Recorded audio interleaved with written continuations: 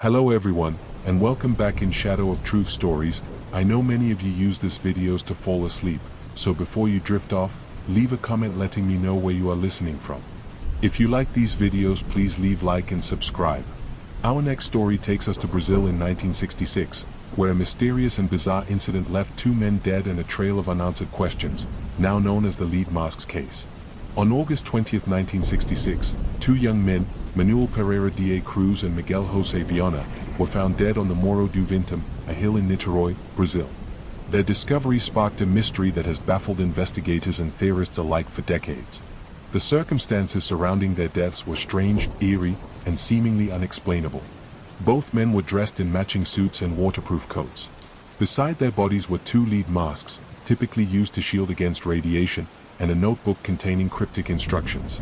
The note, written in Portuguese, read, 1630 at the specified location. 1830 ingest capsules, after effect protect metals, wait for signal. The meaning of this message has never been deciphered. Adding to the enigma, there were no signs of struggle, trauma, or violence on the bodies. The men appeared to have died peacefully, lying side by side.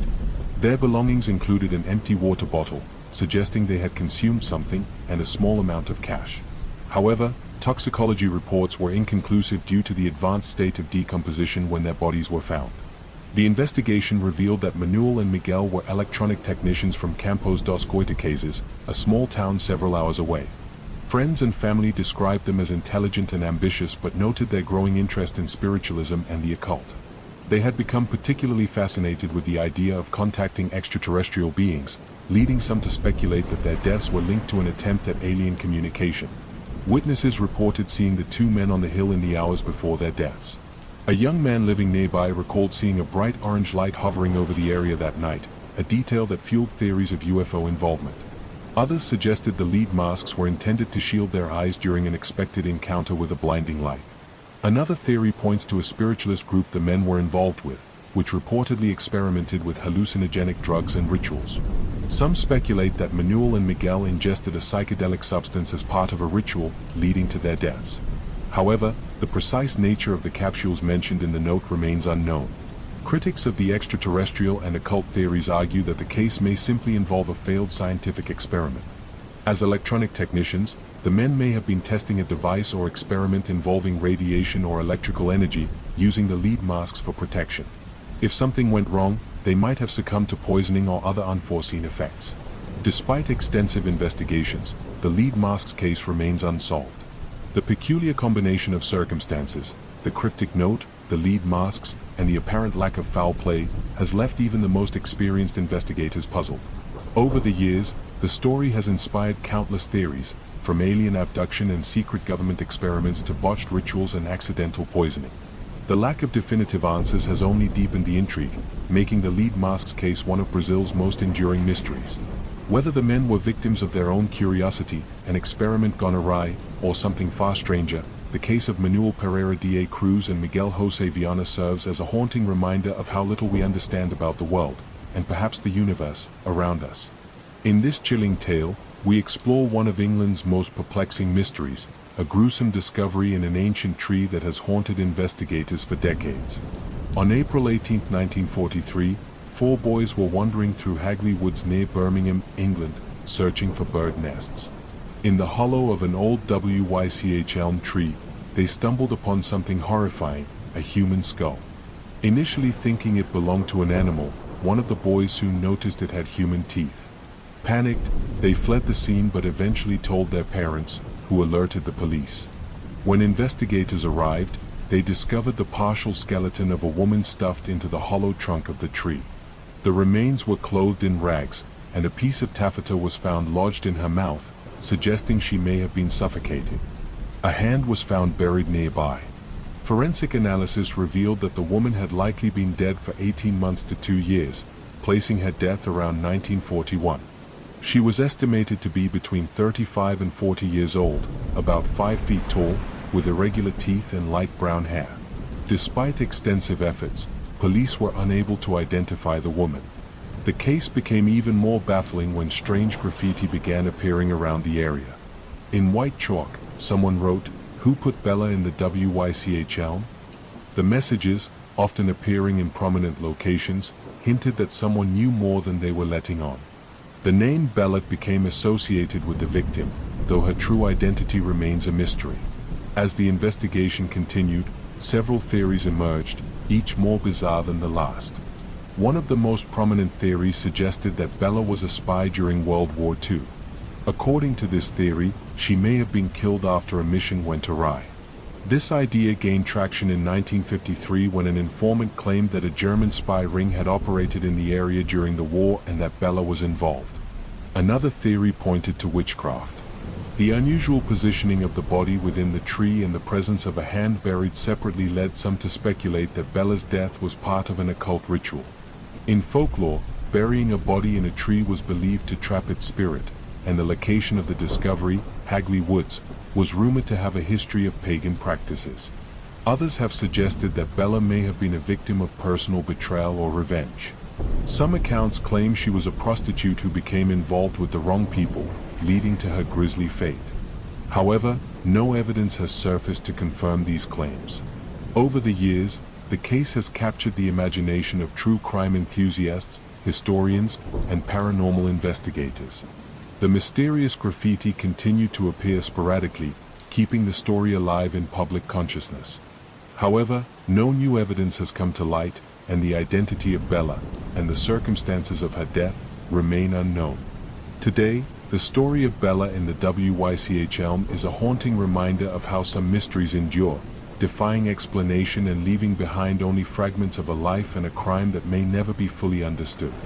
Was she a spy, a victim of witchcraft, or simply someone whose tragic story faded into obscurity? The answers lie hidden, much like Bella herself, in the hollow of a tree. In our next chilling tale, we dive into the unsettling mystery of the disappearing village of Dunwich Hollow, a small settlement that seemed to vanish from the face of the earth overnight, leaving behind nothing but whispers and fear. Dunwich Hollow was a quaint, isolated community nestled deep within the woods of northern England. With only a handful of families residing there, the village lived in peaceful seclusion, surrounded by thick forests and rolling hills. Time seemed to move slower in Dunwich, with its cobblestone streets, modest cottages, and a single church that stood in the village square. It was a place where everyone knew one another, and nothing out of the ordinary ever seemed to happen. Until the autumn of 1936. It began with strange noises that echoed through the woods at night. Low, resonant sounds that seemed to vibrate through the ground itself, causing the villagers to wake in a state of unease. Some described the noise as a distant hum, while others likened it to the mournful wail of an animal. It seemed to move through the village, never originating from one single point, but always felt deep within their bones. The children were the most affected. They woke from nightmares, screaming about shadowy figures that roamed through the woods and whispered their names. The village elders tried to calm everyone, attributing the noises to natural causes, perhaps an underground spring shifting, or the sound of the wind being carried in strange ways through the dense forest. But no explanation seemed to truly fit, and soon, it became impossible to ignore the other strange occurrences. Animals began to disappear. The villagers found their livestock missing, vanished without a trace. Dogs that once guarded the cottages refused to go outside after dusk, whimpering and scratching at doors, desperate to stay inside. Even the birds, which usually filled the trees with their song, had grown eerily silent. It was as if the entire forest was holding its breath, waiting for something terrible to happen. Then there was the fog, thick, impenetrable fog that began to settle over Dunwich Hollow every night, rolling in from the woods like a great, white tide. The villagers spoke of the fog as if it were alive, creeping down the narrow paths and winding through the trees, swallowing everything in its path. No lantern or torch could penetrate it, and once it settled in, it felt like the village was cut off from the rest of the world. One by one, families began to leave. They packed what little they could carry and left, hoping to escape the growing unease that gripped the village. But those who stayed spoke of strange figures appearing in the fog, tall, indistinct shapes that moved slowly through the streets, pausing to peer through the windows of the cottages. Some said they saw lights moving in the forest, flickering blue orbs that seemed to dance through the trees, drawing people out of their homes and into the darkness. The last communication from Dunwich Hollow came in the form of a letter, penned by the village pastor, Father Simon Hale, to his brother in London. In his letter, Father Hale spoke of his growing fear for the village. He described the fog, the sounds, and the lights in the woods. He wrote of how the villagers who remained had become distant, as if their minds were slowly being pulled away from reality, and how some had wandered into the woods, never to return. The last lines of Father Hale's letter were the most chilling. He wrote that the previous night, he had seen something standing in the fog, a tall figure that seemed to glow faintly in the darkness. It had no face, only a smooth surface where features should have been. And as he watched, it had raised a hand, beckoning him to follow. Father Hale ended his letter by pleading for his brother to send help, stating, "I fear that if we stay, Dunwich Hollow will be swallowed by the woods, and we will be lost forever." No one heard from Father Hale or the villagers of Dunwich Hollow again. When authorities arrived weeks later to investigate, they found nothing. The village was gone, as if it had never existed. The cottages had vanished, the church was nowhere to be found, and the cobblestone streets were overgrown with weeds and wildflowers. There were no signs of struggle, no remnants of human habitation, only the forest, silent and unyielding. The only trace of Dunwich Hollow was a single stone cross, half buried in the earth where the village square once stood. It bore no name, no date, only a crude carving of an eye, staring blankly into the woods. Today, Dunwich Hollow is little more than a ghost story, a tale told by locals to frighten tourists and children. Some say that on quiet nights, when the fog rolls in thick and heavy, you can still hear the distant hum vibrating through the woods, and see the faint glow of lights moving through the trees.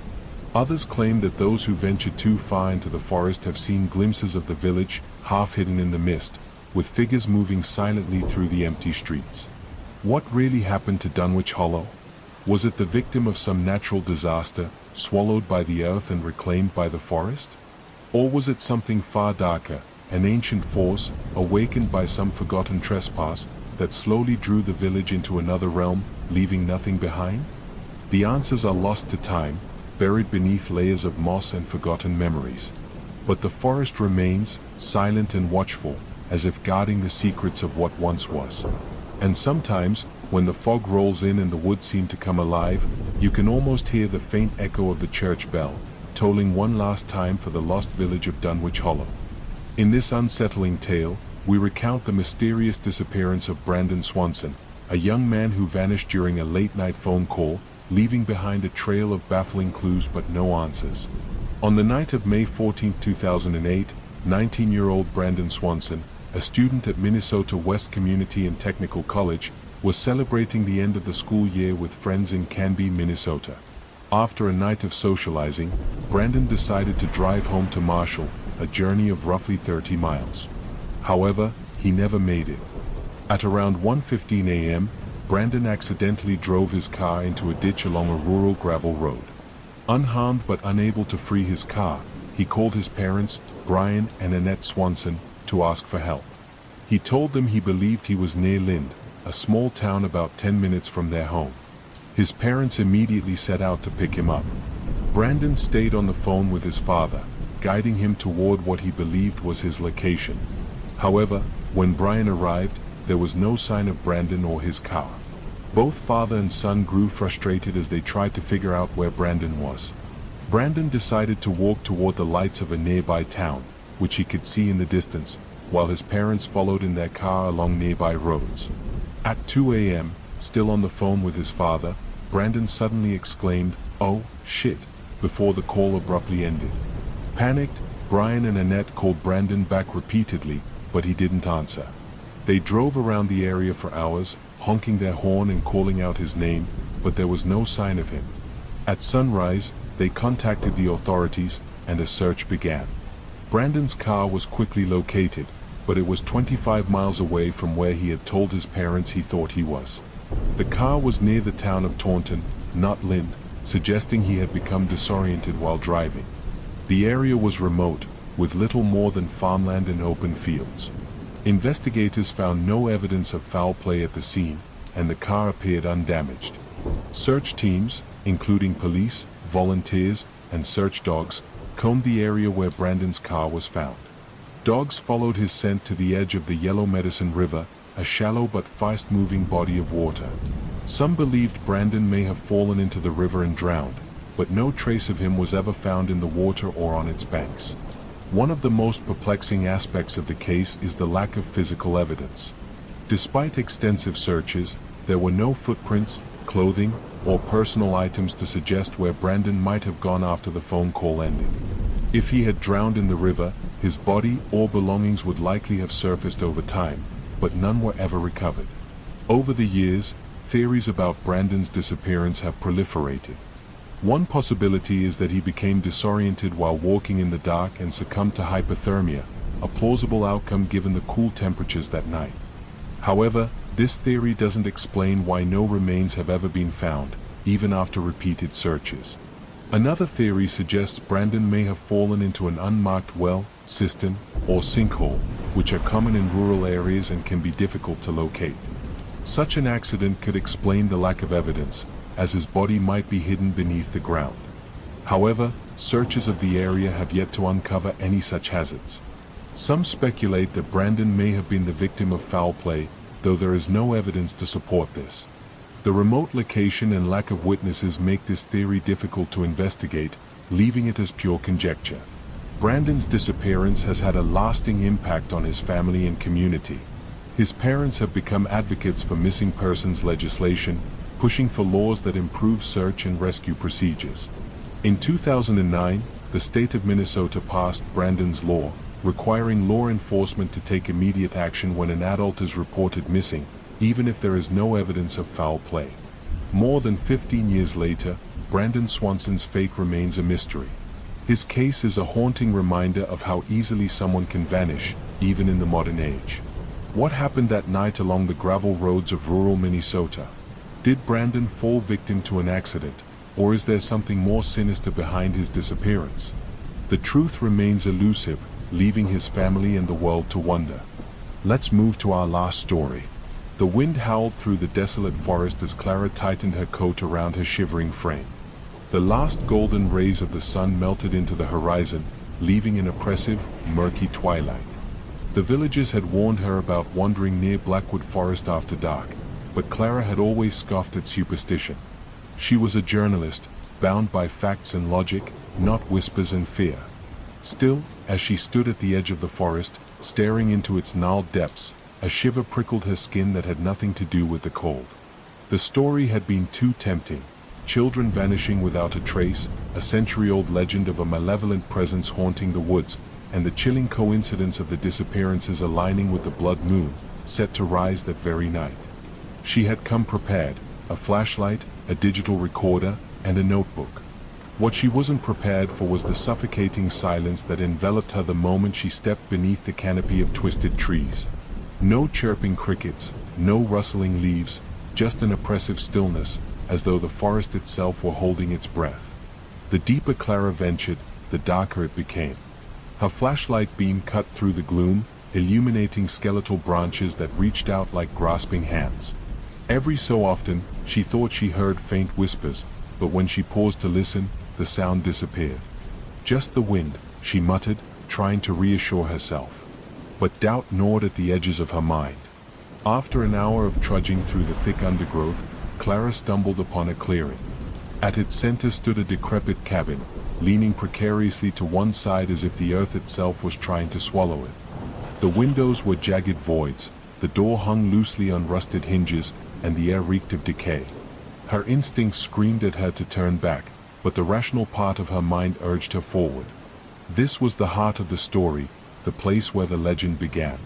According to the villagers, this cabin had belonged to Isolde Blackwood, a reclusive widow accused of witchcraft centuries ago. After her son disappeared, she was said to have cursed the forest before vanishing herself. Clara pushed the door open, the creak echoing like a wail in the empty woods.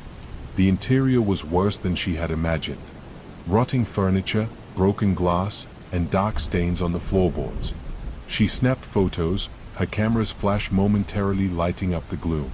Suddenly, she felt it, a presence. It was subtle at first, like the faint prickle of static electricity on her skin. Then came the whispers, faint but distinct, murmuring in a language she didn't recognize. Her heart pounded as she spun around, flashlight beam dancing across the room. "Hello?" she called out, her voice trembling. The whispers stopped. Clara swallowed hard and raised her recorder. "If anyone is here, I just want to talk," she said. "I'm a journalist looking into the legend of Isolde Blackwood. Can you tell me anything?" Silence. She was about to turn off the recorder when the cabin's air grew icy.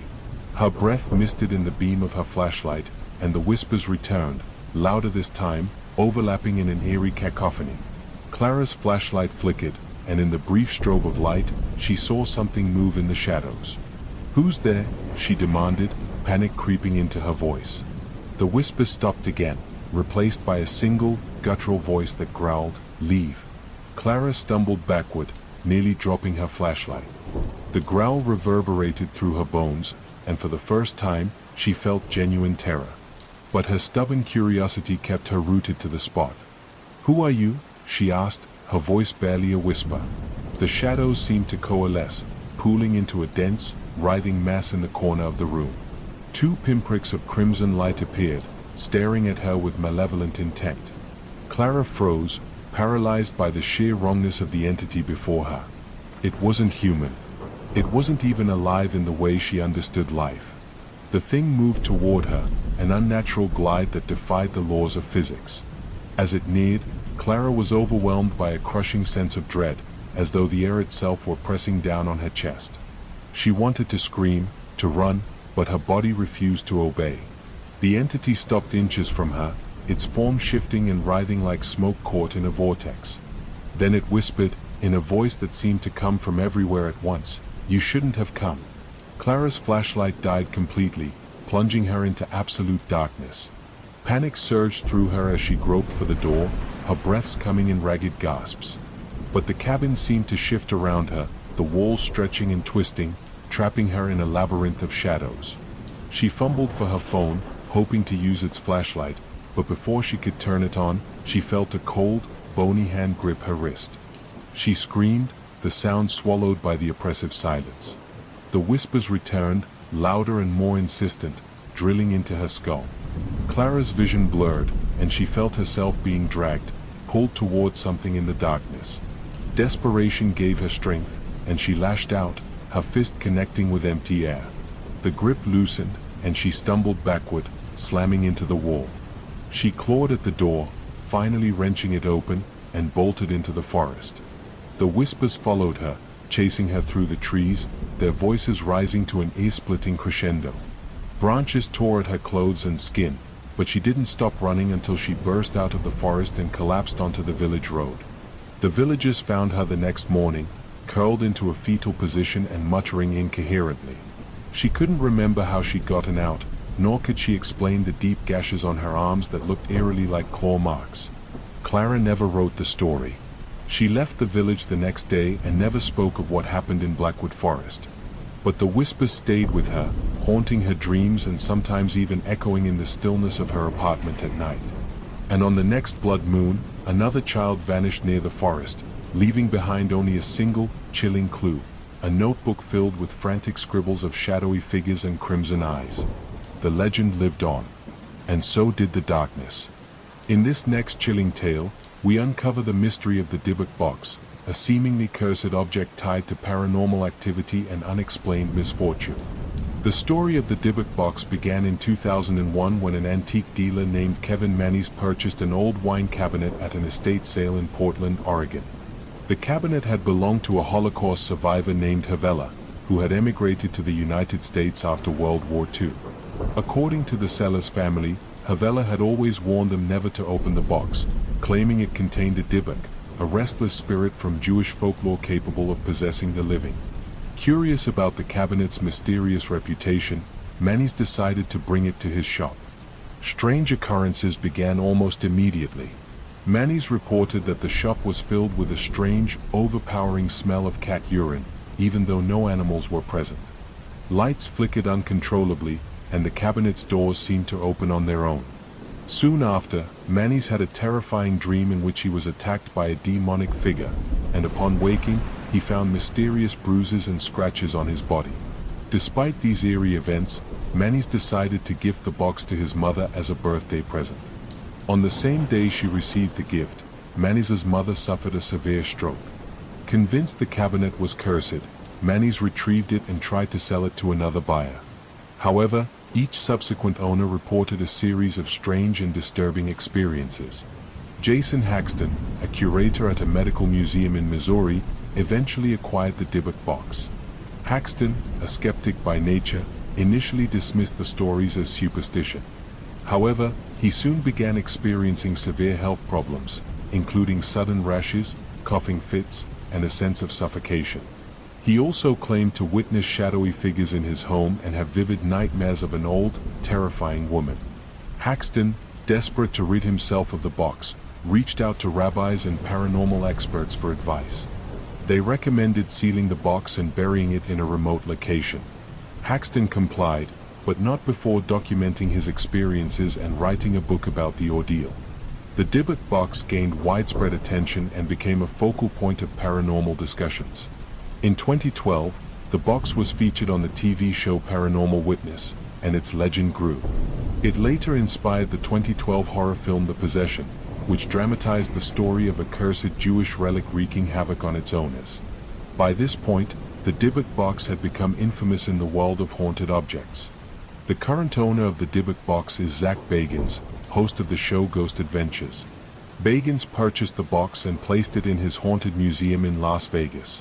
Since acquiring it, Bagans has claimed that the box exerts a malevolent energy. Visitors to the museum have reported feeling nauseous, faint, or overwhelmed when near the box. In one particularly dramatic incident, musician Post Malone visited the museum and reportedly touched the box. Soon after, he experienced a string of misfortunes, including a near-fatal plane emergency and a car accident. Skeptics argue that the Dybbuk box legend is nothing more than a hoax. In 2021, Kevin Mannies admitted in an interview that he had fabricated parts of the story when he first sold the box on eBay. However, this revelation hasn't stopped believers from pointing to the strange and consistent reports from those who have encountered the box. Whether it is truly cursed or a product of suggestion and coincidence, the Dybbuk box has cemented itself as one of the most infamous haunted objects in modern lore. The Dybbuk box remains on display at Zach Bagans' Haunted Museum, drawing visitors eager to confront its eerie reputation. Whether you believe in curses or not, its story continues to fascinate and terrify, a reminder of humanity's enduring fascination with the unknown. Let's continue to our next story. In the early 20th century, the city of New Orleans was terrorized by a shadowy figure whose identity has never been discovered. Known only as the Axeman, this mysterious killer targeted families in their homes, leaving a trail of blood and fear that gripped the city. The case remains one of the most chilling and perplexing mysteries in American crime history. The Axeman's reign of terror began on May 23, 1918, when Joseph and Catherine Maggio, a grocer, and his wife, were found brutally murdered in their home. Both had been attacked with an axe, a weapon that had been left at the scene. The intruder had entered their home by chiseling out a panel from their back door, a detail that would become the killer's signature. Over the next 18 months, the Axeman struck again and again, claiming at least 6 lives and injuring many others. His victims came from various backgrounds, though many were Italian or Italian-American grocers. The attacks were ferocious, with the victims often bludgeoned with their own axes or razors. Despite the brutality of the crimes, the Axeman never left behind clear fingerprints or other conclusive evidence. The randomness and savagery of the murders left New Orleans in a state of panic. People began sleeping with weapons by their beds, and neighborhood watch groups patrolled the streets. Many theories emerged about the killer's motives and identity. Some believed the crimes were racially or ethnically motivated, while others speculated the Axeman was a deranged individual driven by an unknown personal vendetta. The case took an even stranger turn on March 13, 1919, when a letter purportedly written by the Axeman was published in local newspapers. The letter was addressed to the people of New Orleans and was both taunting and bizarre. The writer claimed to be a demon from hell and suggested that the murders were inspired by a supernatural force. Most chillingly, the letter included a peculiar promise. The Axeman would kill again on the night of March 19th but would spare any home where a jazz band was playing. That night, New Orleans transformed into a citywide jazz festival. Families hosted gatherings with live music, bars were packed, and musicians played late into the night. True to his word, the Axeman did not strike, though his letter solidified his place as a dark legend in the city's history. Despite a few close calls, the Axeman was never apprehended. Witnesses who survived his attacks gave conflicting descriptions, and police were unable to connect the dots. The killer's method of entry, chiseling through doors, suggested he was calculating and methodical, but his choice of victims seemed random. His last known attack occurred in October 1919, after which the murders abruptly stopped, leaving the case cold. Over the years, the Axeman's identity has been the subject of endless speculation. Some theorists believe he was a local man with a personal grudge against grocers, while others suggest he was a professional burglar who turned to murder when interrupted. A few have even posited that the Axeman was a traveling killer who moved on after his spree in New Orleans. The supernatural elements of his letter have also inspired theories that he was an embodiment of pure evil, a force beyond human understanding. The case has left an indelible mark on New Orleans culture, inspiring books, music, and even an episode of the TV series American Horror Story, Coven. Despite its infamy, the Axeman's identity and motives remain unknown, and the case stands as one of the most haunting unsolved mysteries in American crime history. The story of the Axeman of New Orleans is a chilling reminder of how fear and uncertainty can grip a community. Was he a deranged maniac, a cunning criminal, or something far darker? Over a century later, the Axeman's legend endures, his shadow still looming over the city that once danced to stave off death. In this story, we unravel the mysterious disappearance of Emanuela Orlandi, a case that spans decades and intertwines with the secrets of the Vatican. Emanuela Orlandi was just 15 years old when she vanished in Rome on June 22, 1983. She was the daughter of a Vatican employee and lived within the walls of Vatican City, making her disappearance one of the most baffling and politically charged mysteries in modern history. Emanuela had attended her usual flute lesson at the music school near Piazza Sant'Apollinare that afternoon. After class, she called her sister to tell her she had been approached by a man offering her work promoting Avon Cosmetics. That was the last time her family heard from her. When she failed to return home, panic set in, and the search began. Initially, Emanuela's disappearance seemed like a tragic but straightforward missing persons case. However, it quickly spiraled into a web of conspiracies and intrigue. The investigation revealed little about her whereabouts, but the days following her disappearance brought strange phone calls to the Orlandi family. A man calling himself the American claimed Emanuela had been kidnapped as leverage to secure the release of Mehmet Ali Aka, the man who had attempted to assassinate Pope John Paul II in 1981. This tied her disappearance to global politics and the Cold War tension between the Vatican, the Eastern Bloc, and Western powers. As months turned into years, the theories about Emanuela's fate grew increasingly bizarre.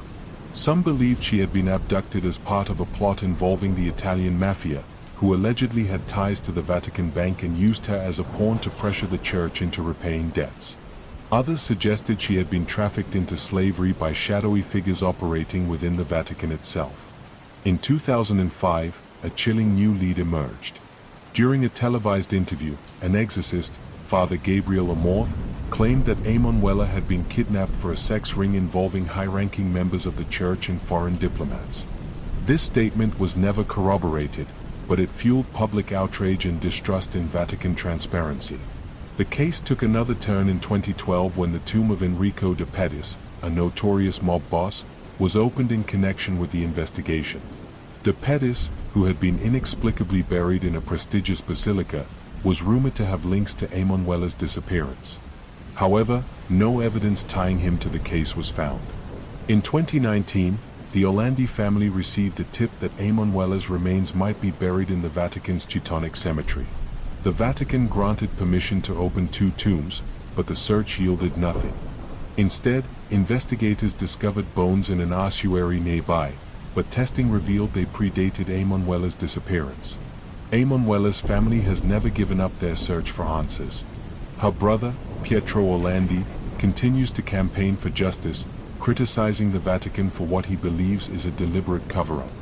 Despite decades of investigation, no definitive evidence has emerged to explain what happened to Emanuela Orlandi. The disappearance of Emanuela Orlandi remains one of Italy's most enduring mysteries. Was she the victim of political intrigue, a mafia vendetta, or a darker Vatican secret? The truth remains elusive, buried beneath layers of conspiracy and unanswered questions. Her story serves as a stark reminder of the power of secrets and the human cost of silence. For this story, we journey into one of the most infamous and controversial cases of paranormal activity, the Enfield poltergeist, which terrified a family and captivated investigators in the late 1970s. In 1977, Peggy Hodgson, a single mother of 4, lived in a modest council house at 284 Green Street in Enfield, England. Her quiet life was turned upside down when her 2 daughters, Janet, 11, and Margaret, 13, began experiencing strange occurrences. It started with furniture moving on its own, knocking sounds coming from the walls, and household items inexplicably flying across the room. One night, Peggy heard her daughters screaming. She rushed to their bedroom to find their chest of drawers sliding across the floor by itself. Despite her attempts to push it back, the furniture resisted her strength as though an unseen force was controlling it. Frightened, the Hodgson family fled to a neighbor's house and called the police. When an officer arrived, she witnessed a chair sliding across the room on its own but could find no explanation. News of the activity spread quickly, attracting the attention of journalists and paranormal investigators. Maurice Grosse and Guy Leon Playfair from the Society for Psychical Research arrived to document the phenomena. Over the next 18 months, they recorded over 2,000 incidents, including levitating objects, strange noises, and chilling voices that seemed to emanate from Janet herself. One of the most infamous elements of the Enfield case was Janet's apparent possession. The 11-year-old began speaking in a gruff, male voice, claiming to be a man named Bill Wilkins. Through Janet, Bill described his death in the house years earlier, saying he had died of a hemorrhage in an armchair. This claim was later corroborated by the house's previous owner, who confirmed that a man named Bill Wilkins had died in that exact manner. The phenomena grew more disturbing as Janet was reportedly levitated from her bed, thrown across the room, and even photographed mid-air by investigators. These images, though widely publicized, became a point of contention, with skeptics arguing they looked more like Janet jumping than levitating. Janet later admitted to faking a few incidents but insisted that the majority of the activity was genuine. As the case gained notoriety, skeptics and believers clashed over its authenticity. Skeptics argued that the events were nothing more than pranks by attention-seeking children or the result of mass hysteria. Believers, however, pointed to the sheer volume of witnesses, including journalists, police officers, and neighbors, as evidence of something truly paranormal. The activity eventually subsided in 1979, leaving behind a legacy of unanswered questions. Janet later admitted that while some events were exaggerated, she and her family experienced things they could not explain. Even Maurice Grosse, who initially approached the case with skepticism, became convinced that the Hodgson family had been the victims of genuine poltergeist activity. The Enfield poltergeist remains one of the most famous cases of paranormal investigation. It has inspired countless books, documentaries, and even films, including The Conjuring 2. Whether it was the work of mischievous children, a disturbed spirit, or something else entirely, the case continues to intrigue and terrify those who hear it. Was the Enfield haunting a glimpse into the supernatural or a cleverly orchestrated hoax? The truth may never be known, but the story serves as a chilling reminder of how thin the veil between the ordinary and the unexplainable can be. Our next tale takes us to the remote and windswept Flannan Isles in Scotland, where 3 lighthouse keepers vanished in 1900 under circumstances that remain unexplained to this day. The Flannan Isles are a group of small, uninhabited islands located off the western coast of Scotland. Known for their isolation and rugged beauty, the Isles have long been a source of folklore and mystery. In December 1900, they became the setting for one of the most puzzling disappearances in maritime history. The lighthouse on Eilean Moor, the largest of the Flannan Isles, had been completed just the previous year. Its purpose was to guide ships safely through the treacherous waters of the Outer Hebrides. The keepers, James Duckett, Thomas Marshall, and Donald MacArthur, were tasked with ensuring the light remained operational in all conditions. The 3 men were experienced seamen, accustomed to the harshness of the sea and the isolation of their post. On December 15, 1900, the steamer Archtor, en route from Philadelphia to Leith, passed near the Flannan Isles. The captain noted that the lighthouse was dark, which was unusual and concerning. He reported the matter upon reaching port, but due to bad weather, it wasn't until December 26 that a relief vessel, the Hesperus, was able to reach the lighthouse. When the Hesperus arrived, the crew immediately sensed something was wrong. The lighthouse was eerily silent, with no welcoming party to greet them as was customary. Joseph Moore, the relief keeper, was sent ashore to investigate. What he found would haunt him for the rest of his life. The lighthouse was completely deserted. Inside, Moore discovered signs that the keepers had left in a hurry. A meal sat uneaten on the table, and a chair had been overturned. The clocks in the lighthouse had stopped, likely because no one had been there to wind them. A single set of oilskins, essential protective clothing for venturing outside in the brutal weather, remained inside, suggesting that one of the men had left without proper gear, a highly unusual and dangerous decision. Further inspection of the island revealed more clues but no answers. 2 of the 3 storm logs, recorded by Thomas Marshall, described severe weather conditions.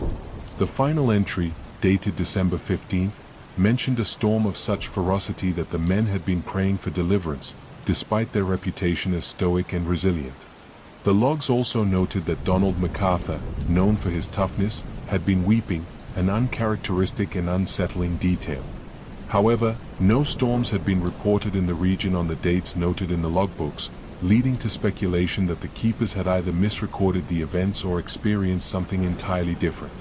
A theory soon emerged based on physical evidence found near the west landing of the island.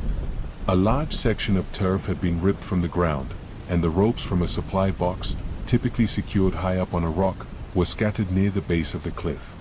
This suggested that the men might have been swept away by a massive rogue wave while attempting to secure equipment during bad weather. Such waves, while rare, are known to occur in the area and could easily have overwhelmed even the most experienced sailors. However, this theory raised as many questions as it answered. Why had one man left the lighthouse without his oilskins? And why had all 3 men left their posts at the same time, when protocol dictated that at least one keeper should always remain inside to maintain the light? Other theories ventured into the realm of the supernatural. The Flandern Isles were steeped in folklore, with tales of ghostly apparitions, curses, and fairy activity. Some suggested that the men had been lured away by spirits or fallen victim to a supernatural force. Others believed they had been abducted by aliens or had vanished into another dimension. More grounded theories proposed foul play. Some speculated that a fight had broken out among the keepers, leading to violence and their ultimate deaths. This theory, however, seems unlikely given the lack of evidence for a struggle and the men's professional reputations. The official investigation concluded that the men had likely been swept out to sea by a rogue wave, but this explanation has never satisfied everyone. The strange details, the untouched meal, the incomplete oilskins, the inconsistent storm reports, leave room for endless speculation. The mystery of the Flandern Isles lighthouse keepers has inspired countless books, poems, and films, including the 2019 psychological thriller The Lighthouse, which draws loosely on the story. The barren and windswept island, with its silent lighthouse standing as a sentinel, remains a haunting symbol of the unsolved disappearance. Over a century later, the fates of James Duckett, Thomas Marshall, and Donald MacArthur continue to captivate the imagination. Were they victims of nature's wrath, or did something far stranger occur on that lonely island? Whatever the truth, their story stands as one of the most enduring enigmas of the sea. Let's move to our next story. Deep in the Suffolk countryside of England lies the small village of Woolpit, a place steeped in history and legend. Among its most enduring tales is that of the Green Children of Woolpit, a bizarre and haunting mystery that has baffled historians, folklorists, and paranormal enthusiasts for centuries.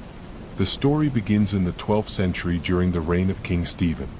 According to accounts recorded by chroniclers Ralph of Coggeshall and William of Newburgh, villagers working the fields near Woolpit one day discovered 2 strange children near the mouth of a wolf pit, a trap for catching wolves. The children, a boy and a girl, appeared frightened and confused. What struck the villagers most, however, was their unusual appearance. Their skin was green, their clothing was made from unfamiliar materials, and they spoke in a language no one could understand.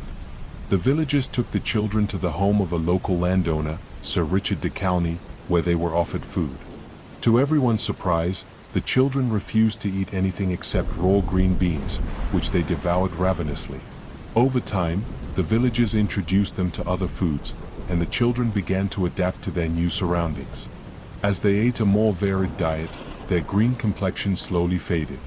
The boy, however, did not thrive. He became increasingly ill and eventually died. The girl survived and grew up in the village, learning English and integrating into society. When questioned about their origins, she provided a strange and unsettling story. According to the girl, she and her brother came from a place called St. Martin's Land, a subterranean world where everything was bathed in perpetual twilight. She described her homeland as a place where everyone had green skin and where a large river separated their world from a brighter one visible in the distance. She claimed she and her brother had been tending their family's livestock when they heard a loud noise, like the ringing of church bells. They followed the sound and somehow emerged in the wolf pit, disoriented and unable to find their way back. The story of the green children spread quickly, capturing the imagination of people far and wide. But as intriguing as the tale is, it raises more questions than it answers. Who were the children, and where did they come from? Was their green skin the result of a medical condition, a genetic anomaly, or something more otherworldly? Over the centuries, numerous theories have been proposed to explain the mystery. One of the more grounded explanations suggests that the children were Flemish immigrants. During the 12th century, many Flemish people had settled in England but were persecuted due to political tensions. Some theorists believe the children may have been orphaned after their parents were killed and had wandered into the woods. Their green skin could have been caused by chlorosis, a condition linked to malnutrition, which would also explain their initial reluctance to eat anything other than green beans. Another theory suggests the children's story is rooted in folklore or allegory. That St. Martin's Land they described may have been a symbolic reference to another country or a religious metaphor. In medieval times, tales of mysterious beings, otherworldly realms, and strange visitors were common, often serving as moral or cautionary tales. A more speculative theory posits that the green children were extraterrestrial in origin.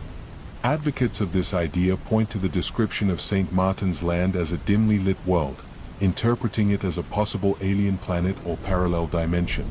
The children's sudden appearance and inability to explain their arrival have fueled beliefs that they may have been transported to Earth through a portal or by accident. Skeptics, of course, argue that the story is simply a medieval myth embellished over time. The lack of contemporary documentation and the reliance on second-hand accounts make it difficult to separate fact from fiction.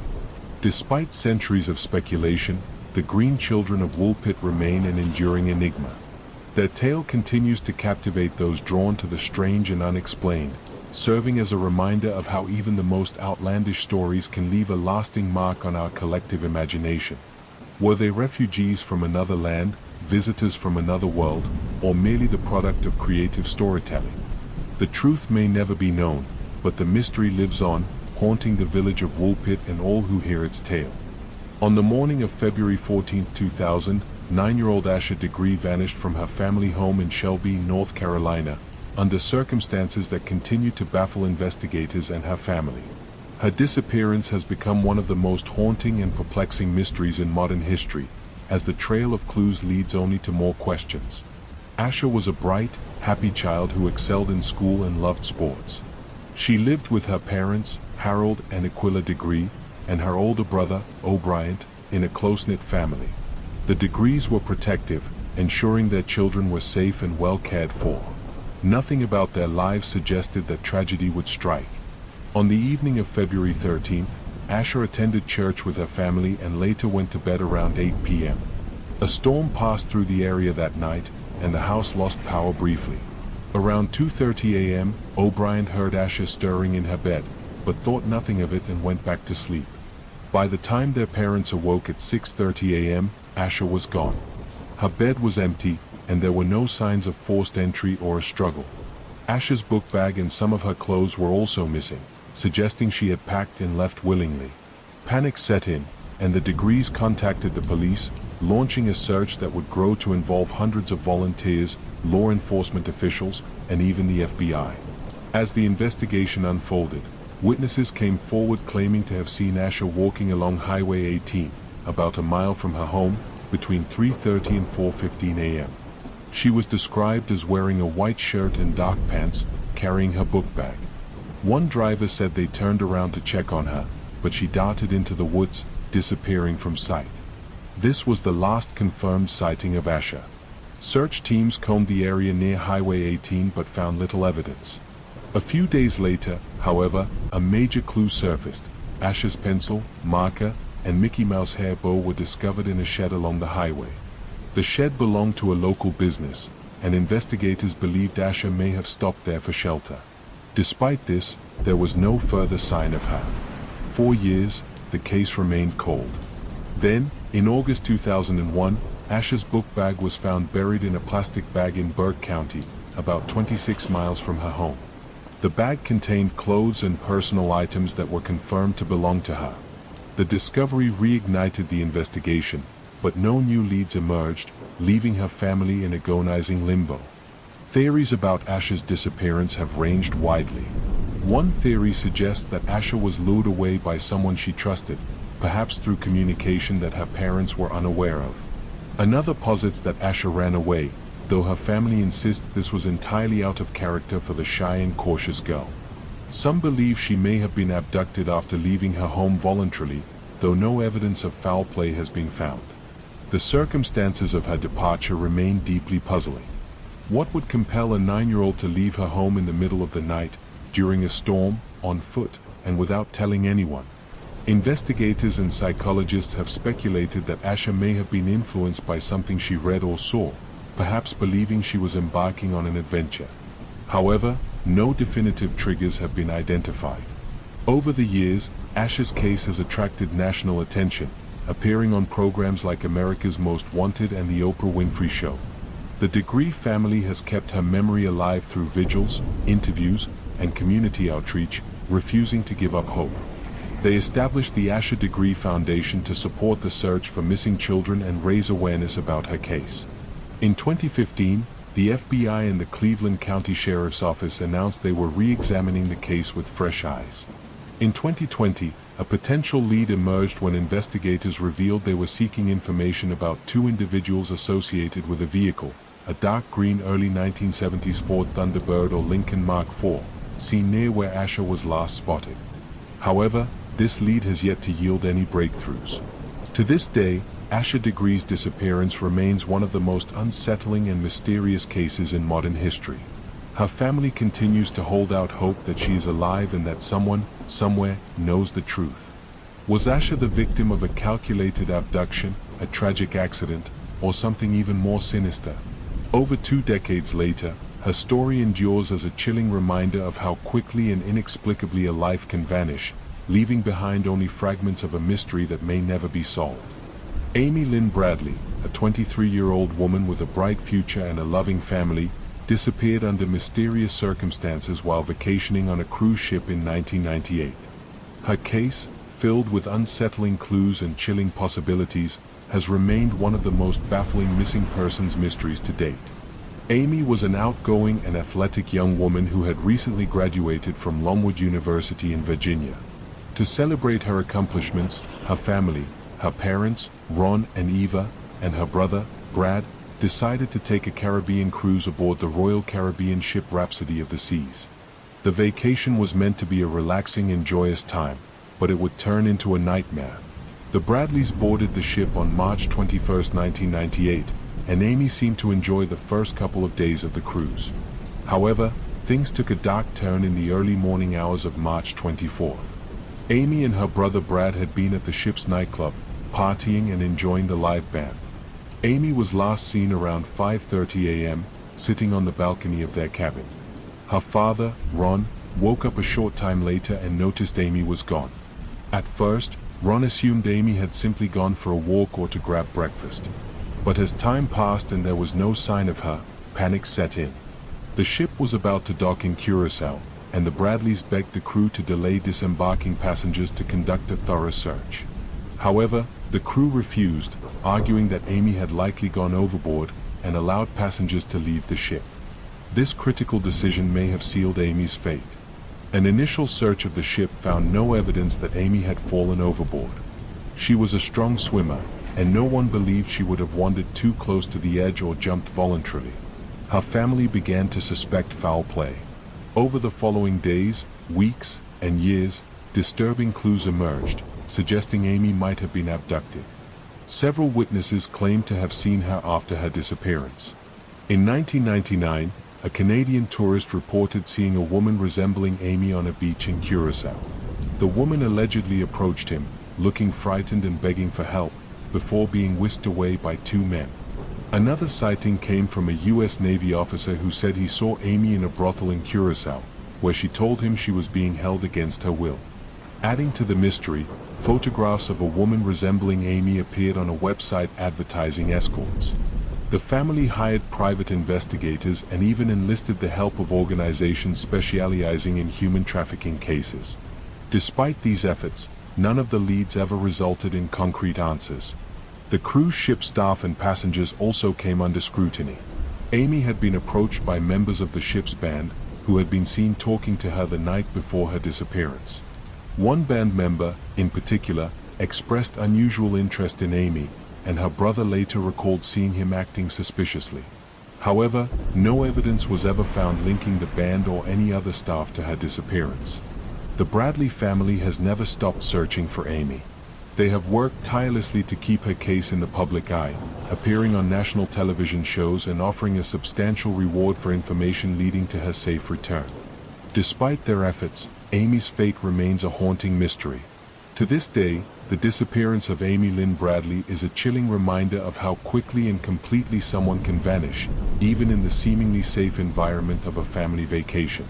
Was Amy abducted and forced into human trafficking?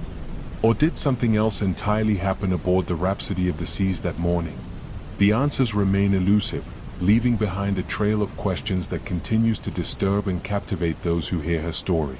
In this story, we unravel the haunting mystery of the Soda children, a case of fire, unanswered questions, and a family's decades-long search for truth. On Christmas Eve, 1945, the Soda family of Fayetteville, West Virginia, was celebrating the holiday. George and Jenny Soda lived in a modest two-story home with 9 of their 10 children. That night, the family went to bed, but not all would wake to see Christmas morning. At around 1 a.m., a fire broke out, quickly engulfing the home. George and Jenny managed to escape with 4 of their children. However, 5 of their children, Maurice, Martha, Louis, Jenny, and Betty, were trapped upstairs. George tried desperately to re-enter the house to rescue them.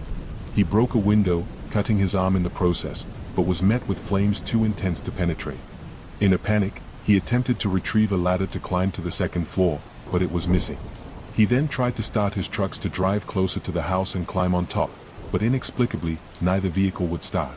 Meanwhile, Jenny attempted to call the fire department, but their phone line was dead. Neighbors alerted the fire department, but response times were delayed due to the holiday and a shortage of personnel. By the time help arrived, the house had burned to the ground. Initially, it was assumed that the 5 missing children had perished in the fire. However, a search of the ruins yielded no human remains. Fire experts later stated that even at the high temperatures the fire reached, bones should have been found. The Sodas began to suspect that the fire had been intentionally set as part of a cover-up for something far more sinister. George, an Italian immigrant, was outspoken against Benito Mussolini and the fascist regime in Italy, leading to friction with some members of the local Italian-American community. A stranger had visited the home a few months before the fire, commenting on how their house's fuse box would cause a fire someday. Another man had threatened George, stating that his anti-Mussolini sentiments would bring harm to his family. Adding to the mystery, Jenny found strange evidence in the rubble. She discovered a hard rubber object resembling a pineapple bomb, suggesting the fire might have been started deliberately. Neighbors also reported seeing a strange car parked along the road near the Soda home on the night of the fire. Over the years, the Sodas received chilling clues that their children might still be alive. A woman in a nearby town claimed to have seen the missing children in a car the morning after the fire. Another tip came from a waitress who believed she had served them at a diner, accompanied by 2 unfamiliar adults. In 1949, George and Jenny hired a private investigator and paid to have the site excavated. The investigator uncovered small pieces of human vertebrae, but experts determined they did not belong to the missing children. Additionally, the bones showed no evidence of fire exposure, raising further doubts about the children's fate. One of the most mysterious pieces of evidence came in 1967 when Jenny received a photograph in the mail. It was a picture of a young man who bore a striking resemblance to her son Louis, one of the missing children. Written on the back was a cryptic message: Louis Soda, I love brother Frankie. Ill boys. A 90132 or 35. Despite hiring a private detective to track the sender, the Sodas were never able to uncover the photograph's origins. The Sodas placed a billboard along Route 16 with photographs of their missing children and an appeal for information. It became a local landmark and a symbol of the family's unrelenting pursuit of answers. George died in 1969, and Jenny in 1989, never knowing what truly happened to their children. The case of the Soda children remains one of the most perplexing mysteries in American history. Were the children victims of a tragic fire, or were they abducted in a carefully orchestrated plot? To this day, the truth remains elusive, leaving behind a haunting legacy of grief, suspicion, and unanswered questions. In our next story, we uncover the deeply unsettling case of Cindy James, a woman who endured years of relentless stalking, harassment, and violence before her mysterious death shocked investigators and left questions that linger to this day. Cindy James was a 44-year-old nurse living in Richmond, British Columbia. By all accounts, she was a compassionate and well-liked individual. However, her life took a dark turn in 1982, when she began receiving threatening phone calls. The anonymous caller would alternate between eerie silence and explicit death threats. This marked the beginning of a 7-year nightmare. The harassment quickly escalated. Cindy's home was vandalized, windows were smashed, and her phone lines were cut. On several occasions, she discovered threatening notes left on her doorstep, often accompanied by disturbing imagery.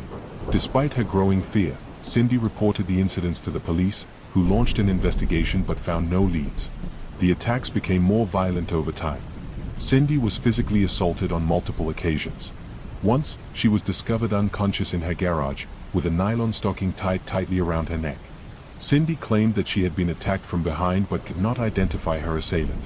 Another time, she was found in a ditch, her hands and feet bound, suffering from severe hypothermia. She told police she had been abducted but could provide few details about her attacker. Frustratingly, the police began to suspect Cindy herself was staging the incidents. Their theory was that she was suffering from a psychological condition and orchestrating the attacks for attention. Cindy's family and friends, however, strongly disagreed, pointing to the severity and complexity of the assaults as evidence that she was genuinely in danger. Cindy's private investigator, Ozzy Caban, also believed she was being targeted. He noted that her phone lines were often cut before an attack and that her injuries were too severe to be self-inflicted. Caban installed surveillance equipment in Cindy's home, but despite numerous incidents, the cameras never captured any conclusive evidence of an intruder. In May 1989, Cindy's torment came to a tragic end. On May 25th, she disappeared after visiting a shopping mall. Her car was found abandoned nearby, with groceries and a wrapped gift still inside. Blood was smeared on the driver's side door, and personal items were scattered on the ground. 2 weeks later, Cindy's body was discovered in the yard of an abandoned house. She was lying on her side, her hands and feet bound with a nylon stocking, and another stocking was tied tightly around her neck. The autopsy revealed she had died from an overdose of morphine and other sedatives. Despite the restraints and the apparent violence of the scene, investigators concluded Cindy's death was either a suicide or an accident. They argued that she had taken the drugs herself and somehow tied herself up before succumbing. Cindy's family and supporters found this explanation implausible. How could she have overdosed and restrained herself at the same time? And why would she do so in such a dramatic and painful way? To them, the circumstances of her death suggested foul play, likely at the hands of the same person who had terrorized her for years. The case remains unsolved, leaving behind a trail of disturbing evidence but no definitive answers. Was Cindy James a victim of an elaborate and malevolent stalker, or was she battling demons of her own creation? Her story has divided investigators, criminologists, and true crime enthusiasts for decades. Cindy James's tragic death serves as a haunting reminder of how even the most chilling cases can resist resolution, leaving behind a legacy of fear, doubt, and unanswered questions. In this chilling tale, we recount the eerie and tragic death of Eliza Lamb, a young woman whose disappearance and demise at the Cecil Hotel became one of the most perplexing mysteries in modern history. Eliza Lamb was a 21-year-old Canadian college student visiting Los Angeles during a solo trip along the West Coast. Described as bright, creative, and social, Eliza kept a blog where she shared her thoughts, struggles, and aspirations. She was open about living with bipolar disorder and depression, conditions she managed with medication. On January 26, 2013, she checked into the infamous Cecil Hotel, located near LA's Skid Row. The Cecil, with its notorious history of suicides, murders, and alleged paranormal activity, was already a magnet for dark legends. Unbeknownst to Eliza, her stay there would add a chilling new chapter to its story. Initially assigned a shared room, Eliza was moved to a private one after her roommates complained about her erratic behavior. Hotel staff later reported that Eliza had been acting oddly during her stay, though they didn't elaborate on specifics. Despite this, Eliza regularly contacted her family to check in and share updates on her trip. Her last contact was on January 31st, when she told her parents she planned to visit a bookstore and return to the hotel. When they didn't hear from her after that, they reported her missing. The search for Eliza began immediately. Police combed the hotel and distributed flyers with her photo, hoping for leads. Weeks passed without any sign of her, and her disappearance grew increasingly troubling. Then, on February 13th, the lab released a piece of evidence that would catapult her case into global infamy, a surveillance video from the hotel's elevator. The footage, timestamped from January 31st, shows Eliza entering the elevator alone. She appears agitated, pressing multiple buttons and peering cautiously out of the doors.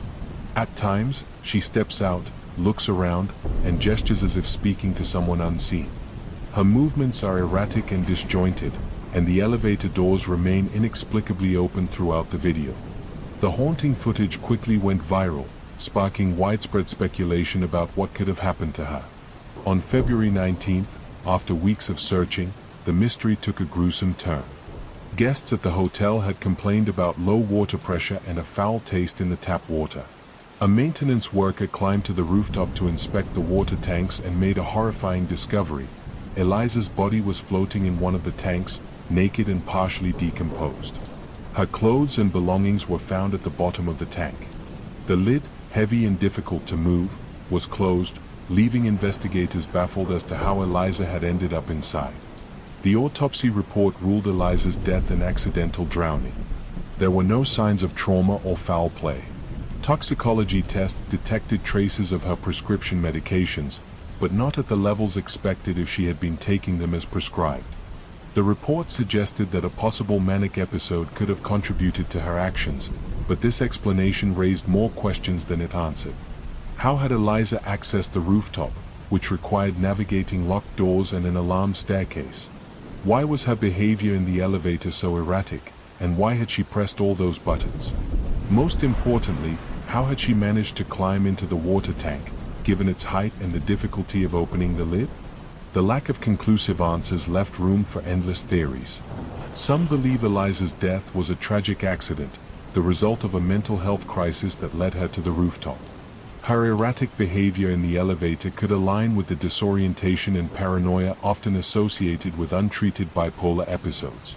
Others, however, point to the Cecil Hotel's dark history and its proximity to Skid Row as evidence that foul play could have been involved. Was Eliza lured to the rooftop by someone with access to the hotel's restricted areas? Did she encounter a threat that forced her to flee and ultimately led to her drowning? The video footage added a supernatural element to the theories. Paranormal enthusiasts suggested that Eliza was interacting with an unseen entity, perhaps one tied to the hotel's dark past. The fact that the Cecil Hotel was rumored to be cursed, with numerous suicides and violent deaths on its premises, only fueled this speculation. Some even connected her case to the elevator game, a supposed ritual that claims to summon spirits. The discovery of Eliza's body and the circumstances surrounding her death have captivated public imagination for years. Her case has inspired books, podcasts, and documentaries, including the 2021 Netflix series Crime Scene: The Vanishing at the Cecil Hotel. While the series shed light on the investigation and the hotel's troubled history, it ultimately offered no definitive answers. Eliza's tragic death serves as a stark reminder of the challenges faced by those living with mental illness and the importance of understanding and support. It also underscores how even in an age of advanced technology and widespread surveillance, some mysteries remain unsolved. Was Eliza's death a heartbreaking accident, the result of foul play, or something more sinister? The answers may forever lie hidden in the dark corridors of the Cecil Hotel, leaving behind a story that continues to haunt all who hear it. On a quiet Christmas Eve in 1945, the Sutter family home in Fayetteville, West Virginia, was alive with holiday cheer. George and Jenny Sutter lived with 9 of their 10 children in a 2-story timber house. While some of the children had gone to bed early, excited for Christmas morning, others stayed up playing with gifts and enjoying the festive atmosphere. What seemed like a peaceful holiday would soon turn into one of the most perplexing mysteries in American history. Around 1 a.m., Jenny Sutter awoke to a strange noise on the roof, like a heavy object hitting it. Minutes later, she realized the house was on fire. She rushed to wake George and the children. George, Jenny, and 4 of the children managed to escape, but 5 of the children, Maurice, 14, Martha, 12, Louis, 9, Jenny, 8, and Betty, 5, were still inside. The parents' frantic attempts to save them were thwarted at every turn. George tried to re-enter the house, but the flames were too intense. He ran to grab the ladder that was always propped against the house to climb to the second-floor window, but it was mysteriously missing. He then attempted to use his trucks to drive closer to the house and climb on top, but neither vehicle would start, even though they had been working perfectly the day before. Meanwhile, Jenny ran to a neighbor's house to call the fire department, only to find the phone line had been cut. By the time the fire department arrived, hours later due to a staffing shortage and communication issues, the house had burned to the ground. Investigators assumed the 5 children had perished in the fire, but a search of the ashes revealed no human remains. The official explanation was that the fire had burned so hot that their bodies were completely cremated. However, this conclusion baffled experts, as even the most intense fires typically leave bones behind. The Sutters were unconvinced. The circumstances of the fire, coupled with strange occurrences in the weeks leading up to it, raised their suspicions. A few months earlier, a man had visited George looking for work. During the visit, he had pointed to the house's fuse box and warned that it would cause a fire someday. George dismissed the comment because he had recently had the house's wiring inspected and found it to be in perfect condition. Around the same time, another man had warned George that his outspoken criticism of Benito Mussolini, the Italian dictator, could have consequences for his family. As the family began piecing together these events, more oddities emerged. Jenny recalled hearing a strange noise on the roof before the fire and later found a small, hard object in the yard that resembled a pineapple bomb, a type of incendiary device. A bus driver passing through town that night reported seeing people throwing balls of fire at the house. These accounts deepened the Sutters' belief that the fire had been deliberately set. Adding to their suspicions, witnesses came forward claiming to have seen the children alive after the fire. One woman said she saw them in a passing car while the house was burning. Another claimed to have seen them at a hotel in Charleston, West Virginia, with 2 adults of Italian descent. The children appeared scared and unwilling to speak. These sightings were never verified, but they fueled the Sutters' growing conviction that their children had been kidnapped. Determined to find answers, George and Jenny hired private investigators and placed a billboard near their home displaying photos of the missing children and offering a reward for information. The billboard became a local landmark and a symbol of their relentless search for the truth. In 1968, more than 2 decades after the fire, Jenny received an envelope with no return address. Inside was a photograph of a young man who bore a striking resemblance to her son Louis. On the back of the photo was a cryptic message, Louis Sutter. I love brother Frankie. Ill boys. A 90132 or 35. Despite hiring a private detective to investigate, the Sutters were unable to trace the origins of the photograph or the sender. The case grew colder over the years, though the family never gave up hope. George died in 1969, and Jenny in 1989, without ever learning the fate of their children. Their surviving children have continued to seek answers, but the mystery remains unsolved. The Sutter children's disappearance is one of the most haunting unsolved cases in American history. Were the children victims of a tragic accident, or were they abducted in a sinister plot? The lack of evidence leaves the case shrouded in uncertainty, a chilling reminder of how even the most ordinary lives can be upended by unimaginable events. For this next story, we explore a chilling case where a ghostly visitation allegedly brought a murderer to justice, merging the supernatural with the grim reality of true crime. In 1897, in the small town of Greenbrier, West Virginia, a young woman named Zona Heastershoe was found dead under mysterious circumstances. Zona, only 23 years old, had recently married a local blacksmith named Erasmus Edward Shue. Her sudden death was initially attributed to natural causes, but strange events soon led to the case being reopened, thanks to her mother's claim that Zona's ghost had revealed the truth. Zona's body was discovered on January 23, 1897, by a young boy who had been sent to deliver eggs to the Shue household. He found her lying at the foot of the stairs, her body arranged as if she had fallen. When the boy summoned help, Edward was reportedly overcome with grief and insisted on dressing Zona's body himself, an unusual practice at the time. He chose a high-collared dress with a stiff neck, which he claimed was Zona's favorite. The local doctor, George Knapp, arrived to examine the body. Edward hovered nearby, cradling Zona's head and refusing to let the doctor perform a thorough examination. Dr. Knapp noted some oddities, including bruising around Zona's neck, but ultimately listed everlasting faint as the cause of death, a vague and unsatisfactory conclusion. Zona was buried shortly after, and the town mourned her passing. However, Zona's mother, Mary Jane Heaster, was unconvinced. She disliked Edward and had always harbored suspicions about his character. Weeks after the funeral, Mary Jane claimed that Zona's ghost began appearing to her at night. Over the course of 4 nights, Mary Jane said Zona's spirit revealed that Edward had been abusive and had strangled her in a fit of rage. Zona's ghost demonstrated how Edward had crushed her windpipe, leaving bruises around her neck. Mary Jane was so convinced by these visions that she went to the local prosecutor, John Preston, to demand an investigation. Though skeptical, Preston agreed to exhume Zona's body and conduct a proper autopsy. When Zona's remains were examined, the findings matched Mary Jane's claims. Her neck was indeed broken, and her windpipe showed signs of violent compression. Confronted with this evidence, Edward Shue's past began to unravel. Investigators discovered he had been married twice before. His first wife had divorced him due to abuse, and his second wife had died under suspicious circumstances. Edward's pattern of behavior painted a clear picture, and he was arrested and charged with Zona's murder. During the trial, Mary Jane Heaster testified about the ghostly visits. Her testimony was unusual but compelling, and the jury was swayed by the physical evidence and Edward's questionable history. In July 1897, Edward Shue was convicted of murder and sentenced to life in prison, where he died 3 years later. The case of the Greenbrier ghost remains one of the few instances where supernatural testimony played a role in securing a conviction.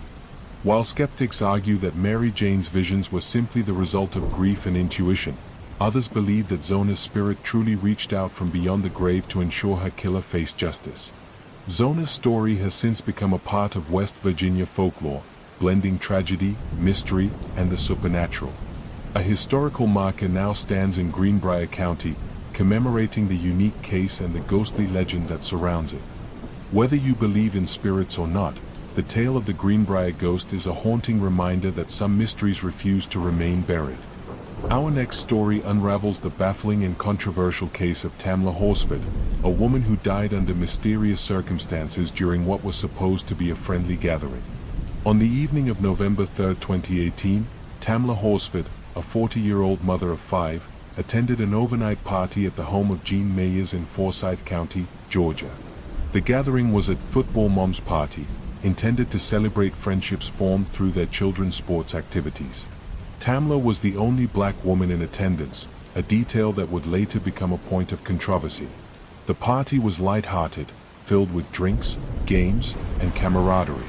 Tamla, known for her warm personality and outgoing nature, brought tequila as a gift and seemed to be enjoying herself. Over the course of the evening, she was seen socializing, laughing, and even calling her husband to check in. However, by the morning of November 4th, Tamla was found dead in the backyard. She was lying face down in the grass, dressed in her pajamas, with visible injuries. The homeowners called 911, reporting that Tamla had fallen from the balcony overnight. The initial investigation by the Forsyth County Sheriff's Office concluded that Tamla's death was accidental. Authorities stated that she had likely fallen while intoxicated, noting a blood alcohol level of 0.238, nearly 3 times the legal driving limit. They also cited traces of THC and Xanax in her system, though Tamla had no prescription for the latter. Despite the official ruling, Tamla's family and friends raised serious questions about the circumstances surrounding her death. Her injuries, which included blunt force trauma to her head, a broken wrist, and lacerations, seemed inconsistent with a simple fall. Additionally, the positioning of her body and the lack of debris or disturbance on the balcony rail suggested something more sinister. Compounding the suspicion were inconsistencies in witness statements. Some party attendees changed their accounts of the night, and others admitted to deleting texts and photos. Jean Mayer's boyfriend, who was in the house that night, worked in law enforcement, further fueling allegations of a potential cover-up. The case drew widespread attention in 2020, amid heightened awareness of racial inequality and injustice in the United States. Advocates pointed out that Forsyth County had a history of racial tension, and many questioned whether Tamla's race played a role in how her death was handled. Social media campaigns and petitions called for a reinvestigation, and public pressure led to the case being reopened by the Georgia Bureau of Investigation, GBI. In 2021, after reviewing the evidence, the GBI concluded that there was no foul play in Tamla's death, reaffirming the initial ruling of accidental death. However, critics argue that the investigation was incomplete and lacked transparency. They point to the lack of forensic evidence, the mishandling of the crime scene, and the failure to thoroughly investigate the party attendees as major flaws in the case. To this day, Tamla Horsford's death remains a source of pain and controversy. Her family continues to demand answers, believing that the full truth has yet to come to light.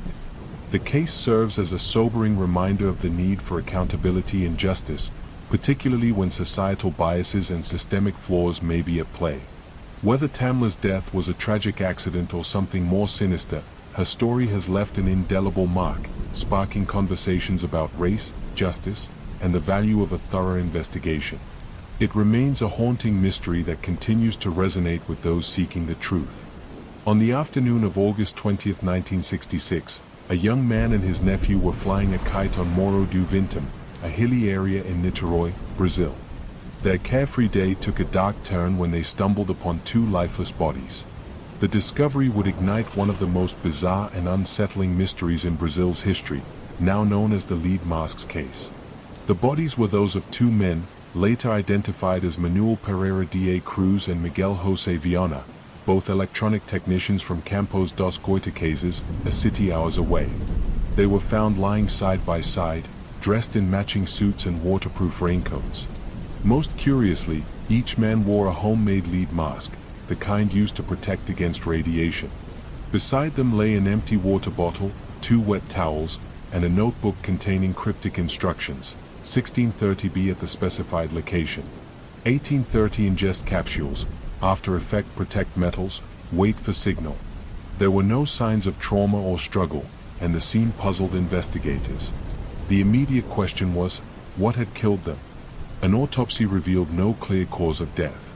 The mystery deepened when toxicology tests failed to determine if the men had ingested poison, drugs, or any other lethal substance, partly because the bodies had decomposed too much during the days they lay in the open. The bizarre nature of the case spurred countless theories, ranging from the rational to the fantastical. Investigators began piecing together the days leading up to Manuel and Miguel's deaths. On August 17th, the 2 men left Campos dos Goitacazes, telling their families they were traveling to purchase materials for work. They carried a large sum of money, though much of it was later found to be spent on a waterproof coat and the lead sheets used to make the masks. Witnesses later recalled seeing the men at a bar near Morro do Vintum on August 20th, appearing nervous and agitated. A waitress mentioned that Miguel seemed to be checking his watch repeatedly, as if waiting for something. It was the last time they were seen alive. As investigators delved deeper, they discovered that Manuel and Miguel had a keen interest in spiritualism and were known to conduct experiments involving electromagnetic fields. Some suggested that the pair had been attempting to contact extraterrestrial beings or harness a mysterious energy source. The lead masks, according to this theory, were meant to protect them from harmful radiation during the experiment. Others believed the men might have fallen victim to a scam or been misled by a third party. A popular hypothesis suggested they were part of a cult or secret society that orchestrated their deaths. However, no evidence of such an organization was ever uncovered. The strangest theory came from locals who believed the men had been involved in a UFO encounter.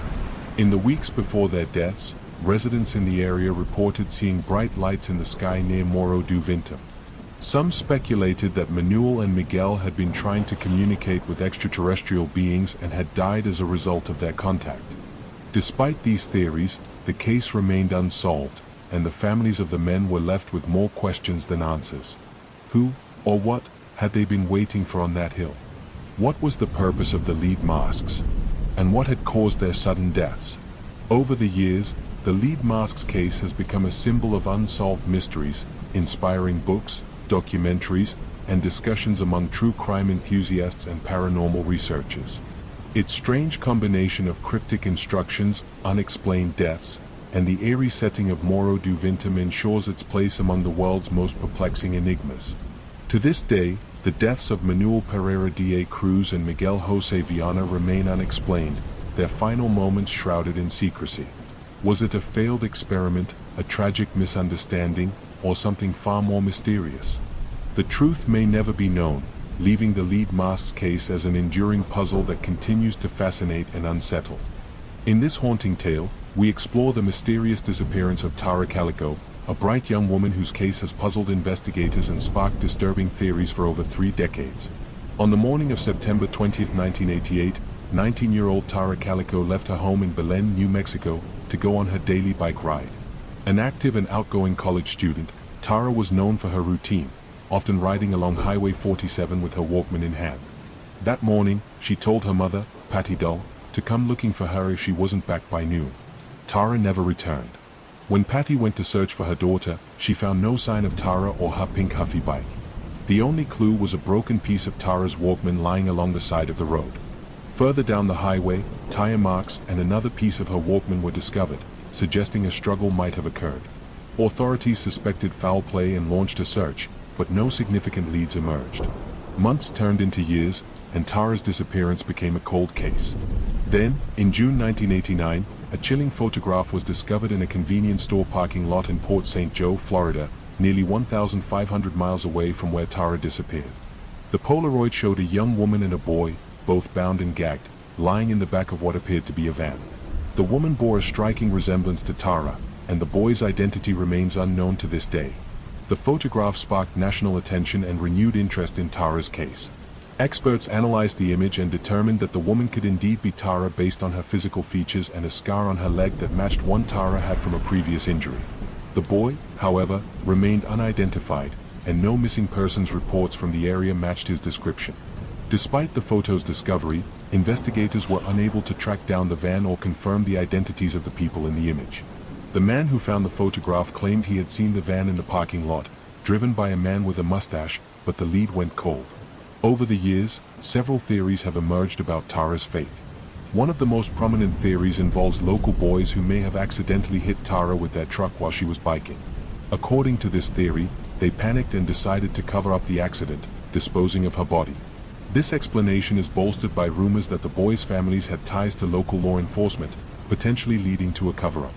However, no evidence has ever substantiated these claims. The photograph added a darker dimension to the case, fueling speculation that Tara had been abducted and trafficked. Some believe she was taken across state lines and held captive, possibly for years. Others theorize that the photo was staged and unrelated to Tara, further muddying the waters of an already complex mystery. In 2008, on the 20th anniversary of Tara's disappearance, Sheriff René Rivera of Valencia County made a controversial statement. He claimed he knew what had happened to Tara and that 2 local boys had indeed struck her with their vehicle. According to Rivera, they disposed of her body with the help of their families. However, Rivera refused to release names or evidence, citing a lack of concrete proof to make an arrest. His statement caused outrage among Tara's family and the public, but it brought no closer resolution. Tara's case remains unsolved, and her family continues to seek answers. Over the years, they have advocated for more advanced forensic techniques and public awareness to bring Tara home. In 2020, the FBI announced a $20,000 reward for information leading to her whereabouts, reigniting hope that her case might one day be solved. The disappearance of Tara Calico is a chilling reminder of how someone can vanish without a trace, leaving behind a legacy of unanswered questions and theories. Was she the victim of a tragic accident, a calculated abduction, or something even more sinister? The truth remains elusive, but her story continues to haunt and captivate those who hear it. In our next story, we dive into one of the most infamous unsolved murders in American history, the brutal and mysterious killing of Elizabeth Short, better known as the Black Dahlia. The Black Dahlia case begins on January 15, 1947, when the body of 22-year-old Elizabeth Short was discovered in a vacant lot in the Limit Park neighborhood of Los Angeles. A local resident, Betty Bersinger, stumbled upon what she initially thought was a discarded mannequin. Upon closer inspection, she realized the horrifying truth. It was a human body, mutilated and posed in a grotesque manner. Elizabeth's body had been cut in half at the waist with surgical precision, and her face was slashed from the corners of her mouth to her ears, creating a chilling Glasgow smile. Her remains were completely drained of blood, leaving her skin pale and waxy. Her arms were positioned above her head, and her lower body was arranged unnaturally, as though the killer had staged the scene deliberately. Elizabeth Short was born in Boston, Massachusetts, in 1924. She moved to California as a young adult, dreaming of becoming a movie star. She was known for her striking beauty, dark hair, and fondness for wearing black, which earned her the nickname Black Dahlia. Despite her aspirations, Elizabeth struggled financially and led a transient lifestyle, frequently moving between boarding houses and acquaintances' homes. The media frenzy surrounding the case was immediate and unprecedented. Sensationalist headlines branded Elizabeth as a promiscuous wannabe starlet and fueled lurid rumors about her personal life. Police received hundreds of tips and confessions, but none led to the true killer. The gruesome details of the crime and the victim's glamorous persona captivated the public, making the Black Dahlia case a symbol of Hollywood's darker underbelly. The investigation into Elizabeth's murder revealed a complex and tragic life. She was known to frequent bars and clubs, often relying on the generosity of male admirers to get by. However, there was no evidence to suggest she was involved in anything illegal. Friends described her as kind and charming, but struggling to find her footing in the harsh world of 1940s Los Angeles. One of the most confounding aspects of the case was the sheer precision of the mutilation. Medical examiners concluded that the bisection had been performed with surgical expertise, likely by someone with medical training. This detail led investigators to focus on doctors as potential suspects, but no concrete evidence emerged. A series of cryptic letters sent to the press and police further deepened the mystery. These letters, supposedly from the killer, included taunting messages and items belonging to Elizabeth, such as her birth certificate and photos. The killer signed off as the Black Dahlia Avenger, but investigators could not verify the sender's identity. Over the years, numerous suspects have been proposed, but none have been definitively linked to the crime. One of the most compelling suspects was Dr. George Hodel, a wealthy and enigmatic physician with a sordid past. Hodel's own son, Steve Hodel, a retired lab detective, has spent decades building a case against his father, citing circumstantial evidence, including photos that resemble Elizabeth and his father's proximity to the crime scene. However, no charges have ever been filed. Another theory suggests that Elizabeth's murder was the work of a serial killer. The gruesome and ritualistic nature of the crime bears similarities to other unsolved murders of women in the Los Angeles area during the same period. Yet, no definitive connections have been made. The Black Dahlia case also inspired countless conspiracy theories. Some speculate Elizabeth's murder was part of a larger Hollywood cover-up, involving powerful figures with vested interests in silencing her. Others believe her death was tied to occult practices, given the staging of her body and the bizarre circumstances of her murder. Despite decades of investigation, the Black Dahlia case remains unsolved. Elizabeth Short's tragic death has inspired books, movies, and television shows, cementing her as an enduring symbol of mystery and intrigue. The case also raises important questions about media sensationalism and the treatment of victims, as Elizabeth's life was reduced to a tabloid caricature in the wake of her murder. To this day, the identity of Elizabeth's killer remains a chilling enigma. Was it a scorned lover, a sadistic predator, or someone with a deeper motive? The truth, buried in the shadows of post-war Los Angeles, may never fully come to light. What is certain, however, is that Elizabeth's short story continues to haunt, captivating those drawn to the dark and unexplained corners of human history.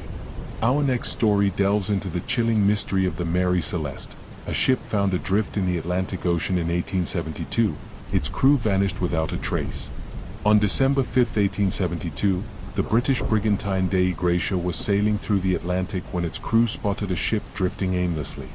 It was the Mary Celeste, a merchant vessel that had left New York City bound for Genoa, Italy, with a cargo of denatured alcohol. At first glance, the Mary Celeste seemed intact, but there were no signs of life on board. The Dei Gratia crew boarded the Mary Celeste to investigate. The ship's cargo was largely untouched, and there were no signs of damage or foul play. However, the lifeboat was missing, and the ship's logbook contained its last entry from 9 days earlier, noting the Mary Celeste's position near the Azores. There were no clues to explain what had happened to the captain, Benjamin Briggs, his wife, their 2-year-old daughter, or the 7 crew members. Theories about the fate of the Mary Celeste's crew began to swell almost immediately. Some speculated that the crew had abandoned ship after fearing an explosion. The ship was carrying denatured alcohol, and leaks or fumes from the cargo might have caused panic. However, the ship itself was seaworthy, with no evidence of an imminent threat. Another theory suggested that the Mary Celeste was the victim of piracy. However, there were no signs of violence, and the cargo and crew's valuables were untouched. This left investigators puzzled. Supernatural explanations also emerged. Some claimed the crew had been abducted by aliens, while others suggested they had fallen victim to the Bermuda Triangle, despite the ship being far from its boundaries. Tales of ghostly apparitions and cursed voyages became part of the ship's lore, turning it into a legend. In the years following its discovery, the Mary Celeste's story continued to captivate and mystify. No definitive evidence ever surfaced to explain the fate of its crew, leaving behind one of the greatest maritime mysteries of all time. Was it fear, foul play, or something beyond our understanding that led to their vanishing? The truth remains as elusive as the silent ship adrift in the Atlantic. In our next story, we uncover the dark legend of the Witch's Lantern of Hollow's End, a ghostly light that appears on foggy nights, leading travelers to their doom. Hollow's End is a small village deep in the countryside of eastern England, surrounded by dense woods and steeped in a history filled with fear and superstition.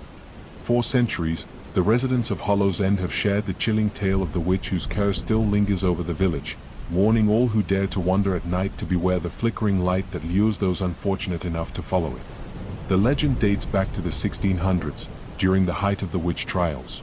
Hollow's End was a quiet farming village, small and self-contained, where everyone knew each other.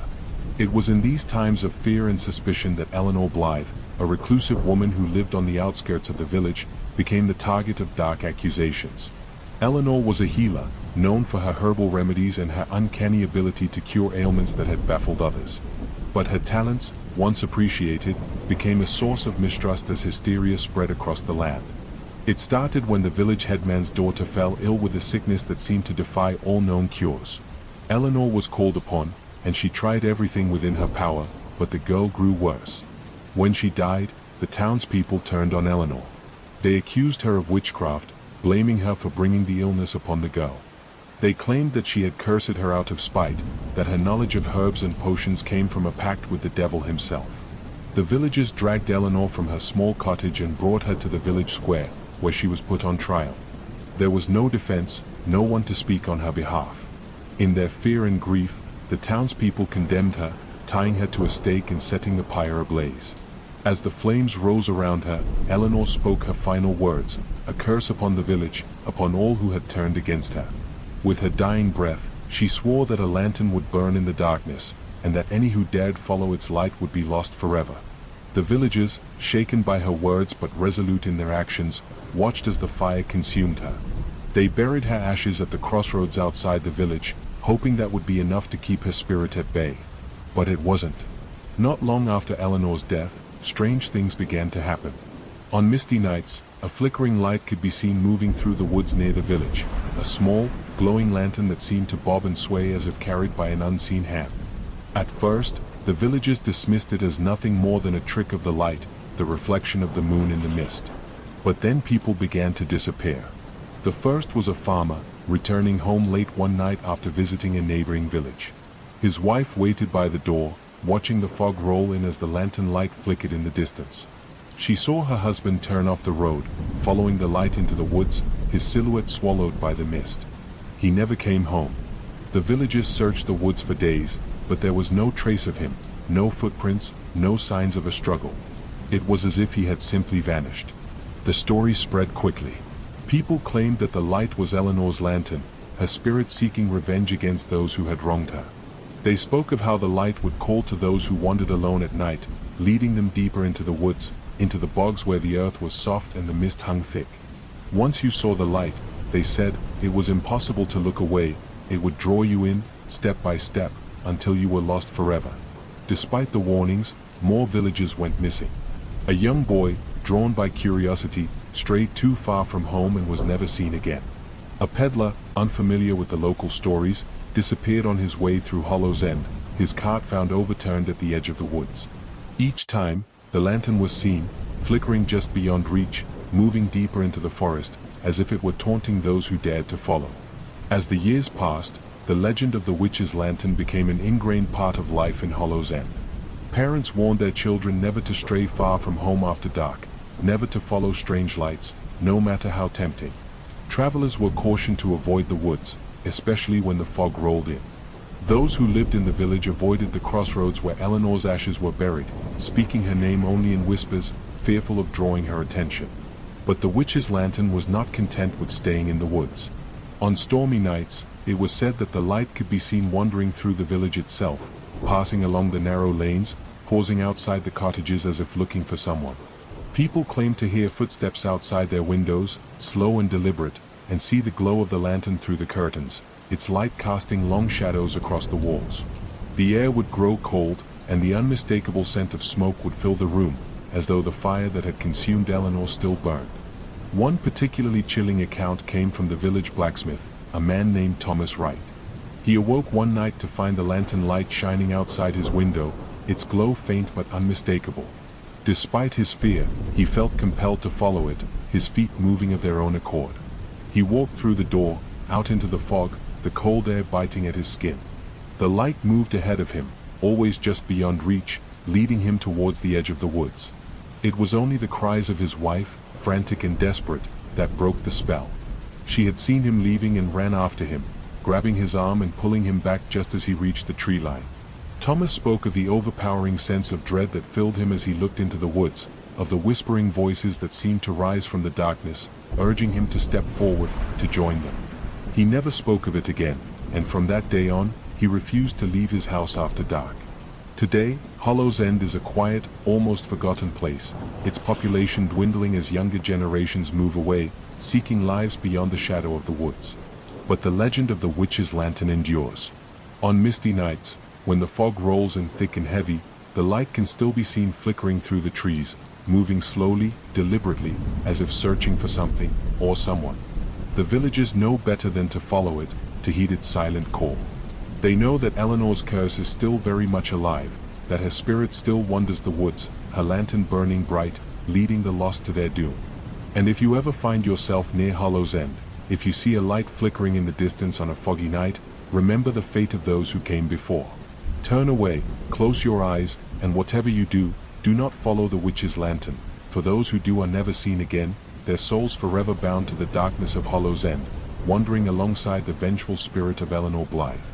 In our next chilling story, we delve into the legend of the phantom train of Greywick Crossing, a ghostly locomotive that haunts a forgotten railway track, appearing out of the mist on moonless nights, with no crew, no passengers, and no destination. The tale has terrified generations of those living near the old tracks that once connected distant mining towns with the city beyond the hills. The railway that ran through Greywick Crossing was constructed in the late 1800s, during a time when the mining industry in the region was booming.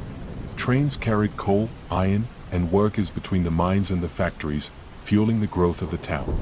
Greywick Crossing was a small, remote station, little more than a platform, a signal box, and a few waiting benches.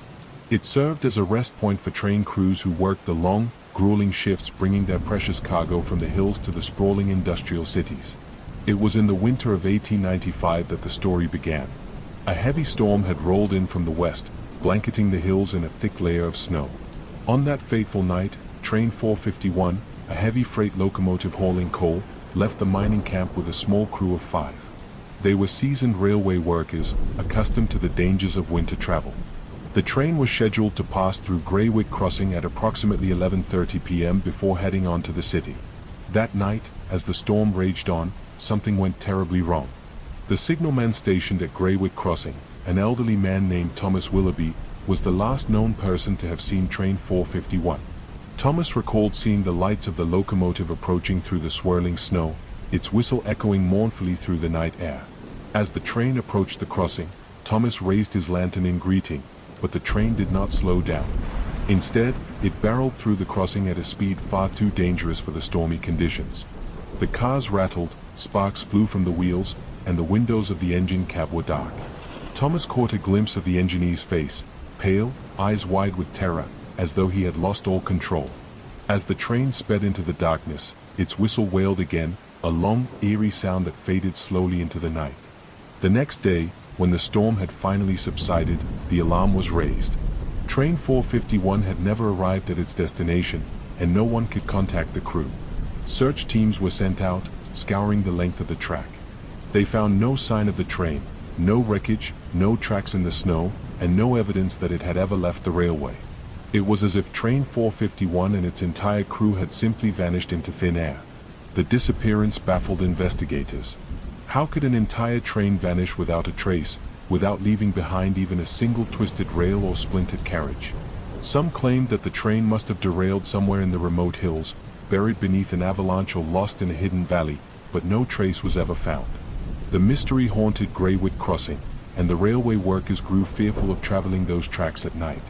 A month after the disappearance, the first sighting of the phantom train was reported. Thomas Willoughby, the old signalman, claimed that he saw the lights of Train 451 coming through the fog once more. He described standing at the crossing, staring in disbelief as the ghostly locomotive approached, its headlamp glowing dimly, smoke billowing from the stack, and the whistle letting out a long, mournful cry. But the train was silent, its wheels making no sound on the iron rails. As it passed, Thomas swore he saw the faces of the crew, staring out from the windows of the engine cab, expressionless, eyes hollow, their mouths moving as if they were calling out for help. He turned and watched as the train disappeared down the line, vanishing into the mist, leaving behind nothing but an eerie silence and the faint smell of burning coal. The sightings continued over the years. Farmers working the fields near the tracks reported seeing the train at night, a spectral locomotive appearing from nowhere, lights glowing in the darkness, before vanishing as suddenly as it had arrived. Those who dared to approach the tracks described feeling an unnatural chill in the air, and some claimed they could hear the faint clattering of wheels and the distant wail of a whistle echoing through the hills, though the tracks had long since fallen out of use. By the early 20th century, the mines began to close, and the railway fell into disrepair. The station at Greywick Crossing was abandoned, its platform overtaken by weeds, the signal box left to rot. The tracks themselves were eventually removed, the iron rails sold for scrap, leaving nothing but the overgrown railway embankment cutting through the hills. But even without the tracks, the legend of the phantom train persisted. Travelers passing through Greywick Crossing reported strange occurrences, headlights appearing on the old railway bed, the distant sound of a train whistle on foggy nights, and the unmistakable clanking of wheels on iron rails. Locals warned newcomers to stay away from the crossing after dark, to avoid the old railway path that wound its way through the hills. They spoke of the train as if it were a restless spirit, forever doomed to retrace its final journey, its crew trapped between the world of the living and the dead. One particularly chilling encounter was recounted by a young couple traveling through the area in the winter of 1963. They claimed their car had stalled on the old railway crossing, shrouded in a thick fog. As they tried to restart the engine, they heard it, the low, mournful whistle of a train approaching. Panicked, they looked around, expecting to see headlights bearing down on them, but there were no tracks, no sign of any train. Yet the sound grew louder, closer, until they felt a rush of cold air, as if something had passed right through them. When the car finally started, they sped away, vowing never to return to Greywick Crossing. To this day, the legend endures. The phantom train of Greywick Crossing is said to still haunt the old railway bed, appearing on misty, moonless nights, its ghostly form emerging from the darkness, its whistle echoing with a sadness that chills to the bone. Some believe that the crew is trying to complete their final journey, seeking the station that they never reached, forever trapped in an endless loop. Others claim that the train is a warning, a reminder of the dangers of the past, of the lives lost to the unforgiving winter and the greed of those who push too hard for profit. Whatever the truth, the phantom train remains one of the most enduring ghost stories of the region, a spectral echo of a tragic night, a train that never reached its destination, and a crew that vanished without a trace, forever wandering the hills of Greywick Crossing, lost in the mist, searching for a way home. In this harrowing tale, we revisit the baffling disappearance of Madeleine McCann, a case that has captivated global attention and sparked endless speculation for over a decade. On May 3, 2007, 3-year-old Madeleine McCann vanished from her family's holiday apartment in Praia de Luz, a resort town in Portugal. The McCann family, parents Kate and Jerry, and their 3 children, Madeleine and her younger twin siblings, had been enjoying a week-long vacation at the Ocean Club. What began as a peaceful family trip turned into a nightmare that has yet to be resolved. The evening of Madeleine's disappearance started like any other. Around 8:30 p.m., Kate and Jerry left their children asleep in their apartment while they joined friends for dinner at a tapas restaurant within the resort complex, approximately 50 meters away. The parents took turns checking on the children every 20 to 30 minutes. At 10 p.m., when Kate went to check on the children, she found Madeleine's bed empty and the window of the bedroom open. Panic ensued. Kate alerted Jerry and their friends, screaming, "They've taken her." A frantic search began immediately, but Madeleine was nowhere to be found. The local police, the Guardia Nazionale Repubblicana, were called, but their response was criticized as slow and disorganized. The apartment and surrounding area were not sealed off, allowing contamination of potential evidence. Volunteers and resort staff joined the search, but no trace of Madeleine was found. As the hours turned into days, the case garnered international attention. Images of Madeleine, a cherubic blonde-haired, green-eyed child, were circulated worldwide. Her parents made heartfelt public appeals, and the British government offered support in the investigation. Despite the massive publicity and resources poured into the case, leads were scarce. Early on, police focused on the theory of an abduction. Witnesses reported seeing a suspicious man carrying a child near the McCann apartment around the time Madeleine disappeared. Sketches of the suspect, based on conflicting descriptions, were released but led to no significant breakthroughs. However, as the investigation dragged on without answers, the spotlight turned to Kate and Jerry McCann themselves. Portuguese authorities began to question inconsistencies in their statements and their decision to leave their children unattended. In September 2007, they were officially named as arguidos, or suspects. The media frenzy escalated, with tabloids accusing the McCanns of accidentally causing Madeleine's death and covering it up. The McCanns vehemently denied any involvement, maintaining that Madeleine had been abducted. They hired private investigators and launched a campaign to keep public attention on the case. In 2008, Portuguese authorities closed the investigation, citing a lack of evidence. The McCanns were cleared of any wrongdoing, but the damage to their reputation lingered. Over the years, numerous theories about Madeleine's fate have emerged. Some believe she was abducted by a child trafficking ring, while others suggest she was taken by a lone predator. Reports surfaced of potential sightings in various countries, but none were substantiated. The lack of concrete evidence left room for speculation, conspiracy theories, and online sleuthing. In 2011, the British Metropolitan Police launched Operation Grange, a new inquiry into Madeleine's disappearance. They re-examined evidence and pursued new leads, including a theory that Madeleine may have been kidnapped during a botched burglary. Despite their efforts, the investigation yielded no definitive answers. In 2020, German authorities announced a potential breakthrough. A man named Christian Bruckner, a convicted sex offender, was identified as a suspect. Bruckner had been living near Praia da Luz at the time of Madeline's disappearance and had a history of crimes against children. However, despite this revelation, no charges have been filed, and Bruckner denies involvement. Madeline's disappearance has had a profound and enduring impact. Her case highlighted systemic flaws in international child abduction investigations and prompted changes in how missing children cases are handled across borders. Her parents established the Madeleine McCann Fund to support the search for their daughter and raise awareness about missing children worldwide. 16 years later, Madeleine McCann's fate remains unknown. Her story continues to evoke deep sympathy, debate, and frustration. Was she the victim of an opportunistic abductor, a calculated trafficking operation, or something else entirely? The truth remains elusive, leaving her family and the world to grapple with one of the most heartbreaking mysteries of our time. In this unsettling story, we revisit the perplexing disappearance of the Soda children, a case that combines tragedy, unanswered questions, and a family's relentless pursuit of the truth. On Christmas Eve 1945, the Soda family home in Fayetteville, West Virginia, was engulfed in flames. George and Jenny Soda lived there with 9 of their 10 children.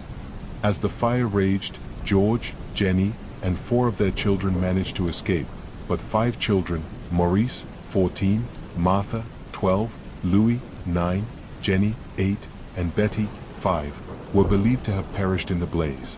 However, the events surrounding the fire and its aftermath led to one of the most enduring mysteries in American history. The fire began around 1 a.m. Jenny, who had stayed up late, heard a strange noise on the roof, like something hitting it.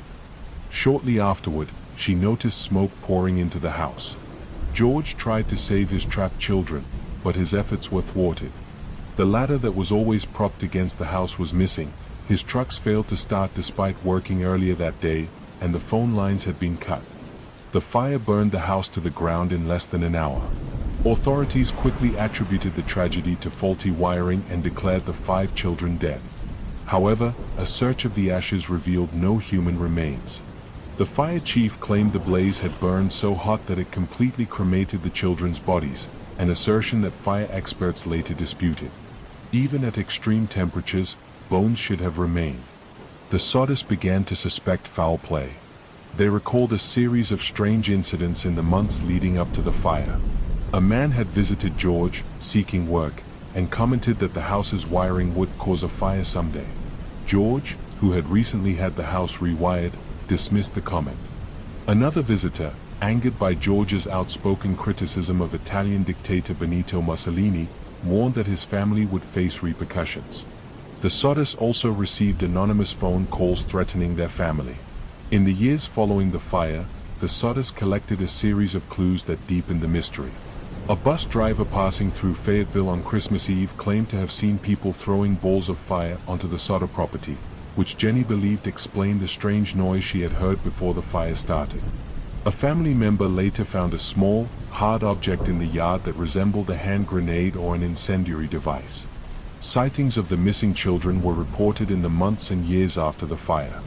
One woman claimed to have seen them in a car as the fire was burning. Another witness reported seeing them at a hotel in Charleston, West Virginia, accompanied by 2 men and 2 women of Italian descent.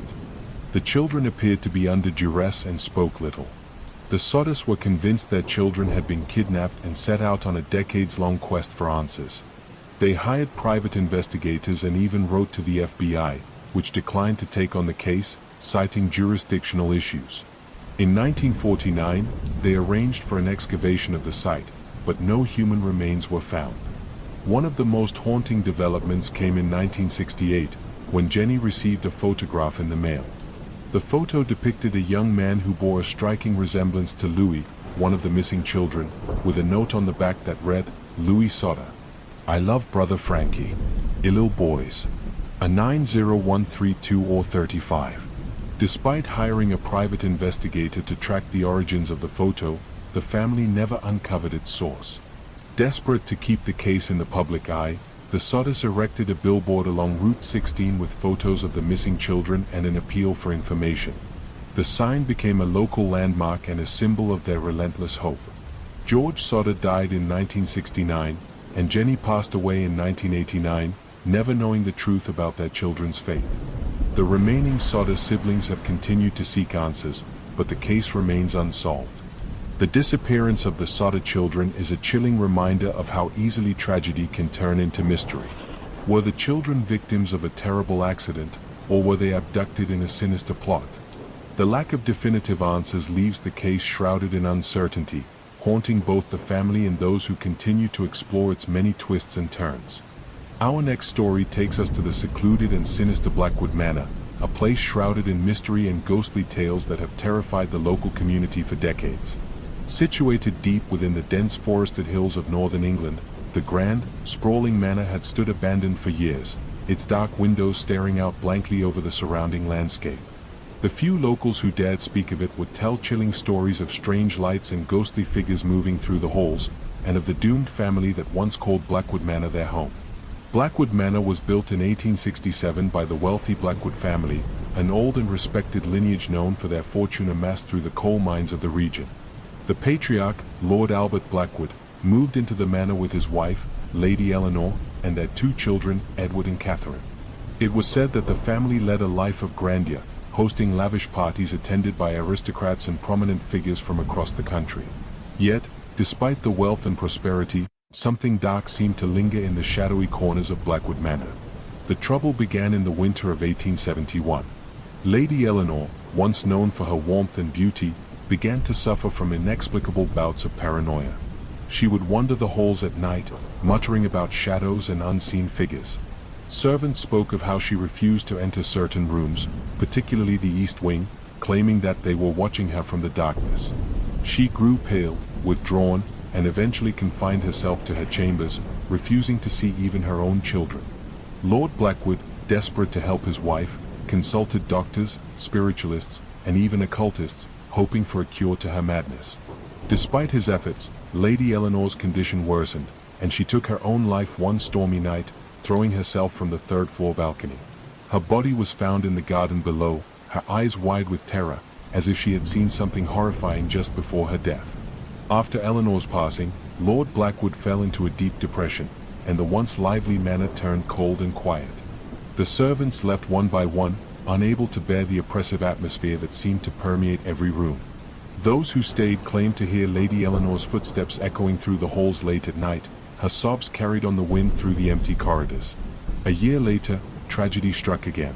Edward, the eldest child, vanished without a trace. It was said that he had been seen in the East Wing the night he disappeared, his face pale, his eyes wide with fear. Search parties combed the estate and the surrounding woods, but no sign of Edward was ever found. The local villagers whispered that whatever had driven Lady Eleanor to madness had now taken Edward. The few remaining servants fled in terror, leaving only Lord Blackwood and young Catherine alone in the vast, empty house. Lord Blackwood, now a broken man, became obsessed with finding answers. He began studying old books on the occult, convinced that some malevolent force had taken hold of his family. He spent his days in the library, surrounded by dusty tomes, and his nights wandering the halls, searching for any sign of his lost son. Catherine, now just 10 years old, was often left alone, her father too consumed by his grief and obsession to care for her. One night, during a particularly fierce storm, the villagers saw strange lights emanating from the manor. Flickering blue flames seemed to dance across the windows, and shadows moved erratically behind the curtains. The next morning, the house was silent, and no one emerged. When the villagers finally mustered the courage to enter Blackwood Manor, they found it empty. Lord Blackwood and Catherine were gone, leaving behind no trace except for a strange symbol scrawled on the floor of the East Wing, a circle with interlocking lines, drawn in what looked like blood. From that day on, Blackwood Manor was abandoned, left to decay amidst the overgrown grounds and encroaching forest. But the house was far from empty. Over the years, those who dared approach the manor spoke of ghostly figures seen through the broken windows. Lady Eleanor, wandering the halls in her flowing white gown, her eyes hollow and lost. Edward, standing at the top of the stairs, staring down with a vacant expression. And Lord Blackwood, his shadow flickering in the library late at night, still searching for answers that would never come. It was said that on stormy nights, the strange blue flames would return, flickering in the windows as the ghosts of the Blackwoods relived their final, tragic moments. Local children dared each other to approach the manor, but none ever stayed for long. The air around the house felt heavy, as if the very walls were holding their breath, waiting for something, or someone, to return. The most chilling part of the legend, however, was the story of Catherine. Unlike the rest of her family, her ghost was never seen in the manor. Instead, her voice was sometimes heard, soft, distant, calling out for help from deep within the woods that surrounded the estate. Some claimed that if you stood at the edge of the forest at dusk, you could hear her calling, her voice carried on the wind, begging to be found. In the years since, numerous attempts have been made to uncover the truth behind Blackwood Manor. Paranormal investigators, historians, and thrill-seekers alike have ventured into the decaying house, hoping to capture evidence of the hauntings or to understand what dark force had taken hold of the Blackwood family. Many reported strange occurrences, cold spots, sudden drafts, whispers that seemed to come from nowhere. A few claimed to have seen Lady Eleanor, her face twisted in agony, or Lord Blackwood, his figure silhouetted against the library window. Yet, despite the numerous investigations, no definitive answers have ever been found. What drove Lady Eleanor to madness? What happened to young Edward and Catherine? And what was the meaning of the strange symbol scrawled on the floor of the East Wing? The secrets of Blackwood Manor remain locked within its crumbling walls, the answers obscured by layers of dust and time. Today, the manor stands as a decaying monument to the tragedy that unfolded within its halls. The roof has begun to collapse, and ivy crawls up the stone walls, slowly reclaiming the house for nature. But even in its ruin, the aura of dread remains. No birds sing in the trees surrounding the manor, and no animals venture near. The locals avoid it, refusing to speak of the Blackwoods or the strange occurrences that continue to plague the area. And yet, on stormy nights, when the wind howls through the forest and the sky is lit by flashes of lightning, the blue flames are still said to appear, flickering in the windows of the East Wing. The ghosts of the Blackwood family are still there, trapped between this world and the next, forever searching for the peace that eluded them in life. In this story, we explore the haunting disappearance of Jennifer Kess, a young woman who vanished without a trace in 2006, leaving behind a trail of puzzling clues that continue to confound investigators. Jennifer Kess was a 24-year-old financial analyst living in Orlando, Florida. She had just returned from a vacation in the Virgin Islands with her boyfriend and was settling back into her routine. Described as responsible, outgoing, and deeply loved by her family and friends, Jennifer seemed to have everything going for her.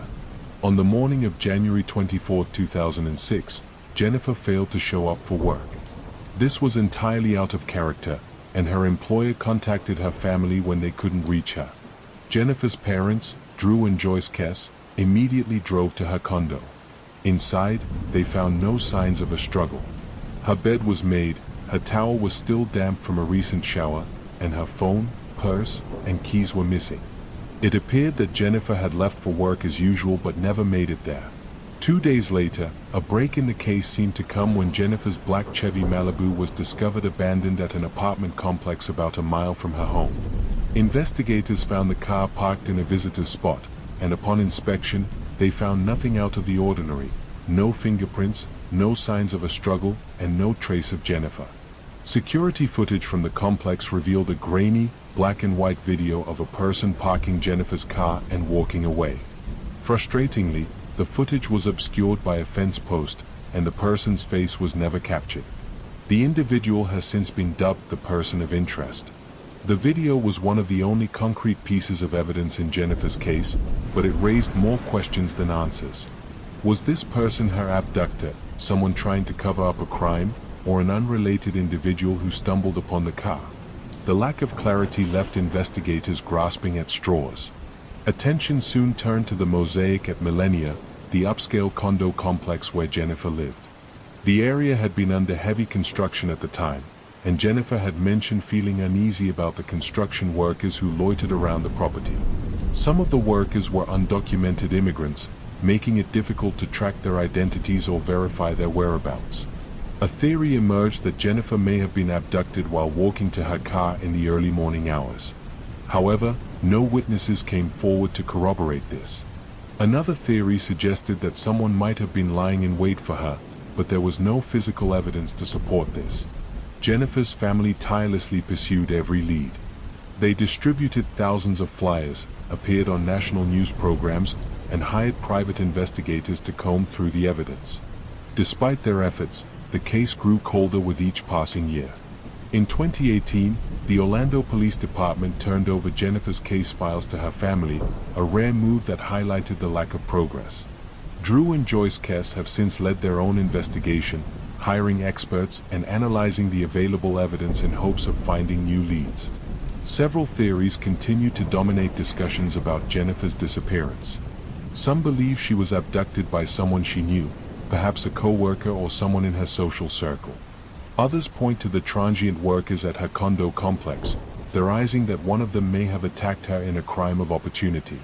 There are even those who believe Jennifer may have been the victim of human trafficking, though no evidence has emerged to support this. Jennifer Kess's case remains one of the most confounding missing persons cases in recent history. The lack of physical evidence, the mystery of the grainy surveillance footage, and the lingering questions about what happened that morning have left her family and investigators searching for answers nearly 2 decades later. The disappearance of Jennifer Kess is a chilling reminder of how quickly and completely someone can vanish, leaving behind a void that no amount of searching or speculation can fill. For her family, the hope for answers remains strong, even as the trail grows colder with time. Let's move to our next story: the enigmatic disappearance of MH370. On March 8, 2014, Malaysia Airlines Flight 370, MH370, vanished during a routine flight from Kuala Lumpur, Malaysia, to Beijing, China, taking with it 239 passengers and crew. This Boeing 777-200ER was one of the most reliable and advanced planes in aviation history, which made its disappearance all the more baffling. Despite extensive investigations and exhaustive search efforts spanning years, the mystery of MH370 remains one of the greatest puzzles in modern aviation. MH370 departed Kuala Lumpur International Airport at 12:41 a.m. local time. The weather was clear, and the flight initially proceeded as expected. At 1:19 a.m., the last known communication from the aircraft was made when the co-pilot, Farik Abdul Hamid, calmly signed off with, "Good night, Malaysian 370."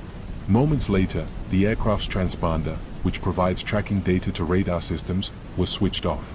This was an intentional action requiring knowledge of the aircraft's systems. The plane then veered off its intended course, making a sharp turn to the west and flying back across the Malay Peninsula. Military radar tracked the plane heading into the Andaman Sea before it disappeared completely from radar coverage. 4 hours, the world had no idea what happened to MH370. Initial search efforts focused on the South China Sea, where the plane was last tracked by civilian radar. However, this theory was appended when satellite data from Inmarsat revealed that the aircraft had continued flying for at least 7 more hours.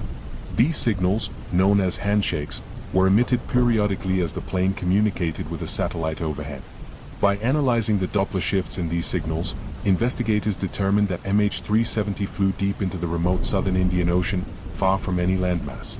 This revelation dramatically shifted the focus of the search to one of the most isolated and treacherous parts of the world. The search for MH370 became the largest and most expensive in aviation history, involving dozens of countries and advanced technology. The Australian Transport Safety Bureau, ATSB, led much of the effort, deploying ships, aircraft, and underwater drones to scan the ocean floor. Despite scouring over 120,000 square kilometers of seabed, no sign of the main wreckage was found.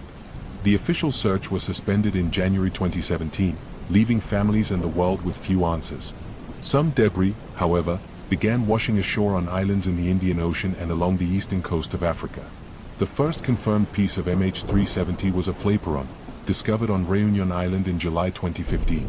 Over time, additional fragments of the aircraft, including interior panels and wing components, were found. While these discoveries confirmed that MH370 had indeed crashed, they provided little insight into the circumstances of its disappearance.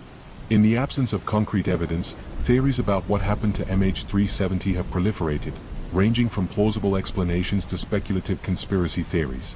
One of the most debated ideas is that the disappearance was an act of deliberate sabotage by the pilot, Zari Ahmed Shah. Zari was a veteran aviator with an impeccable record, but some investigators have speculated that he deliberately flew the plane off course. A simulated flight path found on his home computer eerily mirrored the suspected route of MH370, raising suspicions. However, Zari's friends, family, and colleagues have vehemently denied this possibility, describing him as a stable and responsible professional. Another theory suggests that MH370 was the target of a hijacking. However, no terrorist group has claimed responsibility, and there is no evidence of a struggle on board. Some theorists propose that hijackers might have incapacitated the crew and taken control of the aircraft. Others believe the crew and passengers may have been rendered unconscious due to a sudden depressurization, leaving the plane to fly on autopilot until it ran out of fuel and crashed. While this theory aligns with the lack of communication from the cockpit, it fails to account for the deliberate course changes observed early in the flight. Other theories delve into more speculative territory. Some suggest that the plane was brought down by a catastrophic mechanical failure, though the Boeing 777 safety record makes this unlikely without further evidence. A more technologically advanced idea is that MH370 fell victim to a cyber hijacking, where an external agent remotely took control of the plane. This concept, while theoretically possible, remains unproven and would require sophisticated knowledge and tools. In the years since MH370 disappeared, efforts to unravel its mystery have continued. Independent researchers, aviation experts, and the families of the victims have pushed for renewed searches and further analysis. In 2018, a private company, Ocean Infinity, conducted another extensive search using cutting-edge underwater technology, but it too ended without success. The disappearance of MH370 has left an indelible mark on the aviation industry and the public imagination. It has raised questions about aviation security, technology, and humanity's ability to track aircraft in real time. How could a modern airliner simply vanish in an era of GPS and global connectivity? What happened to the passengers and crew during those final hours?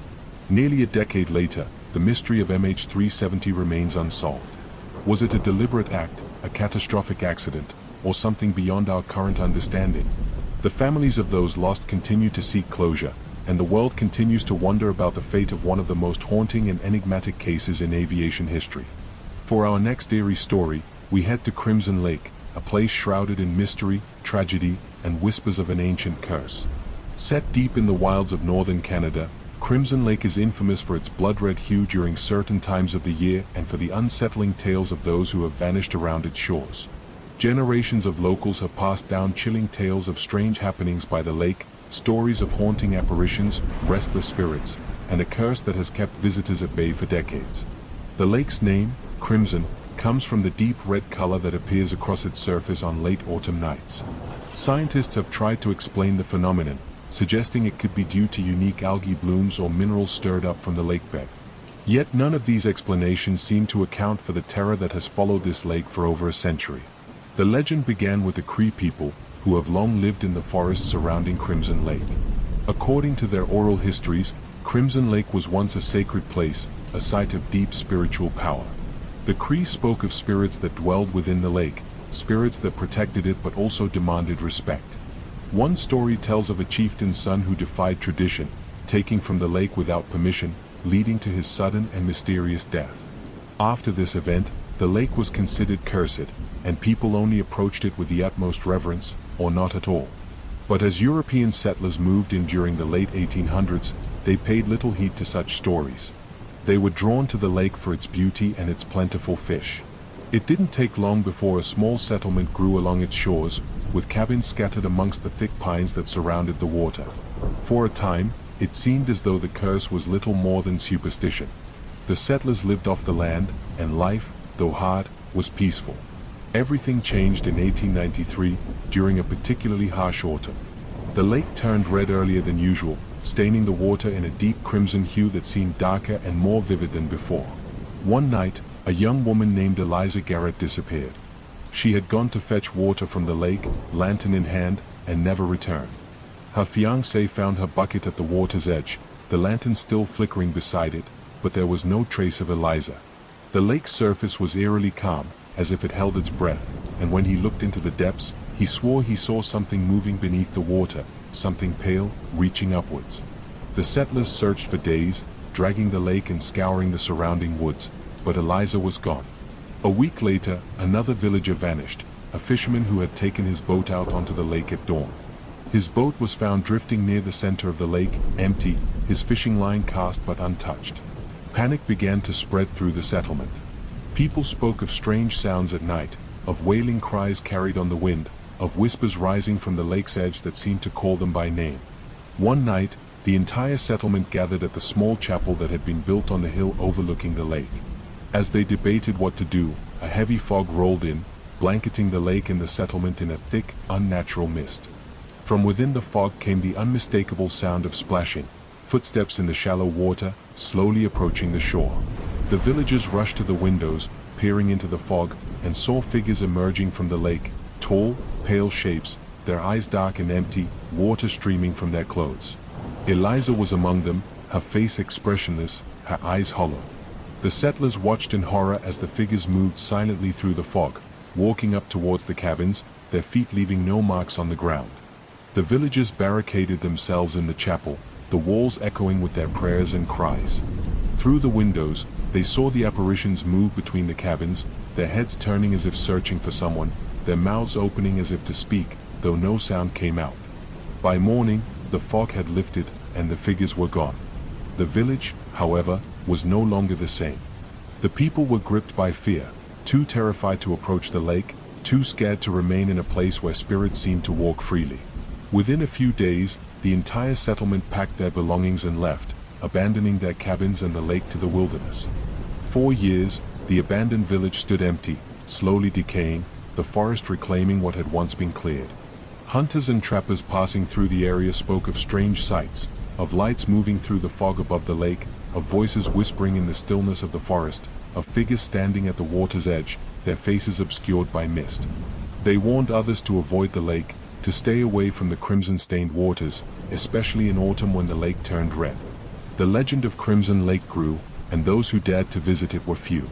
In the 1950s, a group of teenagers, dismissive of the old stories, decided to camp along its shores.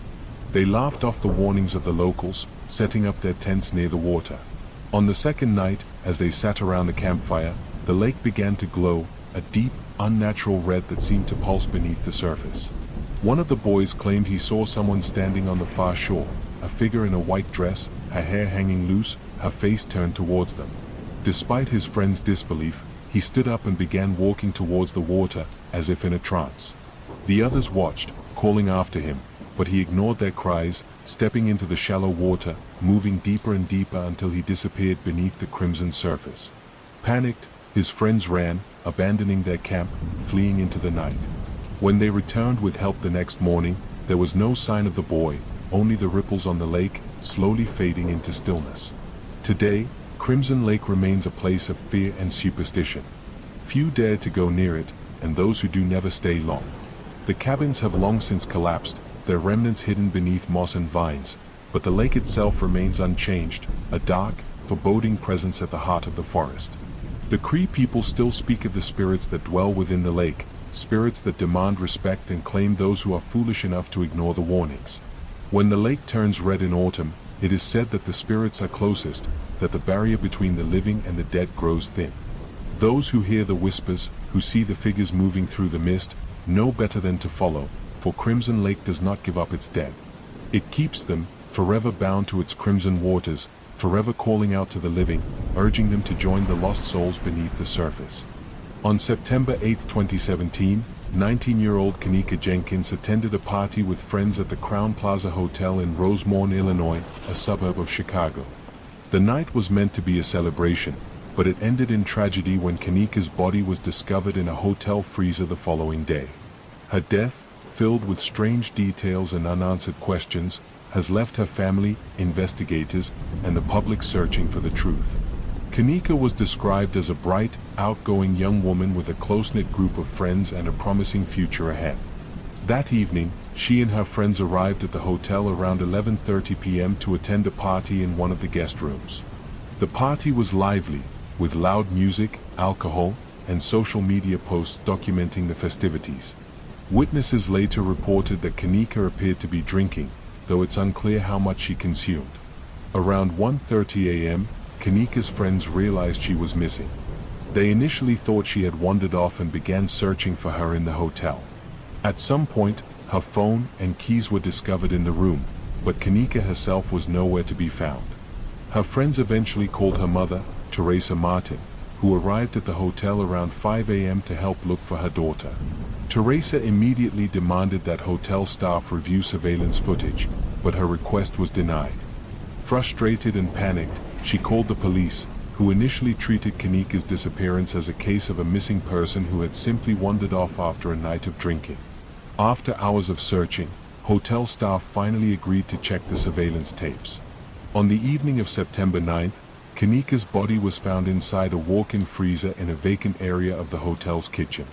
She was lying on her side, partially clothed, with her hair matted and one shoe missing. The freezer door was closed, and the temperature inside was sub-zero. The discovery shocked her family and friends, raising immediate questions about how Kanika had ended up there. The autopsy revealed that Kanika had died from hypothermia. Her blood alcohol level was 0.112, above the legal limit for driving, and she had a small amount of a prescription drug in her system, commonly used for migraines and known to enhance the effects of alcohol. While the medical examiner ruled her death accidental, the circumstances surrounding her final moments were far from clear. Surveillance footage from the hotel provided some clues but raised even more questions. In the videos, Kanika can be seen stumbling through the hallways and kitchen areas of the hotel in the early hours of September 9th. She appears disoriented, bumping into walls and struggling to maintain her balance. However, there is no footage of her entering the freezer itself, leaving a crucial gap in the timeline. The freezer was located in an unused section of the kitchen that was under renovation, an area not typically accessed by hotel guests. Critics of the investigation questioned how Kanika had managed to find her way there and why no one had stopped her. The fact that the freezer door was heavy and required effort to open further deepened the mystery. The case quickly garnered national attention, fueled by viral social media posts and online discussions. Many questioned whether Kanika had been the victim of foul play. Some speculated that her friends or other partygoers may have been involved, pointing to perceived inconsistencies in their accounts of the night. Others suggested that hotel staff or management might have been negligent or complicit in her death. Conspiracy theories also emerged, with some alleging that Kanika had been targeted for organ trafficking or that there was a cover-up involving the hotel and local authorities. While these theories lack evidence, they highlight the public's deep distrust in the official investigation. Kanika's family, led by her mother Teresa, has tirelessly fought for justice. Teresa has publicly criticized the hotel and law enforcement for their handling of the case, arguing that more could have been done to prevent her daughter's death and to uncover the truth. She has also been a vocal advocate for greater transparency in investigations involving missing and vulnerable individuals. Despite the official ruling of accidental death, many aspects of Kanika's case remain unresolved. How did she access a restricted area of the hotel? Why was there no surveillance footage of her entering the freezer? And what role, if any, did those around her play in the events of that night? The death of Kanika Jenkins is a tragic and chilling reminder of how quickly a night of celebration can turn into a nightmare. Her story continues to resonate with those who seek answers and justice, leaving behind a legacy of unanswered questions that may never be fully resolved. In tonight's story, we journey into the heart of Widow's Hollow, a place of mystery and tragedy that has captured the fear and fascination of many over the years. Nestled deep in the Appalachian Mountains, Widow's Hollow earned its eerie name long ago, when the unfortunate fate of its inhabitants became more than just coincidence. It became a legend that haunted the entire region. The story begins in the late 1800s, when a small community settled in the hollow, drawn by the promise of fertile land and plentiful game. The community thrived for several years, with settlers building cabins, tending to their livestock, and growing their families. At the center of this community lived Mary Walker, known to everyone as Widow Walker. She was a striking figure, with long silver hair and piercing blue eyes. She was both respected and feared, known for her deep knowledge of herbs, potions, and folk remedies. Mary's husband had died under mysterious circumstances, disappearing into the woods one winter night only to be found weeks later, his body frozen, his face twisted in an expression of sheer terror.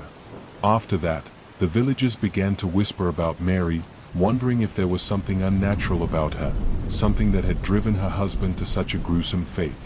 Despite their fears, they still came to her for help when their children fell ill or when they needed guidance through the harsh winters. But everything changed in the winter of 1883. A terrible sickness swept through the hollow. It began with a fever, then chills, and finally, hallucinations that left the afflicted screaming and clawing at invisible specters. Mary worked tirelessly to save the villagers, administering her herbal remedies and caring for the sick as best as she could. Despite her efforts, many succumbed to the illness, including nearly all the men of the Hollow. Those who survived spoke of dark visions in their fevered states, of shadowy figures standing at their bedsides, of whispers that seemed to come from nowhere. The villagers, desperate for someone to blame, turned their fear and grief on Mary. They accused her of witchcraft, of bringing the sickness upon them as punishment for the distrust they had shown her after her husband's death. They claimed she had called upon dark forces, that she had summoned spirits to take revenge on the Hollow. In their rage, they dragged her from her cabin to the center of the village, and there, beneath the old oak tree, they hanged her. As she stood on the makeshift gallows, her face bruised and her hands bound, Mary uttered her final words, a curse upon those who had wronged her. She swore that they, and their descendants, would never know peace, that the Hollow would forever be haunted by the spirits they had accused her of summoning. Her voice, they said, carried on the wind, echoing through the trees as the rope tightened around her neck. The villagers buried her body at the edge of the Hollow, far from consecrated ground, hoping that it would be enough to end the curse. But it wasn't. Over the years, Widow's Hollow fell into decay. The sickness returned each winter, and each time it took more lives. The men who had condemned Mary were the first to fall, followed by their wives and children. By the turn of the century, the Hollow was almost entirely abandoned. Those who remained spoke of strange occurrences, of lights moving through the woods at night, of shadows that seemed to have a life of their own, and of a figure in a flowing black dress wandering the Hollow, her face hidden beneath a veil. It was said that if you ventured into Widow's Hollow after dark, you could hear Mary Walker's voice on the wind, whispering her curse, calling out the names of those who had wronged her. Some claimed that her spirit was not alone, that the spirits of the men who had accused her also haunted the Hollow, their twisted forms seen lurking in the woods, forever bound to the place by the curse they had brought upon themselves. In 1921, a group of loggers, unaware of the Hollow's dark past, set up camp there, hoping to clear the woods for timber. On their first night, they were awoken by the sound of crying, a woman's voice, mournful and filled with pain. They searched the camp, but found nothing. The next night, the crying returned, louder this time, echoing through the Hollow. One of the men claimed he saw a figure standing at the edge of the clearing, a woman in a black dress, her face pale and her eyes hollow. He described how she raised her hand, pointing towards him, and how an overwhelming sense of dread filled him, as if death itself was reaching out to claim him. The loggers left the Hollow the next morning, abandoning their tools and supplies. They spoke of a presence in the woods, something that watched them, something that moved silently among the trees, always just out of sight. They warned others to stay away, and the Hollow was once again left to the spirits. In the decades that followed, Widow's Hollow became a place of legend, a cursed land, haunted by the restless spirit of Mary Walker. Locals avoided it, refusing to enter the Hollow even during the day. Hunters who wandered too close spoke of feeling an unnatural chill in the air, of hearing whispers that seemed to come from the very earth beneath their feet. Some claimed they saw Mary herself, standing beneath the old oak tree where she had been hanged, her eyes filled with a sorrow that seemed to pierce their very souls. Despite its reputation, the Hollow drew the attention of thrill seekers and paranormal investigators, each hoping to catch a glimpse of the ghostly widow. Many left with strange stories, of equipment that malfunctioned, of eerie voices captured on tape, and of sightings of a veiled figure moving silently through the mist. One group claimed they found the old grave where Mary had been buried, the earth around it disturbed as if something had clawed its way out. To this day, Widow's Hollow remains a place of fear and mystery. The old cabins have long since crumbled, reclaimed by the forest, but the land itself seems to hold on to the sorrow and rage of its tragic past. On stormy nights, when the wind howls through the trees and the mist rolls in, some say you can still hear the sound of Mary Walker's voice, her curse carried on the wind, a reminder of the injustice that led to her death. And if you are brave, or foolish, enough to venture into the Hollow after dark, you might just see her standing there, beneath the ancient oak, her face hidden beneath her dark veil, her eyes watching, forever waiting for those who wronged her, forever bound to Widow's Hollow, where her story began and ended, but her spirit remains. Our next chilling story takes us deep into the heart of Hollow Point Woods, where for over a century, strange lights have been seen dancing between the trees, and those who follow them are said never to return. It's a tale that has haunted the small town of Hollow Point, where stories of missing children, lost travelers, and unexplained disappearances have been whispered from generation to generation, leaving a lingering sense of dread for anyone who dares to venture into those woods after nightfall. The legend begins in the late 1800s, when settlers first established the town of Hollow Point on the edge of a vast, ancient forest. The woods were dense and dark, filled with towering trees whose branches twisted together to block out the sun, even in the middle of the day. The townspeople relied on the forest for their livelihood, logging, hunting, and gathering, but always spoke of it with an air of caution. There were stories, even then, of the strange, flickering lights that could be seen deep within the woods on moonless nights, lights that seemed to call out, to lure the unwary off the path. The first known disappearance was in 1889. It was a young boy named Samuel, just 8 years old. He had been playing near the edge of the woods with his older brother when he claimed to see a pretty light moving between the trees. His brother watched in confusion as Samuel ran towards it, vanishing between the trunks, his laughter echoing for just a moment before being swallowed by the forest. Despite an extensive search that lasted for days, Samuel was never found. The only clue was his small wooden toy, discovered at the base of a twisted old tree, its surface scorched as if it had been burned. After Samuel's disappearance, the townspeople became wary of the woods. They forbade their children from playing near the trees, and adults refused to enter after dark. But the lights continued to appear, flickering between the trees, blue, white, sometimes a deep, eerie green. They would drift just beyond the edge of the woods, visible from the town, like lanterns carried by invisible hands. Some claimed they heard whispers on the wind, voices calling their names, urging them to step into the darkness. In 1903, a group of 4 loggers went missing. They had been tasked with marking trees for felling deeper in the forest, a part of Hollow Point Woods that few dared to enter. When they failed to return, a search party was sent to find them. What they discovered was chilling. The men's tools were scattered around a small clearing, their axes and saws left as though they had simply dropped them and walked away. At the center of the clearing was a circle of scorched earth, and just beyond it, the twisted remains of a campfire, the embers still faintly glowing. Of the men themselves, there was no sign. The searchers reported an oppressive silence in the clearing, as if even the birds and insects were afraid to make a sound. As the years passed, the legend of the lights grew. They became known as the will-o'-the-wisps of Hollow Point, and the townspeople came to believe that they were spirits, restless, malevolent, luring the living to their doom.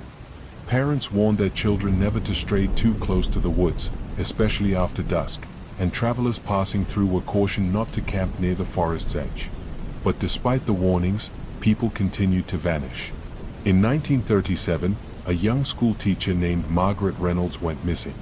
She had been new to Hollow Point, unfamiliar with the old stories. One evening, she was seen walking towards the woods, her eyes fixed on something in the distance. Witnesses described her as being in a trance, her face expressionless, her steps deliberate and slow. By the time anyone thought to stop her, she had already disappeared into the trees. Her body was never found, but some claimed to see her figure among the lights, her face pale, her eyes hollow, drifting silently between the trunks. It wasn't until the 1970s that anyone dared to investigate the lights in earnest. A paranormal research group, drawn by the tales of strange disappearances and ghostly lights, arrived in Hollow Point, determined to uncover the truth. They set up camp at the edge of the woods, bringing with them cameras, recording devices, and all manner of ghost hunting equipment. On the first night, they reported seeing the lights, small, flickering orbs moving slowly through the forest. They attempted to follow them, their cameras rolling as they ventured deeper between the trees. Only one member of the team returned. His clothes were torn, his face covered in scratches, and his eyes wide with terror. He spoke of the lights leading them in circles, of how the forest seemed to shift and change, paths that once led back to camp suddenly vanishing. He described hearing whispers, soft, insistent, urging them to follow, to keep going deeper. And then, one by one, his companions had disappeared, their flashlights winking out in the distance until he was alone, stumbling blindly through the dark. The footage they recovered from the abandoned campsite was fragmented and disjointed. The lights were clearly visible, glowing in the distance, always just out of reach. There were voices too, faint, almost imperceptible, but undeniably human. They whispered names, repeated phrases like "come with us and join us." The final image was of a light growing brighter, filling the screen, before abruptly cutting to black. Today, Hollow Point Woods remains a place of fear and mystery. The townspeople avoid it, especially after dark, and no one ventures too far from the path. The lights still appear, drifting between the trees, flickering like distant lanterns. Some say they are the spirits of those who have vanished, forever trapped, seeking to lure others to join them. Others believe the lights are something older, an ancient force that resides deep within the forest, preying on the unwary, feeding on fear and loneliness. Whatever the truth may be, one thing is certain: those who follow the lights of Hollow Point Woods are never seen again. They vanish without a trace, leaving behind only whispers, ghost stories, and the eerie glow of the will-o'-the-wisps, forever dancing between the trees, forever calling out to those foolish enough to listen.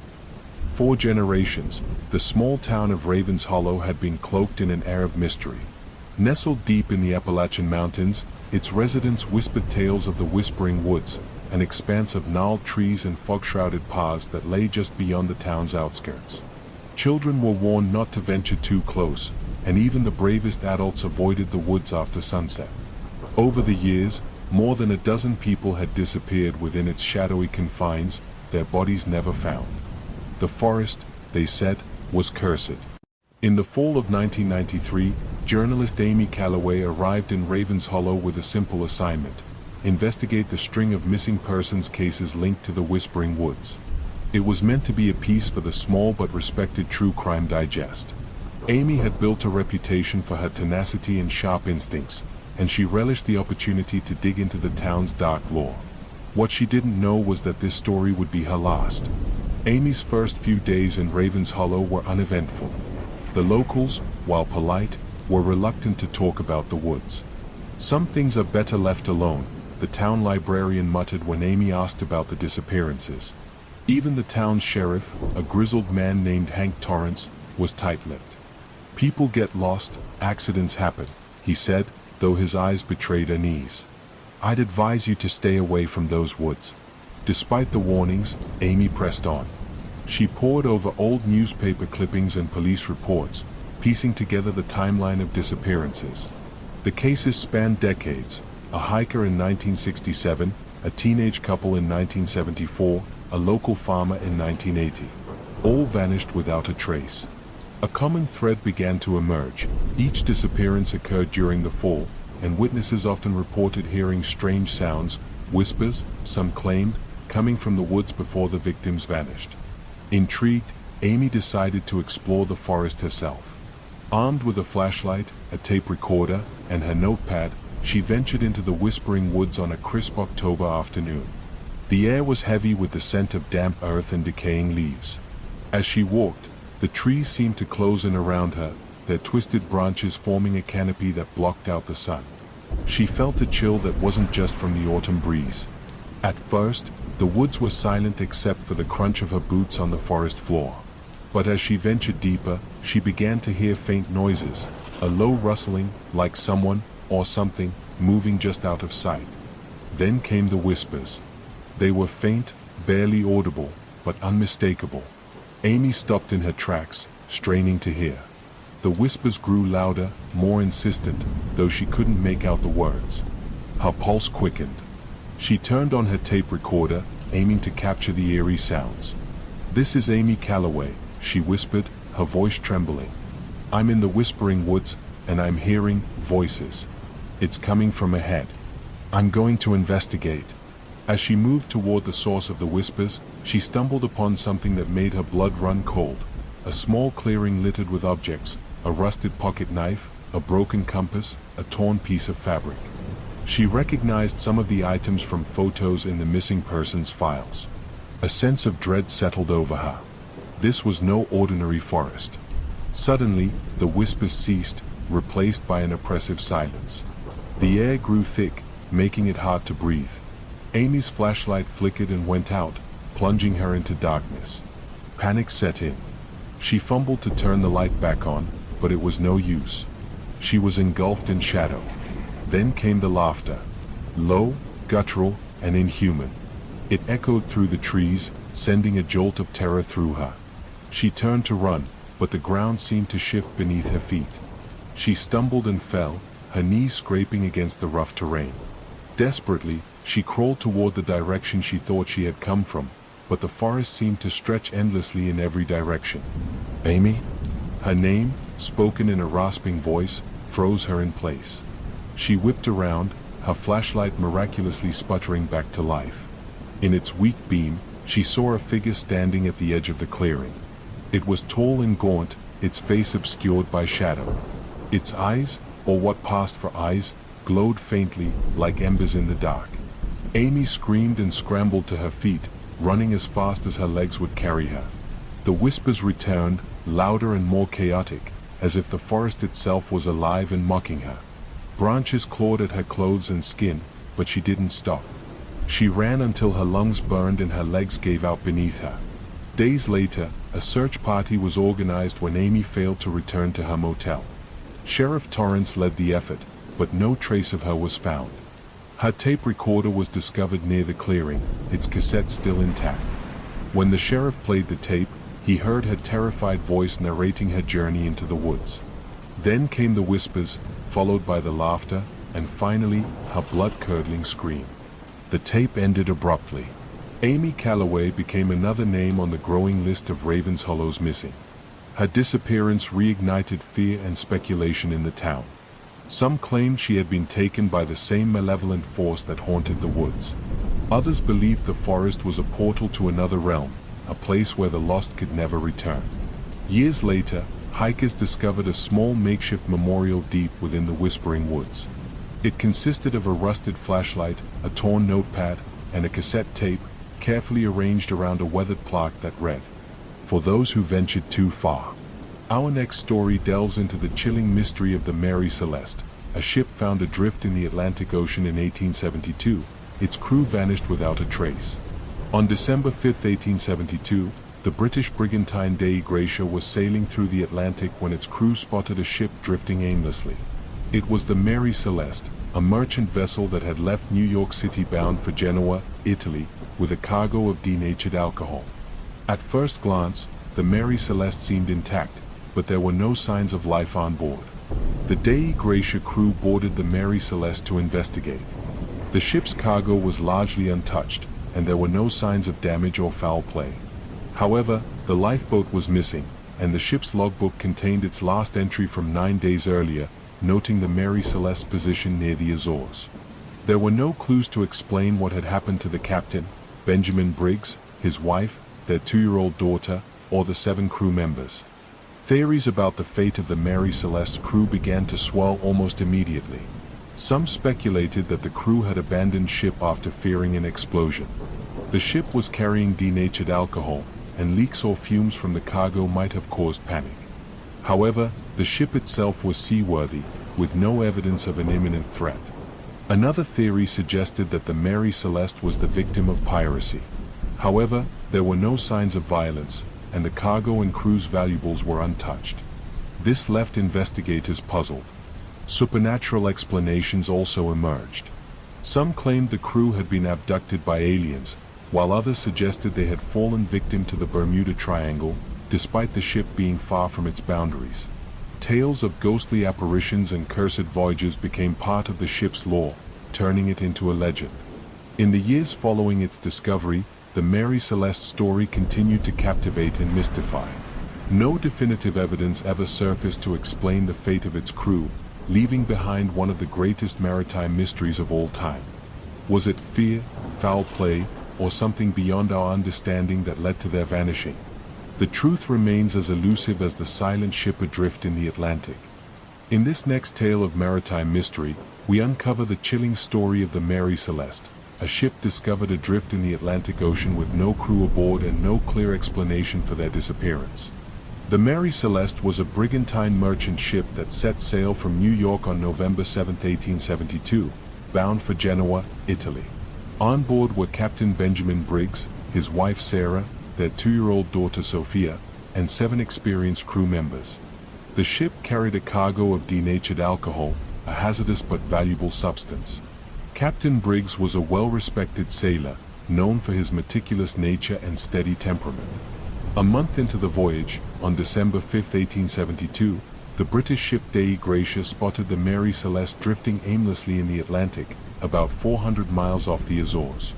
The crew of the Dei Gratia noted that the Mary Celeste seemed intact but was sailing erratically. They approached and boarded the vessel, only to discover a scene that would spark over a century of speculation.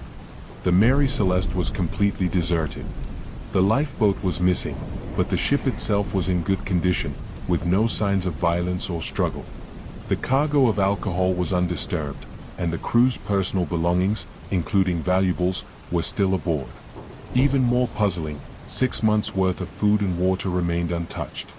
The ship's logbook was intact, but its entries offered no clues as to why the crew had abandoned ship. What could have driven the crew to leave the Mary Celeste in such haste? Over the years, numerous theories have been proposed, each as tantalizing as the last. One of the most plausible explanations involves the ship's cargo. Denatured alcohol is highly flammable, and a leak or fumes could have caused the crew to fear an imminent explosion. In their panic, they may have boarded the lifeboat, planning to trail the ship until the danger subsided. However, if they became separated from the Mary Celeste, they would have been lost at sea, leaving the ship to drift without them. Another theory suggests that the Mary Celeste encountered a rogue wave, a sudden and massive wall of water that can strike with little warning. Such a wave might have swept the crew overboard or damaged the lifeboat, leaving no survivors. However, the ship's condition did not indicate such an event. More fantastical explanations involve piracy or foul play. Some theorize that another vessel intercepted the Mary Celeste, forcing the crew to abandon ship. Yet, the lack of damage and the untouched cargo contradict this idea. Paranormal enthusiasts, meanwhile, have speculated about sea monsters, ghostly apparitions, or even alien abductions. The story of the Mary Celeste took an unexpected twist in 1884, when Sir Arthur Conan Doyle, the creator of Sherlock Holmes, published a fictionalized account of the mystery titled J. Habakkuk Jeffson's Statement. His tale embellished the facts and introduced the idea of a cursed ship, capturing the public imagination and adding to the mythos surrounding the Mary Celeste. The ship itself met an ignominious end. After being salvaged and returned to service, it was deliberately wrecked in 1885 as part of an insurance fraud scheme. Its mysterious legacy, however, endures. The case of the Mary Celeste remains one of the most enduring maritime mysteries. What truly happened to its crew may never be known, but the ship's lonely voyage across the Atlantic continues to intrigue and unsettle, a haunting reminder of the perils and enigmas of the open sea. In our next story, we delve into the mysterious and chilling story of the SS Awang Medan, a ghost ship whose crew met an eerie and unexplained fate in the waters of Southeast Asia. The tale begins in June 1947, when multiple ships in the Strait of Malacca received a distress call from a Dutch freighter, the SS Awang Medan. The message was as brief as it was alarming. All officers, including the captain, are dead. Lying in chart room and bridge. Possibly whole crew dead. After this came a burst of indecipherable Morse code, followed by a final chilling statement, "I die." Then, silence. The distress call prompted an immediate search. A nearby American merchant vessel, the Silver Star, responded and altered course to locate the Awang Medan. When the Silver Star arrived, they found the Awang Medan adrift with no signs of life on deck. The ship's exterior was undamaged, but an unsettling silence hung over it. The crew of the Silver Star boarded the vessel, and what they discovered remains one of the most disturbing mysteries in maritime history. The entire crew of the Awang Medan was dead. Their bodies were strewn across the decks, many with their arms outstretched as if they had been fending off something unseen. Their faces were frozen in expressions of sheer terror, with wide, bulging eyes and twisted mouths. Even the ship's dog was found deceased, snarling at an invisible enemy. Most chillingly, there was no visible sign of injury on any of the bodies. It was as if death had come to them suddenly and without explanation. The Silver Star's crew made their way to the engine room and found that the ship's machinery was in good condition, ruling out a mechanical failure as the cause. The cargo hold was examined and revealed no hazardous materials, though some reports claimed that the ship was carrying a secret load of chemicals or weaponry. Before further investigation could be conducted, a fire broke out in the lower deck of the Awang Medan. The Silver Star crew evacuated and barely managed to escape before the ship exploded and sank, taking its grim secrets to the depths of the sea. Theories about what happened to the crew of the Awang Medan have persisted for decades. One hypothesis is that the ship was carrying a dangerous and poorly stored chemical cargo, such as potassium cyanide or nitroglycerine. A leak could have created toxic fumes, suffocating the crew or causing hallucinations that led to their panic deaths. However, this theory doesn't fully explain the crew's terrified expressions or the cryptic distress call. Another possibility is that the ship encountered a phenomenon known as a sonic attack. Infrasound waves, caused by certain natural or man-made occurrences, can induce feelings of panic, disorientation, and even death. Some theorists believe the Awang Medan may have passed through such an event, incapacitating the crew and leading to their eerie demise. The story has also inspired supernatural explanations. Some claim the Awang Medan was cursed or that the crew fell victim to paranormal forces. These theories are fueled by the ship's mysterious disappearance from maritime records. There is no definitive documentation proving its existence beyond eyewitness accounts and anecdotal reports. Others suggest the ship was part of a clandestine operation, possibly involving secret military or intelligence cargo. This would explain the lack of official records and the ship's suspicious explosion, which conveniently destroyed any remaining evidence. Skeptics argue that the story of the Awang Medan is nothing more than a maritime legend, exaggerated over time. However, the consistent details across various accounts make it difficult to dismiss entirely. Additionally, similar cases of ghost ships, vessels found adrift with no living crew, lend credence to the idea that something unexplained may have occurred. The Awang Medan remains one of the most chilling and enigmatic ghost ship tales. Its tragic and mysterious end serves as a haunting reminder of the dangers and unknowns lurking on the high seas. What truly happened on that doomed voyage may never be known, but the legend of the SS Awang Medan continues to capture imaginations and send shivers down spines. In this chilling tale, we uncover the mysterious case of Dorothy Jane Scott, a young mother whose disappearance and murder were accompanied by terrifying phone calls and cryptic clues. Dorothy Jane Scott was a 32-year-old single mother living in Stanton, California, in 1980. She worked as a secretary at a local shop that sold psychedelic and spiritual items. By all accounts, Dorothy was a devoted mother to her 4-year-old son, Sean, and led a quiet, unassuming life. She had no known enemies, no risky habits, and no involvement in anything that might put her in danger. Yet, someone had been watching her, and making it known. In the months leading up to her disappearance, Dorothy began receiving disturbing phone calls at her home. The caller was a man who alternated between professing his love for her and making violent threats. He claimed to be watching her every move, even describing her outfits and daily activities in unnerving detail. Dorothy was so frightened that she considered purchasing a handgun but ultimately decided against it. On May 28, 1980, Dorothy attended a meeting at her workplace. During the meeting, she noticed that a co-worker, Conrad Bostron, looked ill.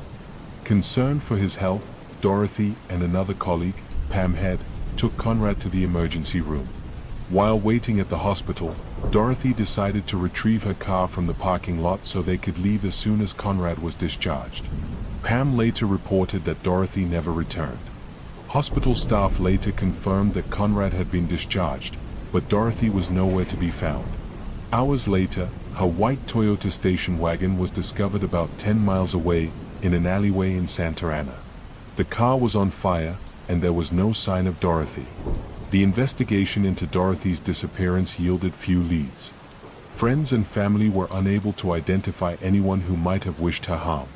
Police began to suspect that the mysterious caller might be involved, but they had no way to trace him or confirm his identity. The case took an even darker turn after Dorothy vanished. Her parents, Jacob and Vera Scott, began receiving harassing phone calls from an unknown man. The caller would ask, "Is Dorothy home?"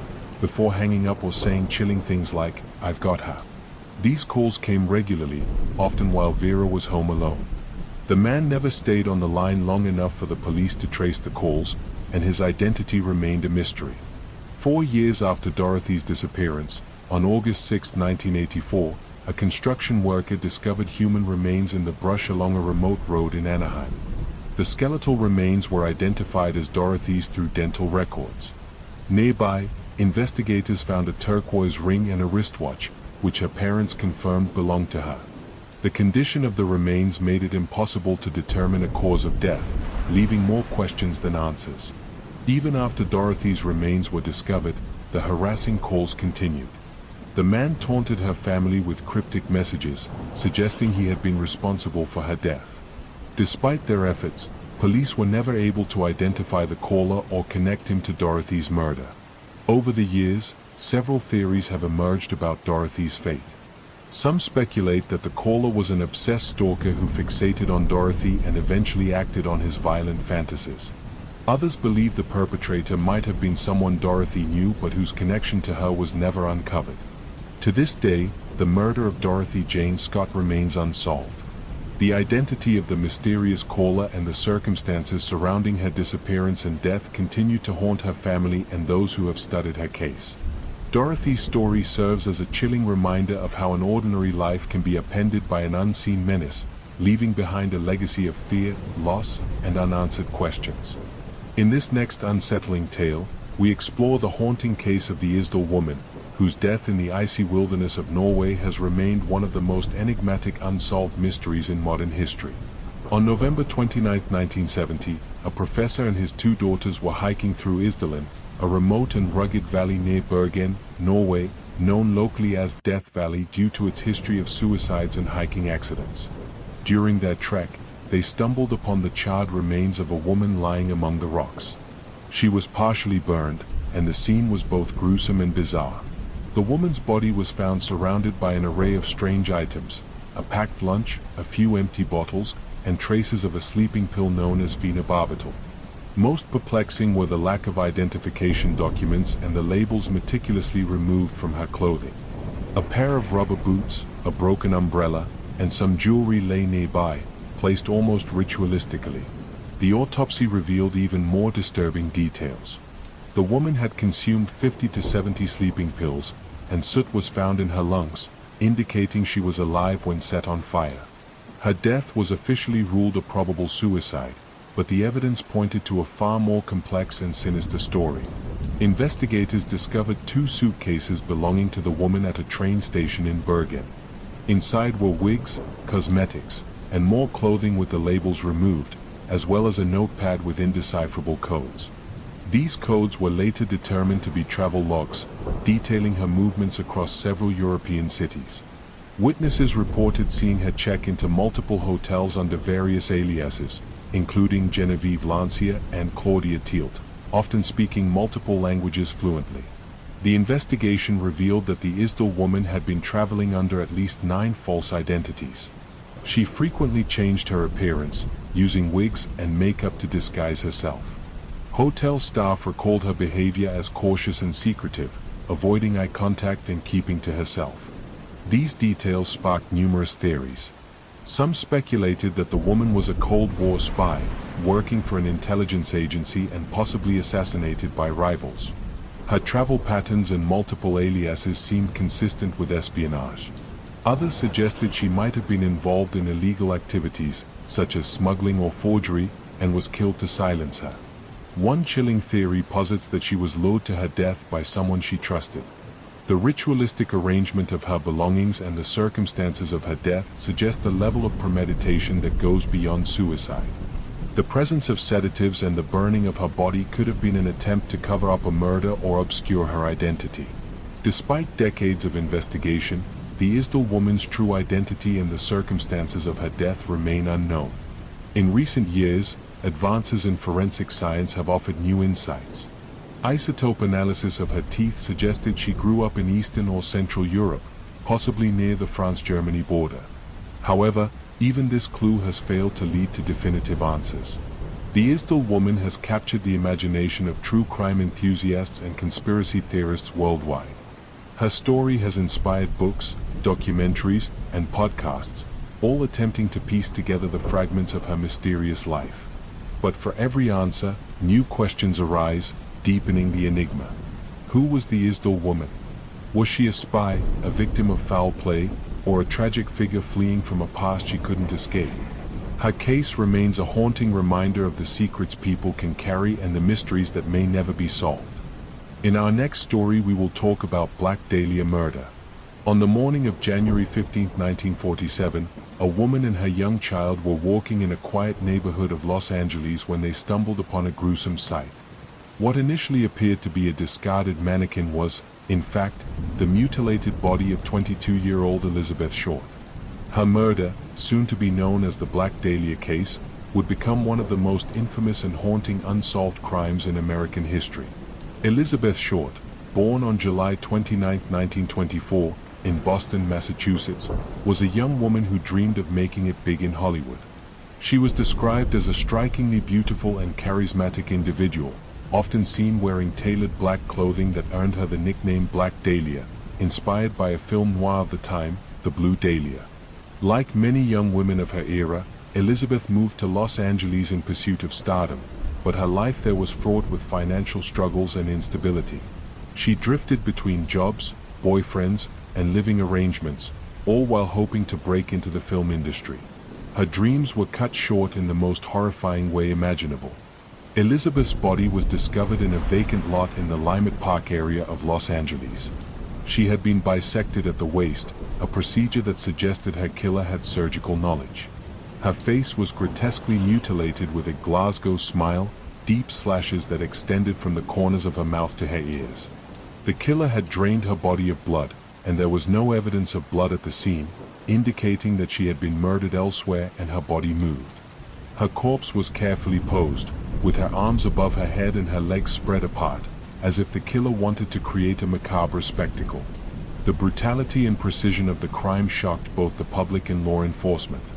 The Los Angeles Police Department, LAPD, launched a massive investigation involving hundreds of officers and dozens of suspects. The case quickly became a media sensation, with newspapers publishing lurid details and speculating wildly about the victim's life and the identity of her killer. Elizabeth's dark, enigmatic persona and tragic end made her a figure of public fascination, while the crime itself exposed the underbelly of post-war Los Angeles. In the days following the murder, the LAPD received a chilling package addressed to the Los Angeles Examiner and other Los Angeles papers. Inside were Elizabeth's birth certificate, photographs, and personal belongings, along with a letter cut and pasted from newspaper clippings that read, "Here is Dahlia's belongings. Letter to follow." The handwriting was smudged with gasoline, an apparent attempt to obscure fingerprints. The package was traced back to a mailbox in downtown Los Angeles, but no further leads emerged. The investigation into Elizabeth's murder became one of the largest in LAPD history. Over 150 suspects were questioned, including drifters, doctors, and even celebrities. Some suspects confessed to the crime, but none of their stories matched the evidence. One of the most compelling theories involved a man named George Hodel, a physician with a dark history. Hodel's son, Steve Hodel, a retired LAPD detective, later published a book claiming his father was the Black Dahlia killer. Steve pointed to George's medical knowledge, his connections to the Los Angeles art scene, and his possession of a photo album containing images of a woman resembling Elizabeth Short. While the theory gained traction, it was never definitively proven. Other theories about Elizabeth's murder ranged from plausible to bizarre. Some speculated that she was killed by a jealous lover or a spurned admirer, while others suggested the crime was the work of a sadistic serial killer.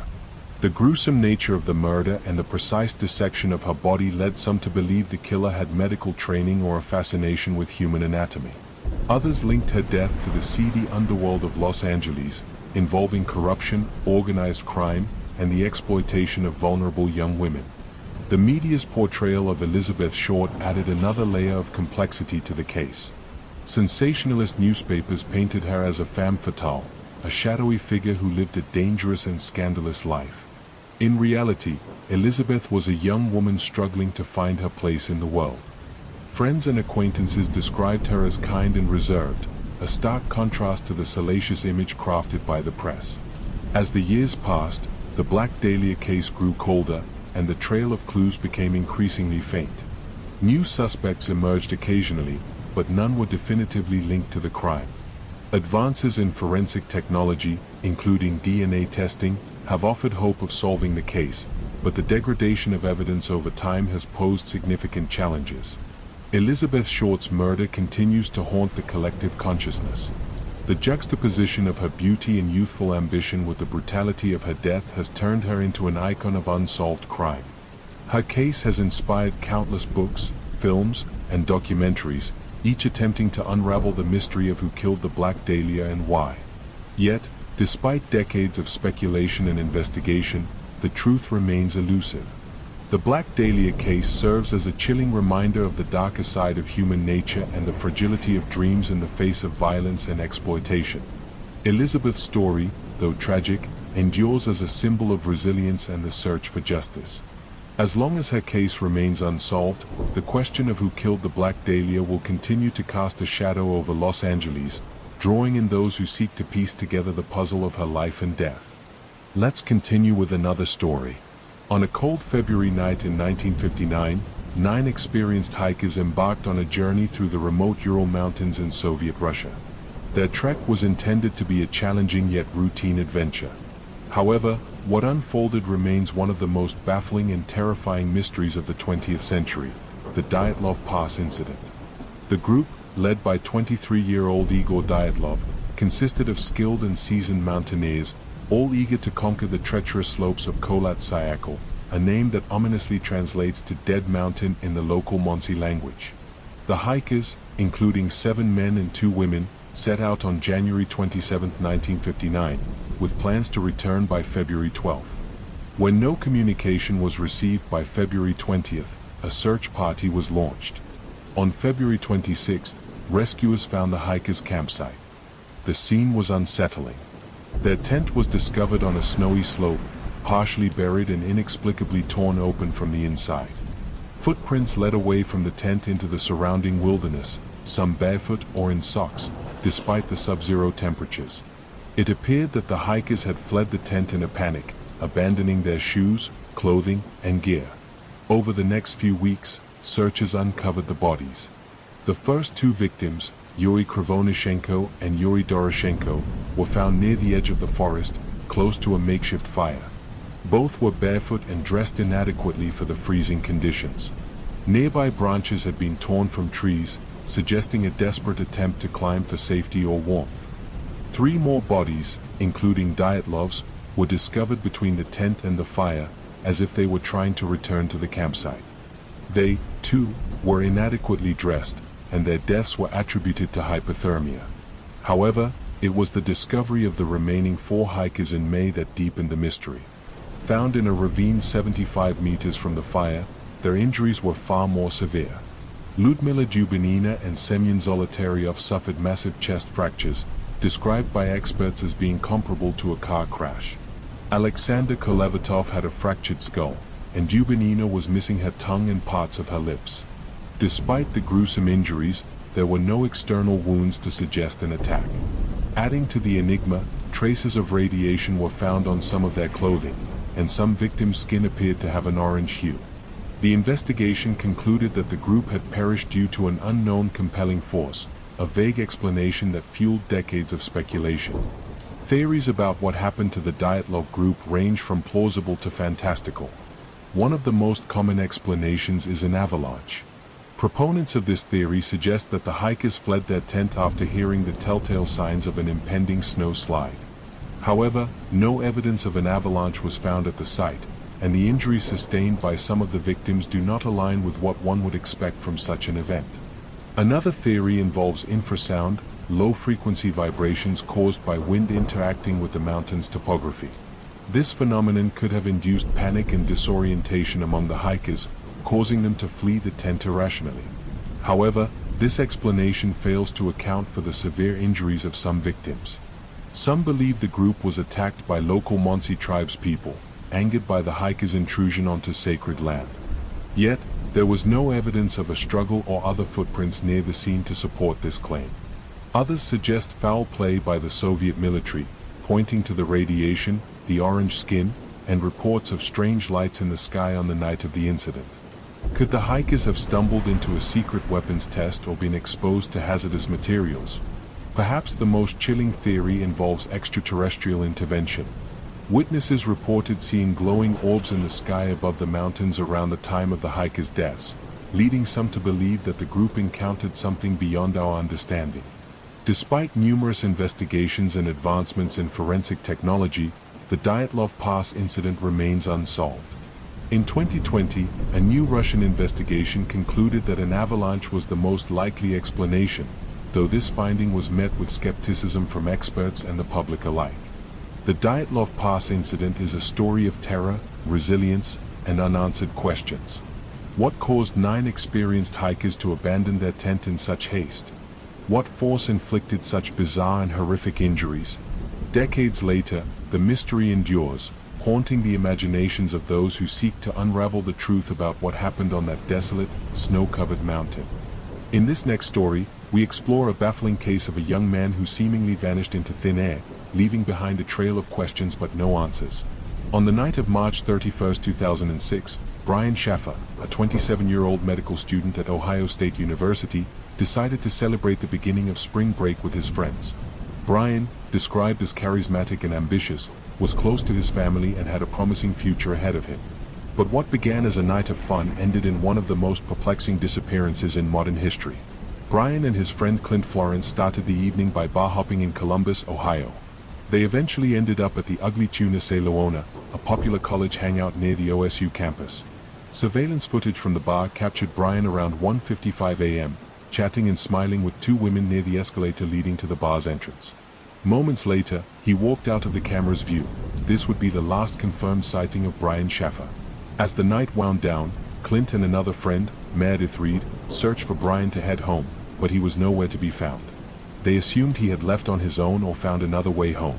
The following day, Brian's girlfriend, Alexis Wagoner, who had been out of town, became concerned when she couldn't reach him.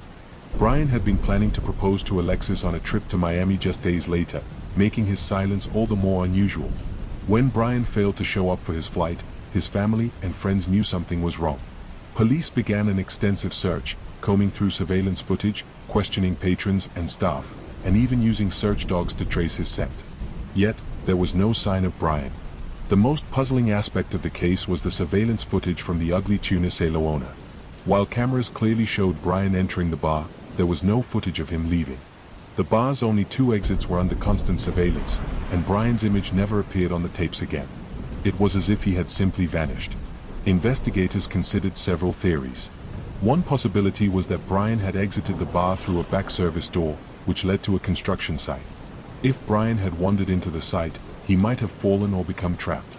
However, an extensive search of the area revealed no trace of him. Another theory was that Brian had deliberately disappeared. Some speculated he was overwhelmed by the recent death of his mother, Renee, who had passed away from cancer just weeks earlier. Could he have chosen to start a new life elsewhere?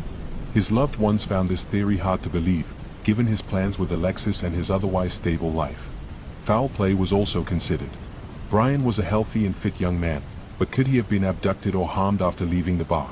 Clint, the friend who had been with him that night, came under scrutiny when he refused to take a polygraph test. However, there was no evidence linking Clint to Brian's disappearance.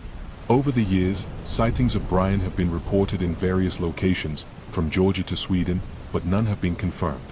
His father, Randy Schaffer, tirelessly searched for answers, even posting messages to Brian on social media, pleading for him to come home. Tragically, Randy died in 2008 after being struck by a falling tree during a storm, leaving Brian's remaining family to continue the search for closure.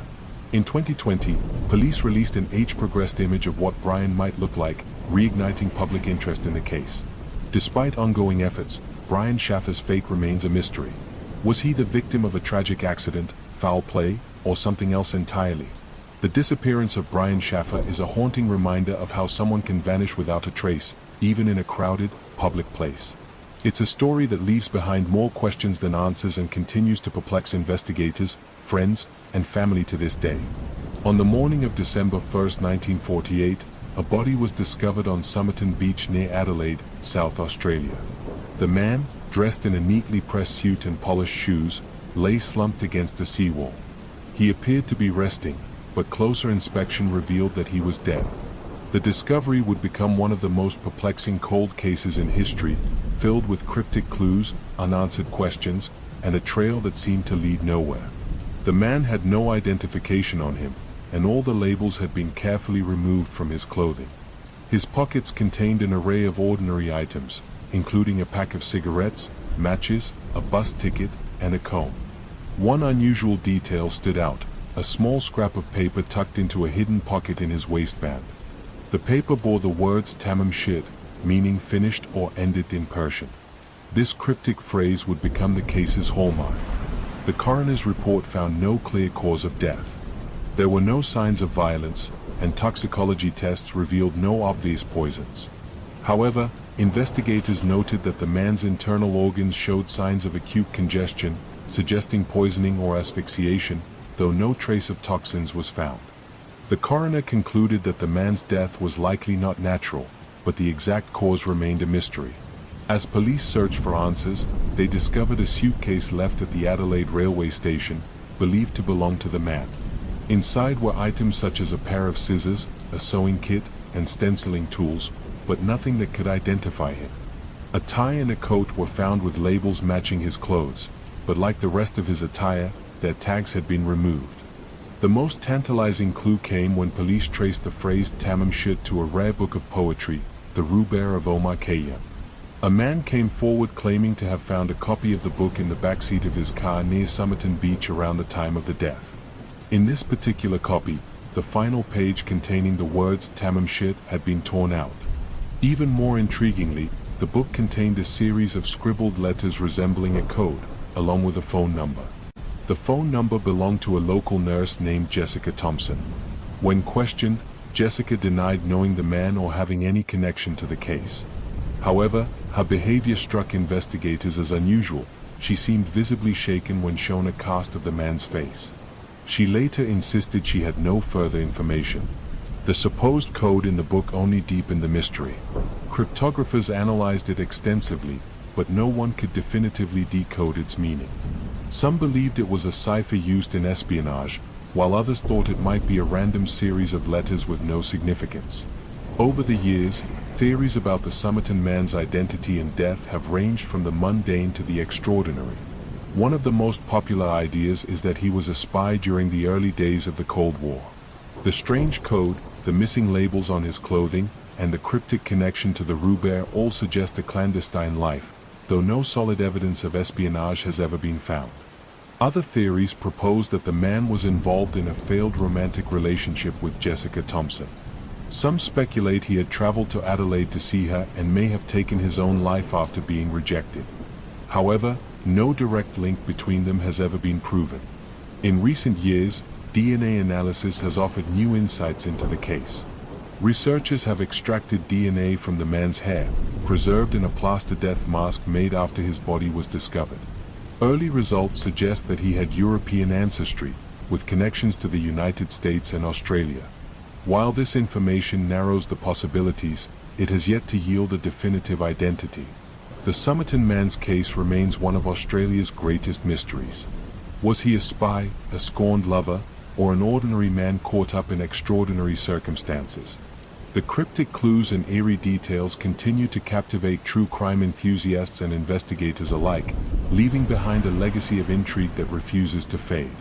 Over 7 decades later, the enigma of the Somerton man endures, a haunting reminder of how some secrets can remain untold. In this chilling tale, we revisit the infamous case of Eliza Lamb, a young woman whose eerie disappearance and tragic death in 2013 sparked global fascination and countless theories. Eliza Lamb, a 21-year-old Canadian college student, arrived in Los Angeles in January 2013 as part of a solo trip along the West Coast. Described by friends and family as bright and outgoing, Eliza also struggled with bipolar disorder and depression, which she openly discussed on her Tumblr blog. Her journey brought her to the Cecil Hotel, a budget accommodation in downtown Los Angeles with a dark history of crime, suicides, and alleged paranormal activity. Eliza checked into the hotel on January 28 and was initially assigned to a shared room. However, after complaints from her roommates about her erratic behavior, she was moved to a private room. Over the next few days, she continued to explore the city, frequently updating her social media accounts. On January 31st, Eliza was scheduled to check out of the hotel and travel to Santa Cruz. When her parents didn't hear from her, they grew concerned and reported her missing. Police searched the hotel but found no trace of Eliza. Her disappearance baffled investigators, and the case took a darker turn when hotel staff and guests reported strange occurrences, including water pressure issues and foul-tasting water. 2 weeks later, on February 19th, Eliza's body was discovered in one of the hotel's rooftop water tanks. A maintenance worker, investigating complaints about water pressure, found her floating lifeless in the tank, naked and partially decomposed.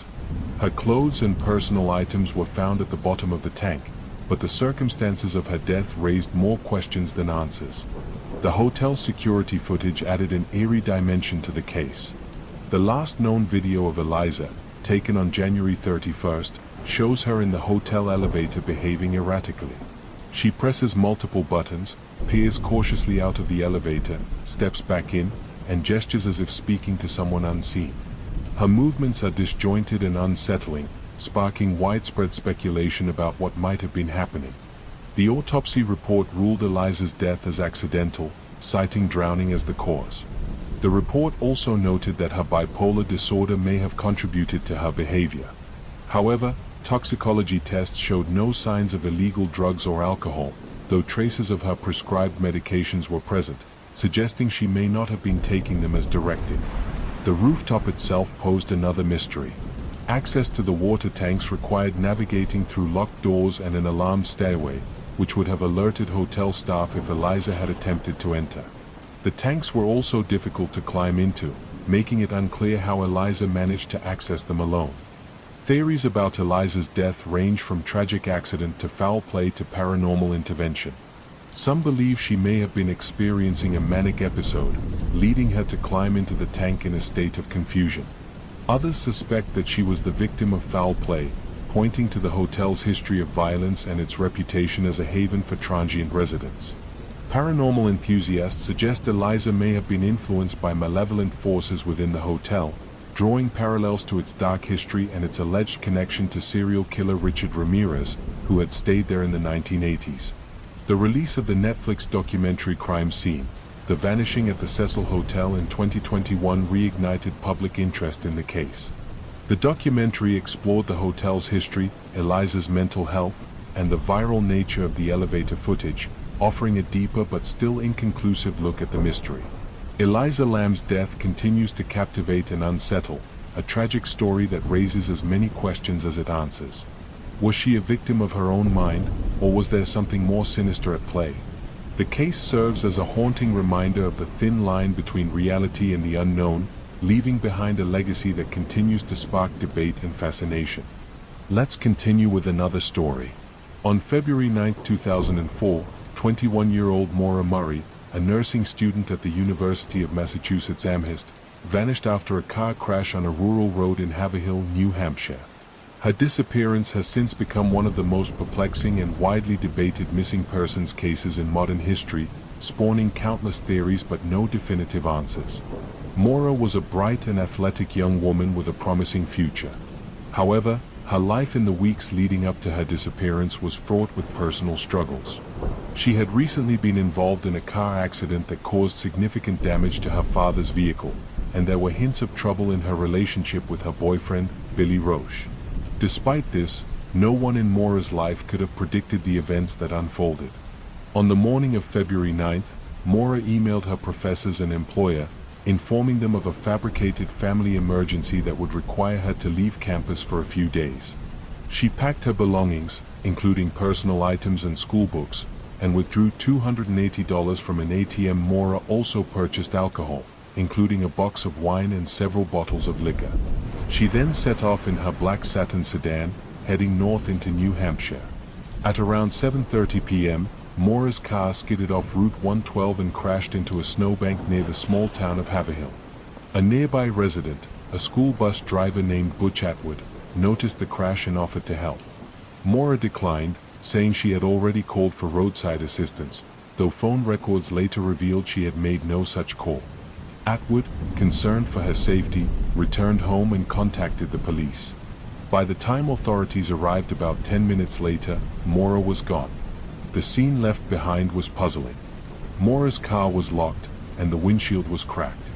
Inside, police found her packed belongings, the alcohol she had purchased, and an empty soda bottle that smelled of alcohol. Her cell phone and credit cards were missing, but there had been no activity on them since the crash. Strangely, there were no footprints leading away from the vehicle, and sniffer dogs lost her scent about 100 yards down the road, suggesting she may have been picked up by another vehicle. The initial search for Maura focused on the surrounding woods and nearby towns, but no trace of her was found. As days turned into weeks, her disappearance became a national story, drawing the attention of amateur sleuths, true crime enthusiasts, and media outlets. Yet, despite the widespread interest, the case remained stagnant. Theories about Maura's disappearance range from the plausible to the bizarre. One of the most commonly proposed scenarios is that Maura, overwhelmed by her personal problems, intentionally vanished to start a new life. However, her family and friends strongly dispute this, arguing that Maura would never have abandoned her loved ones without a word. Another theory suggests Maura may have been the victim of foul play. The remote location of the crash, combined with the brief window of time between her disappearance and the arrival of the police, has led some to believe that Maura was abducted. However, no evidence of a struggle or a perpetrator has ever surfaced. Some have speculated that Maura succumbed to the elements after wandering into the woods in a disoriented or intoxicated state. However, extensive searches of the area have yielded no signs of her remains, making this theory less likely as time goes on. The case has also attracted more outlandish theories, including suggestions of Maura being involved in a conspiracy or encountering a serial killer. While intriguing, these ideas lack evidence and remain in the realm of speculation. Maura's disappearance has had a profound impact on her family, particularly her father, Fred Murray, who has tirelessly pursued answers. Over the years, Fred has criticized law enforcement for what he perceives as mismanagement of the case and has conducted his own searches and investigations. Despite his efforts, the mystery remains unsolved. In 2017, the case was reopened, and new investigators were assigned to review the evidence. While the renewed attention brought hope, it has yet to uncover any significant breakthroughs. Maura's disappearance continues to captivate the public, with online forums, podcasts, and documentaries dedicated to unraveling the truth. The story of Maura Murray is a haunting reminder of how quickly a person can vanish and how the lack of closure can leave a void for those left behind. Was she a victim of circumstance, a calculated disappearance, or something far darker? Nearly 2 decades later, the mystery endures, leaving behind a trail of questions that may never be answered. In our next chilling story, we visit the ghostly past of the Breckenridge Boarding School, an institution that stood for decades as a place of learning and discipline, but became infamous for the disturbing events that led to its abandonment.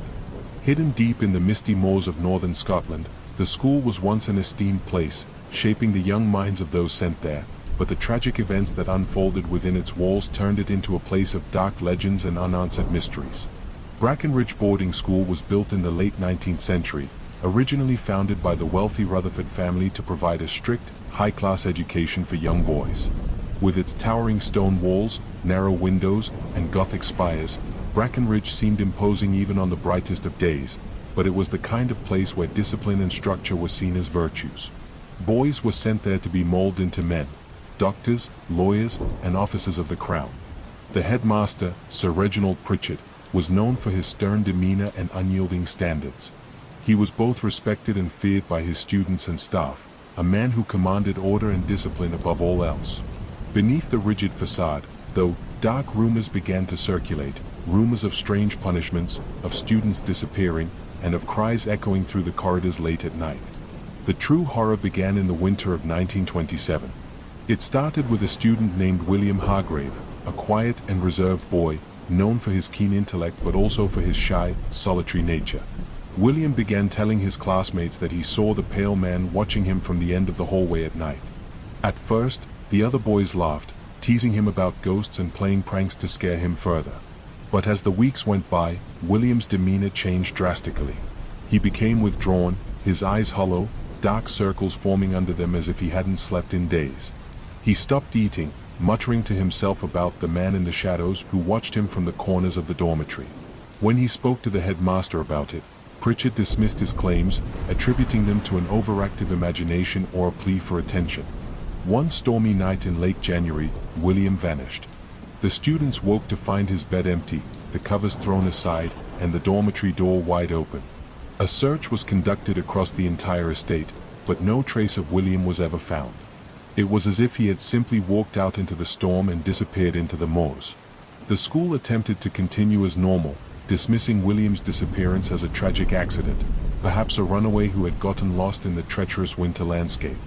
But the students knew better. The whispers grew louder, stories spreading among them about sightings of the pale man, a tall figure, barely more than a silhouette, glimpsed in the shadows of the corridors, or standing at the far end of the dining hall, watching them in silence. The following month, another boy disappeared. Thomas Hallow, who had shared the same dormitory as William, was found missing one morning. This time, there were signs of a struggle, deep scratch marks on the wooden floor beside his bed, as if he had been dragged away. Fear swept through the students. They begged to leave, writing letters to their families, but many were ignored. The headmaster assured the parents that the rumors were unfounded, that the boys were simply playing on each other's fears, but behind closed doors, even the staff had begun to grow uneasy. Things escalated quickly after that. Students reported strange occurrences, doors that would slam shut on their own, footsteps echoing through the halls at night when no one was there, and the faint sound of a child's voice sobbing deep within the walls. Some of the boys swore they heard whispers, soft, insistent voices calling their names in the dead of night, urging them to come closer, to step into the darkness. A few of the teachers, too, began to speak of feeling watched, of seeing glimpses of movement in the mirrors that lined the main hallway. Then, one night, the headmaster himself vanished. Sir Reginald Pritchard, a man who had prided himself on his stoicism, his belief that fear was something to be conquered, not indulged, disappeared without a trace. His quarters were found in disarray, his desk overturned, and deep gouges were left in the wooden floor, as if he had been clawing at it, trying to resist something unseen. That was the breaking point. The remaining teachers and staff, fearing for their own lives, quickly evacuated the students, sending them home to their families with no explanation other than that the school was closing indefinitely. Brackenridge was abandoned, its doors locked, its halls left to decay. But the story of Brackenridge boarding school did not end there. For decades, the old building stood in silence, its windows dark and empty. Locals from the nearby village spoke of strange lights coming from the school at night, flickering candles seen through the broken glass, shadows moving across the walls. The few brave souls who dared venture close enough claimed to hear the sounds of children crying, the echoes of footsteps, and the unmistakable presence of something watching them from within. In 1953, a group of paranormal investigators decided to explore the abandoned school, determined to uncover the truth behind the ghostly tales. They brought with them cameras, recording devices, and an unwavering curiosity. What they found only deepened the mystery. The recordings captured strange anomalies, whispers that grew louder the longer they stayed, and a deep, resonant thudding sound that seemed to come from beneath the floor. One of the investigators claimed to have seen a figure at the end of the hallway, a tall, pale man, standing motionless, watching them with hollow eyes. They left that night, shaken and terrified, never to return. The legend of Brackenridge continues to this day. Some say that the restless spirits of the lost boys still wander its halls, searching for a way out, forever trapped within the cold stone walls of the school. Others believe that whatever dark force had haunted William Hargrave all those years ago still resides there, lurking in the shadows, waiting for new souls to claim. The school remains abandoned, slowly being reclaimed by nature as ivy wins its way up the crumbling walls, and the roof caves in from years of neglect. But even in its ruin, there is an air of malevolence that surrounds Brackenridge. No birds sing near it, and even the bravest of explorers refuse to enter once the sun begins to set. To this day, if you find yourself near the old school at night, some say you can still hear the echoes of the past, the laughter of children twisted into cries of fear, the slamming of doors, and the soft, insistent whispers calling out to anyone who dares to listen. And if you are unfortunate enough, you might just catch a glimpse of him, the pale man, waiting silently at the end of the corridor, watching, always watching, as if waiting for the next name to call. Our next tale takes us to rural Germany in 1922, where a gruesome and perplexing massacre left an entire family dead and a trail of chilling clues that have baffled investigators for over a century. Hinterkaifeck was a small, isolated farmstead located near the Bavarian town of Groben. It was home to Andreas Gruber, his wife Casilia, their widowed daughter Victoria Gabriel, and Victoria's two children, Casilia, 7, and Joseph, 2. The family lived a quiet, uneventful life, until late March 1922, when strange occurrences began to disturb their routine. Andreas Gruber mentioned to neighbors that he had discovered unusual footprints in the snow leading to the house but not away from it. He also heard mysterious noises in the attic and found a strange newspaper on the property, though no one in the household had purchased it. These eerie signs went unexplained, and the family dismissed them as harmless oddities. On the evening of March 31, 1922, the family and their maid, Maria Baumgartner, who had just arrived for her first day of work, were brutally murdered.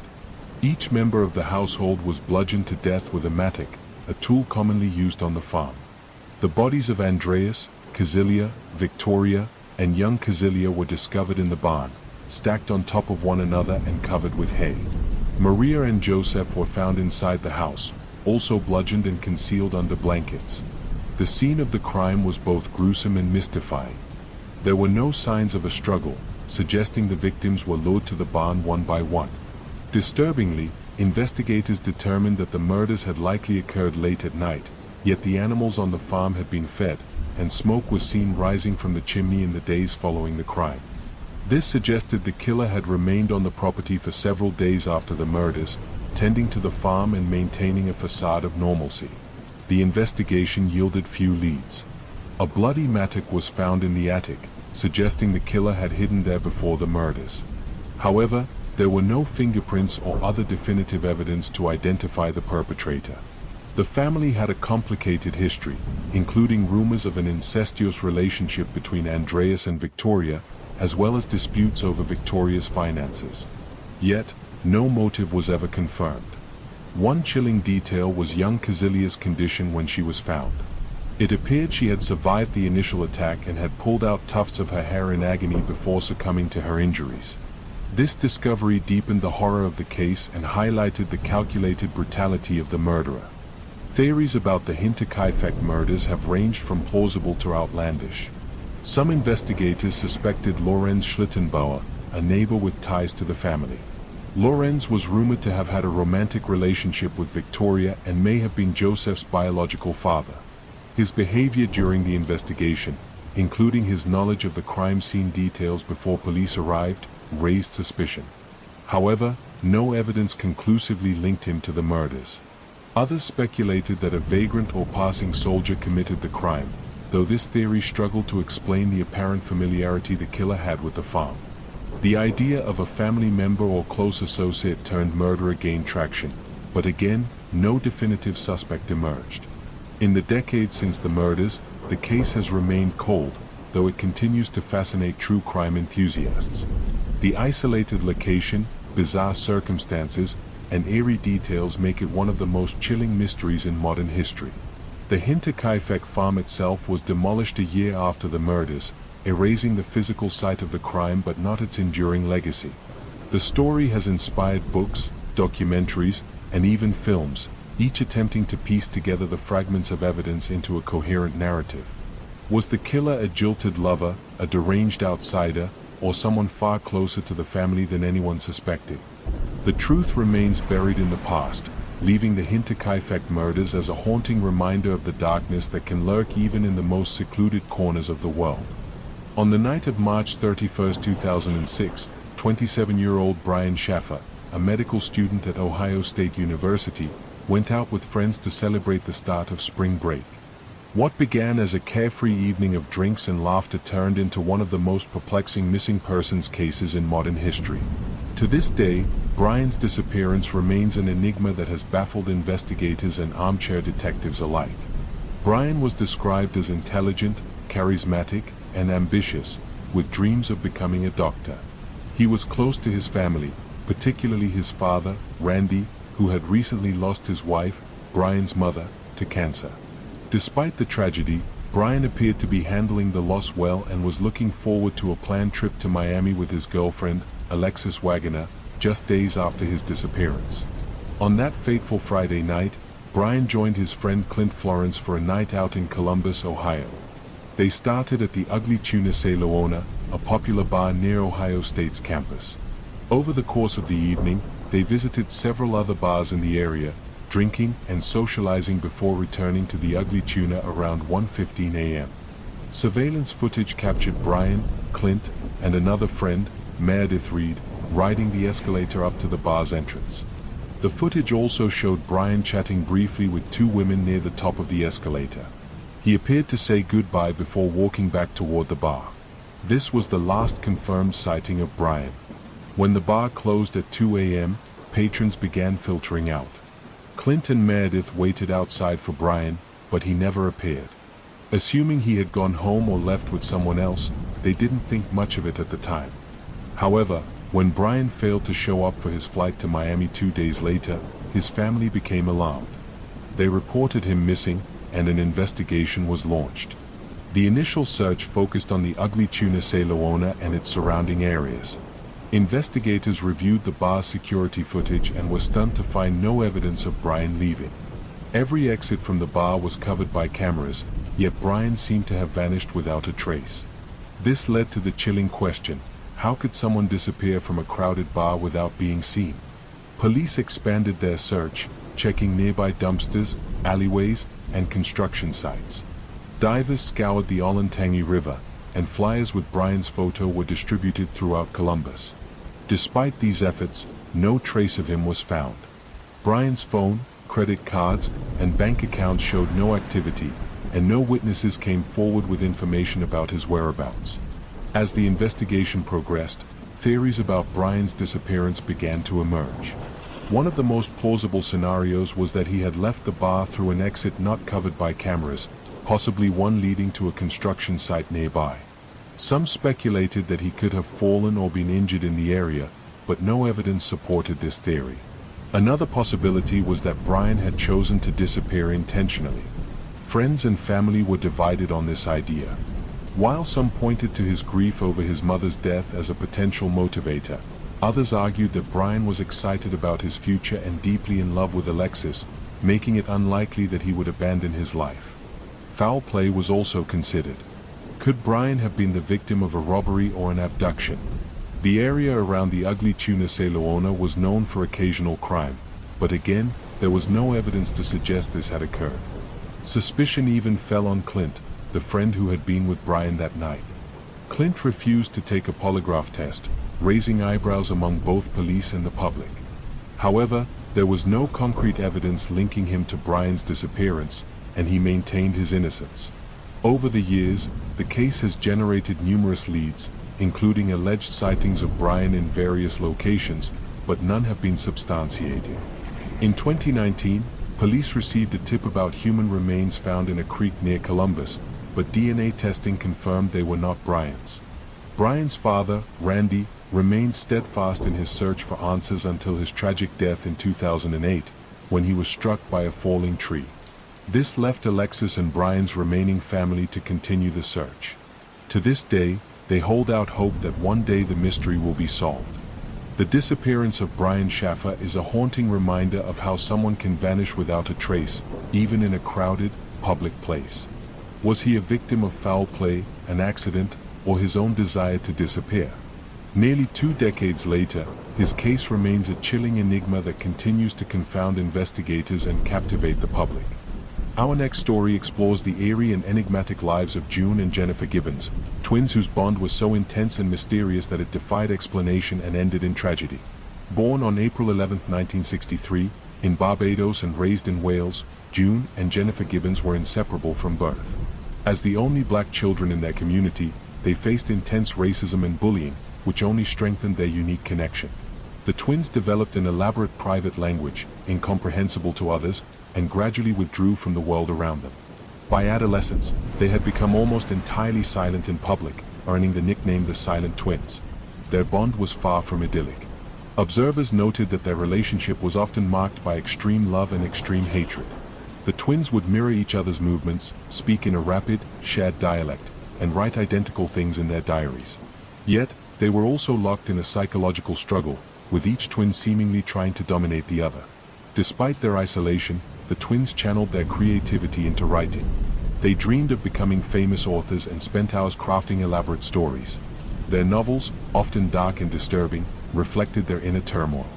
For example, one story involved a young man who had a dog's heart implanted in his chest, leading him to commit horrific crimes. Although the twins self-published their works, they received little recognition. As they grew older, June and Jennifer began to act out in destructive ways. They engaged in petty theft, vandalism, and even arson, culminating in their arrest in 1981 after setting a series of fires. Declared a danger to society, they were sentenced to indefinite detention at Broadmoor Hospital, a high-security psychiatric facility in England. Life at Broadmoor was bleak. The twins were heavily medicated and kept apart from one another for much of their time there, which only deepened their despair. During this period, their writings grew darker, revealing their inner struggles and mutual resentment. Jennifer wrote in her diary, "We have become fatal enemies in each other's eyes. We feel the irritating, deadly rays come out of our bodies, stinging each other's skin. I say to myself, can I get rid of my own shadow? Impossible or not possible?" In their diaries, the twins began to hint at a chilling pact. One of them would have to die for the other to live a normal life. Jennifer, in particular, appeared resigned to this fate. After 12 years at Broadmoor, the twins were transferred to Caswell Clinic, a lower security hospital. During the move, Jennifer reportedly told June, "I'm going to die." Shortly after their arrival at Caswell, Jennifer fell ill. She was rushed to the hospital and died suddenly at the age of 29. The cause of death was acute myocarditis, an inflammation of the heart. There were no signs of foul play, drug overdose, or trauma. Her death was as inexplicable as her life. Following Jennifer's death, June began to open up to the world. She reconnected with her family, started speaking freely, and even expressed a desire to live a normal life. Her transformation only deepened the mystery of their relationship and Jennifer's sudden death.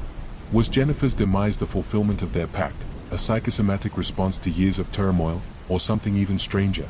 June has since lived a quiet life, reflecting on her past but rarely speaking publicly about the events that defined her and her sister's existence. The story of the Silent Twins remains one of the most unsettling psychological mysteries, raising questions about identity, codependence, and the power of the human mind.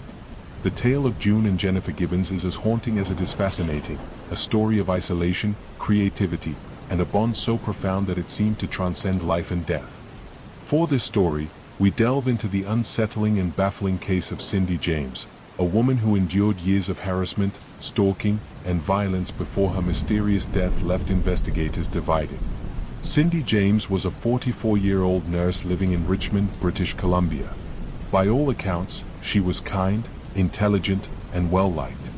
However, beginning in 1982, her life descended into a nightmare. Cindy reported receiving anonymous threatening phone calls, letters, and visits from an unseen stalker. The harassment ranged from eerie whispers over the phone to explicit threats against her life. Cindy initially sought help from the police, but the stalker's tactics escalated. Windows in her home were smashed, strange noises were heard at night, and dead cats were found in her yard. On one occasion, she discovered her porch lights shattered and a note that read, "You're dead." Terrified, Cindy moved to a new home, changed her phone number, and even hired a private investigator, but the harassment followed her. The private investigator, Ozzy Caban, became deeply concerned about Cindy's safety. He once arrived at her house to find her lying unconscious in her garage, with a nylon stocking tied tightly around her neck. Cindy claimed that she had been attacked but could not describe her assailant. Caban began to suspect that Cindy might know more about her stalker than she was letting on. Over the next several years, Cindy was found in increasingly dangerous and bizarre situations. On one occasion, she was discovered unconscious in a ditch, covered in bruises and suffering from hypothermia. Her hands and feet were bound, but she had no memory of how she ended up there. Despite these incidents, investigators found no evidence of an intruder or attacker, leading some to question whether Cindy's claims were real or the product of psychological distress. Cindy's family and friends remained divided. Some believed she was the victim of a sadistic stalker who was tormenting her to the point of mental collapse. Others suspected that Cindy was staging the attacks herself, possibly as a cry for help or as part of a psychological disorder. The nightmare reached its climax on May 25, 1989, when Cindy disappeared. Her car was found abandoned in a parking lot, with groceries and a wrapped gift in the back seat. Blood was smeared on the driver's side door, and personal items were scattered on the ground. 2 weeks later, on June 8, Cindy's body was discovered in the yard of an abandoned house. She was lying on her side, with her hands and feet bound and a nylon stocking wrapped around her neck. An autopsy revealed that she had died from an overdose of morphine and other sedatives. Strangely, the coroner determined that Cindy had likely died the same day she disappeared, despite her body being found 2 weeks later. Cindy's death raised more questions than answers. Police were unable to determine how she could have tied herself up in such a way after administering a lethal dose of drugs. Yet, there was no evidence to suggest anyone else was involved. The official ruling on her death was undetermined, leaving open the possibility of suicide, accidental death, or foul play. Over the years, Cindy's case has inspired heated debate. Those who believe she was a victim point to the years of harassment and threats as evidence that she was targeted by a cunning and sadistic stalker. Skeptics argue that Cindy's history of reported attacks and her mental health struggles suggest she may have staged the incidents, culminating in her death by suicide. The case of Cindy James remains one of Canada's most perplexing unsolved mysteries. Was she the victim of an elusive predator, or was her greatest tormentor herself? Cindy's story serves as a haunting reminder of how the boundaries between reality and perception can blur, leaving behind a legacy of fear, suspicion, and unanswered questions. Let's move to our next story. On the evening of October 21, 1978, Frederick Valentic, a 20-year-old Australian pilot, vanished while flying over the Bass Strait between the Australian mainland and Tasmania. What makes this disappearance extraordinary is the chilling radio transmission Valentic made to air traffic control before he and his plane disappeared forever. To this day, the case of Frederick Valentic remains one of aviation's most enduring and eerie mysteries, shrouded in theories of extraterrestrial intervention and unanswered questions. Frederick Valentic was an aspiring pilot with a strong passion for aviation. Although he had failed several exams required for commercial flight qualifications, he remained determined to build a career in the skies. On the day of his disappearance, Valentic rented a single-engine Cessna 182L from Moorabbin Airport in Melbourne. His stated purpose was to fly to King Island, a small island in the Bass Strait, to pick up some friends and seafood. However, there were inconsistencies in his plans. No one at King Island expected his arrival, and he hadn't arranged for cargo or passengers to be waiting there. At 6:19 p.m., Valentic departed from Moorabbin Airport under clear skies, heading south over the water. About an hour into his flight, at 7:06 p.m., Valentic radioed Melbourne Air Traffic Control to report an unidentified aircraft following him. He described the object as having 4 bright lights, moving at high speed, and approaching him from the east. The air traffic controller, Steve Roby, checked radar but saw no signs of another aircraft in Valentic's vicinity. Undeterred, Valentic insisted that the craft was real and behaving strangely. "It seems to be playing some sort of game," Valentic said, his voice calm but confused. "It's flying over me, 2-3 times, at speeds I cannot identify." Moments later, Valentic described the object as long, metallic, and glowing with a green light. He reported that it seemed to be hovering above him and emitting an unusual pulsating light. His voice grew more tense as he explained that his Cessna's engine was sputtering and that he was experiencing difficulty controlling the aircraft. At 7:12 p.m., Valentic's last words to air traffic control were haunting: "It's not an aircraft." The transmission abruptly ended, followed by 17 seconds of a metallic, scraping sound. Despite immediate efforts to re-establish contact, Valentic and his plane were never heard from again. The disappearance triggered a massive search operation involving both air and sea units. Over the next 4 days, search teams scoured 1,000 square miles of ocean and coastline but found no trace of Valentic or his Cessna. The absence of wreckage, oil slicks, or any other evidence deepened the mystery.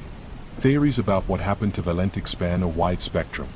The most controversial and widely discussed hypothesis involves UFOs.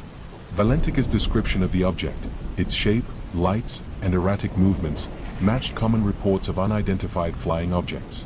His final words, combined with the metallic sound recorded during the transmission, have led many to believe that Valentic encountered an extraterrestrial craft and was abducted or destroyed. Adding fuel to this theory, several witnesses in southern Australia reported seeing strange lights in the sky around the time of Valentic's disappearance, though these sightings remain anecdotal. Skeptics have proposed alternative explanations. Some believe Valentic became disoriented and confused Venus or other celestial objects for another aircraft. This theory posits that he was flying upside down without realizing it, and his plane crashed into the ocean. However, pilots familiar with the Cessna 182L argue that it would have been nearly impossible for Valentic to maintain upside-down flight for an extended period without realizing his error. Others suggest that Valentic staged his own disappearance. He had a history of failing pilot exams and was reportedly under personal and professional stress.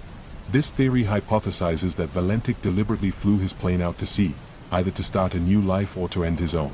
However, those close to him, including his family, have dismissed this idea, citing his enthusiasm for aviation and lack of evidence for suicidal tendencies. Another theory suggests that Valentic may have encountered an experimental military craft. The Bass Strait region was known for military exercises, and some theorists speculate that Valentic's mysterious object was a classified aircraft or drone. This theory, however, fails to explain the lack of radar evidence and the bizarre details Valentic described.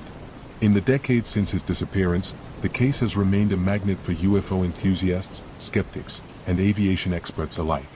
The Australian Department of Transport conducted an investigation but was unable to determine the cause of Valentic's disappearance. The official report simply concluded that the incident was presumed fatal. Frederick Valentic's story has inspired books, documentaries, and countless debates. His father, Guido Valentic, was a vocal proponent of the UFO theory and spent years seeking answers, even claiming that witnesses had told him they saw a large, unidentified craft in the area on the night of his son's disappearance. Over time, the lack of evidence and the passage of years have only deepened the enigma. The case of Frederick Valentic is one of those rare mysteries that refuses to fade. Was he the victim of a tragic accident, a deliberate act, or an encounter with something beyond our understanding? With no wreckage, no definitive answers, and a chilling final transmission, the disappearance of Frederick Valentic remains a haunting chapter in the annals of aviation and unexplained phenomena. In this strange and unnerving tale, we dive into the mysterious case of the Oakville Blobs, an event that left a small town questioning whether they were the victims of a freak weather phenomenon, biological warfare, or something out of science fiction. On August 7, 1994, in Oakville, Washington, a bizarre event unfolded that defied explanation. Around 3 a.m., a strange, jello-like substance began raining down over a 20-square-mile area. The translucent blobs were about the size of grains of rice and had the consistency of gelatin. Unlike normal rain, this substance stuck to surfaces, coating rooftops, vehicles, and the ground in a slimy film. At first, residents were baffled but not overly alarmed. However, within hours, people began experiencing severe symptoms. Many fell ill with flu-like conditions, including dizziness, nausea, difficulty breathing, and fatigue. Even animals in the area, such as cats and dogs, became lethargic and sick. Local resident Dottie Hearn was one of the first to report symptoms, describing a sudden wave of dizziness and blurred vision. She was taken to the hospital, where doctors were unable to determine the cause of her condition. The phenomenon recurred 6 times over the next 3 weeks, each time bringing more of the mysterious blobs and worsening symptoms. Concerned residents began to speculate about the source of the substance, and samples were sent to a lab for testing. What scientists found only deepened the mystery. Analysis revealed that the blobs contained human white blood cells but no discernible nucleus, a finding that puzzled biologists. The substance also appeared to host 2 types of bacteria, one of which is typically found in the human digestive system. These anomalies led to wild theories about the blob's origin. One of the most popular theories suggests that the blobs were the result of military testing or biological warfare. Oakville is located near several military installations, and some residents recalled seeing unmarked aircraft flying in the area before the rain began. They speculated that the military might have been testing a biological agent, intentionally or otherwise. However, the US military denied any involvement, leaving the theory unconfirmed. Another theory proposed that the blobs were the result of jellyfish debris scattered into the atmosphere during military bombing exercises over the Pacific Ocean. According to this hypothesis, the explosions may have vaporized jellyfish, which then mixed with rain clouds and fell over Oakville. While imaginative, this theory lacks scientific support. Others have suggested a more mundane but equally puzzling explanation. The blobs might have been the byproduct of industrial waste or environmental pollution. However, no factories or facilities in the area reported any incidents that could explain the phenomenon.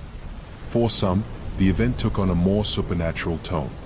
The combination of unexplained illness, strange weather, and eerie blobs led conspiracy theorists to suggest extraterrestrial involvement or even divine punishment. These theories, while popular among UFO enthusiasts, have no basis in evidence. Despite extensive investigation, the Oakville blobs phenomenon remains unsolved. The substance has not been definitively identified, and the cause of the widespread illnesses has never been determined. Some residents believe the government knows more than it's letting on, while others have accepted the mystery as an unsolvable anomaly. The Oakville blobs case is a fascinating reminder of how even in a world dominated by science and technology, some events defy explanation. Were the blobs the result of a secret experiment, a freak natural occurrence, or something beyond human understanding? The truth remains as elusive as the gelatinous rain that fell on that strange August night. We are moving to our next story. In 1890, Louis Le Prince, an inventor and pioneer in motion picture technology, stepped aboard a train in France and vanished without a trace. His disappearance is not only one of history's most perplexing unsolved cases but also a chilling mystery that has led to speculation of conspiracy, murder, and betrayal. Louis-Aimé Augustin Le Prince, born in 1841, was a French artist and inventor credited with creating some of the earliest moving pictures. Long before Thomas Edison or the Lumiere brothers became synonymous with film, Le Prince had successfully recorded short films using a single-lens camera. His breakthrough works, including Roundhay Garden Scene and Traffic Crossing Leeds Bridge, are considered the first motion pictures in history. Le Prince's dream was to showcase his invention to the world and secure a patent, revolutionizing visual entertainment. By the late 1880s, he was preparing to travel to America for a public demonstration that would cement his legacy. But before his departure, he decided to visit his family in Dijon, France. On September 16, 1890, after spending time with his brother Albert in Dijon, Le Prince boarded a train to Paris. He was seen entering his compartment with his luggage, including his latest invention. However, when the train arrived in Paris, Le Prince was nowhere to be found. His compartment was empty, and there was no sign of his belongings. He had simply vanished. The disappearance baffled authorities and sparked immediate speculation. How could a man vanish from a moving train without leaving a trace? The train had not made any unscheduled stops, and there were no reports of suspicious activity along the route. A thorough investigation of the train, tracks, and surrounding areas yielded no evidence of foul play or an accident. As news of Le Prince's disappearance spread, theories about his fate began to emerge. One of the most plausible ideas was that Le Prince had been murdered, perhaps over his groundbreaking invention. The world of invention and patents in the late 19th century was fiercely competitive, and Le Prince's work posed a direct challenge to other inventors, including Thomas Edison, who was already vying for dominance in the emerging motion picture industry. Some theorists suggest that agents working for Edison or other rivals may have orchestrated Le Prince's disappearance to eliminate competition. Another theory posits that Le Prince's disappearance was the result of a family dispute. Some speculate that Albert, Le Prince's brother, might have been involved, though no evidence supports this claim. Theories of suicide also surfaced, with suggestions that Le Prince, burdened by financial struggles and the pressures of his work, may have taken his own life. However, his family strongly rejected this notion, pointing to his excitement about the upcoming demonstration in America. A more speculative theory suggests that Le Prince was abducted by agents of the French or British governments. Both nations were interested in technological advancements, and Le Prince's invention would have been a valuable asset. While intriguing, this idea lacks concrete evidence. In the years following Le Prince's disappearance, his family faced ongoing struggles to preserve his legacy. Without Le Prince present to demonstrate and patent his invention, Thomas Edison went on to secure his claim as the father of motion pictures. Le Prince's son, Adolphe, fought tirelessly to gain recognition for his father's contributions, even testifying in court against Edison in a patent dispute. Tragically, Adolphe himself died under mysterious circumstances in 1902, further deepening the family's sorrow. To this day, the disappearance of Louis Le Prince remains one of history's most haunting enigmas. Was he murdered by a rival, silenced by a government, or the victim of a tragic accident? His story stands as a reminder of how ambition, invention, and mystery can intertwine, leaving behind unanswered questions and a legacy that might have changed the course of history. Louis Le Prince is remembered as a visionary whose disappearance continues to fascinate and unsettle. The truth of what happened on that train to Paris may never be known, but his work lives on, a testament to his genius and a chilling backdrop to one of history's great unsolved mysteries. For our next unsettling tale, we explore the baffling disappearance of the entire crew of the Fairweather 2, a cargo ship that vanished under circumstances so mysterious that it has left sailors and investigators puzzled for decades. This story takes us into the cold, treacherous waters of the North Atlantic, where the sea has been known to swallow vessels and their crews without a trace, but none so strangely as this. The Fairweather 2 was a modest-sized cargo ship that primarily transported goods between the ports of Newfoundland and Iceland. She was captained by Jacob Marlowe, a seasoned seaman with over 20 years of experience, and crewed by a team of 9 men who were known for their skill and camaraderie. The ship set sail from Reykjavik on a late October evening in 1953, carrying a load of dry goods destined for the port of St. John's in Newfoundland. The journey across the North Atlantic was one fraught with natural dangers, sudden storms, enormous waves, and treacherous ice. Yet for Captain Marlowe and his crew, this was a well-trodden path. The voyage began without incident, and the Fairweather 2 maintained regular radio contact, reporting calm seas and favorable winds as she made her way southwest. On the morning of October 27th, the ship sent its final transmission, a routine weather report. Everything seemed normal. But over the next 2 days, the Fairweather 2 went silent. No further communications were received, and concern began to mount in St. John's as the ship failed to arrive as scheduled. After several days of silence, a search effort was launched, involving both air and sea units. On November 1st, the Fairweather 2 was found drifting, seemingly intact, roughly 150 miles off the coast of Newfoundland. There was no apparent damage to the ship, no signs of a struggle, no distress signals, and no visible reason why she would be floating without her crew. The search vessel approached cautiously, and a boarding party climbed aboard to investigate. What they found was deeply unsettling. The ship was completely abandoned. There were no crew members on board, no bodies, and no indications of where the men had gone. The engine was idling, running in neutral, and the ship's logbook lay open on the navigation table, with the last entry made just hours before they were found. The galley still contained half-eaten meals, coffee cups sat on the table, and in the crew's quarters, personal belongings were neatly stowed, as if the crew had simply stepped away and never returned. The boarding party searched every inch of the vessel. They checked for signs of foul play, bloodstains, weapons, or any evidence of an altercation, but found nothing. The lifeboats were still secured in their cradles, and the ship appeared seaworthy, with no leaks or mechanical failures. The only thing missing was the crew. Further investigation by authorities revealed strange details that only deepened the mystery. In the ship's radio room, the log of transmissions indicated no distress calls were ever made, despite the abandonment. Charts and maps were laid out, seemingly untouched, and the ship's course had not deviated from its intended path. One oddity, however, caught the investigators' attention. The ship's compass had been smashed, as if hit with great force. Next to it, the emergency flare gun was missing, though there was no evidence it had been fired. The disappearance of the Fairweather 2's crew sparked numerous theories. The most immediate assumption was that the crew may have abandoned ship for some reason, perhaps believing the ship to be in imminent danger. However, this theory fell apart upon closer scrutiny.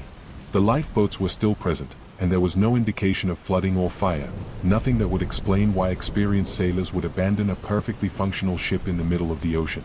Another theory suggested foul play, piracy or a mutiny. But the North Atlantic, cold and isolated, was not known for pirate activity, and there was no evidence of a struggle or anything stolen from the ship. Besides, mutiny seemed unlikely, as Captain Marlowe was well liked by his crew, and the ship's logbook made no mention of any internal disputes or unrest. Some began to speculate that the crew had been victims of something more sinister, perhaps even paranormal. The North Atlantic has long been a source of strange tales, ghost ships, monstrous waves, and inexplicable phenomena. Some whispered about the calling of the deep, an old sailor's superstition that spoke of strange voices that could lure men into the sea. These voices, it was said, could drive even the most rational of men to madness, compelling them to walk willingly off their ships and into the cold embrace of the ocean. Adding to the eerie atmosphere, fishermen who sailed near the location where the Fairweather 2 was found reported seeing strange lights in the sky on the night surrounding the ship's disappearance, flickering orbs of light that hovered silently over the water before vanishing into the darkness. Though these accounts were dismissed by authorities as exaggerations or tricks of the mind, they added an element of the supernatural that could not be easily shaken. Then there was the compass, smashed to pieces. Some investigators believed it might have been a last desperate attempt by one of the crew to sabotage something, though what exactly was unclear. It seemed that, whatever had happened, fear had driven them to destroy their own navigational aid. But what could cause a crew of experienced sailors to lose all rationality? The Fairweather 2 was eventually towed to St. John's, where it was thoroughly examined, but no further clues emerged. The ship was in near-perfect condition, and there were no hidden compartments, no secret cargo, nothing that would explain why 9 men had vanished without a trace. The official report concluded that the crew had likely been swept overboard during a storm, but there was no supporting evidence, and those who had boarded the ship insisted that the calm seas during the time of disappearance made such an occurrence improbable. The fate of the Fairweather 2's crew remains one of the ocean's great unsolved mysteries. Some believe they were victims of a freak accident, while others are convinced something far more mysterious occurred in the cold waters of the North Atlantic. Did they encounter something beyond their understanding, something that drove them to abandon ship without a trace? Or were they simply unlucky victims of the sea's unpredictable and unforgiving nature? Whatever the truth, the Fairweather 2 continued to sail for a few more years before being decommissioned, but it carried a dark reputation. Sailors whispered of strange happenings aboard, claiming to hear footsteps on the deck at night and voices calling out from the empty halls. The ship became known as the Ghost of the North Atlantic, a vessel forever marked by the mystery of its lost crew. Even today, sailors passing through those waters speak in hushed tones of the Fairweather 2. They talk of strange lights, eerie noises, and the chilling thought that, somewhere out there, the spirits of 9 lost men might still be wandering the waves, searching for a way back to the ship they abandoned, or an answer to the fate that led them into the endless, unforgiving sea.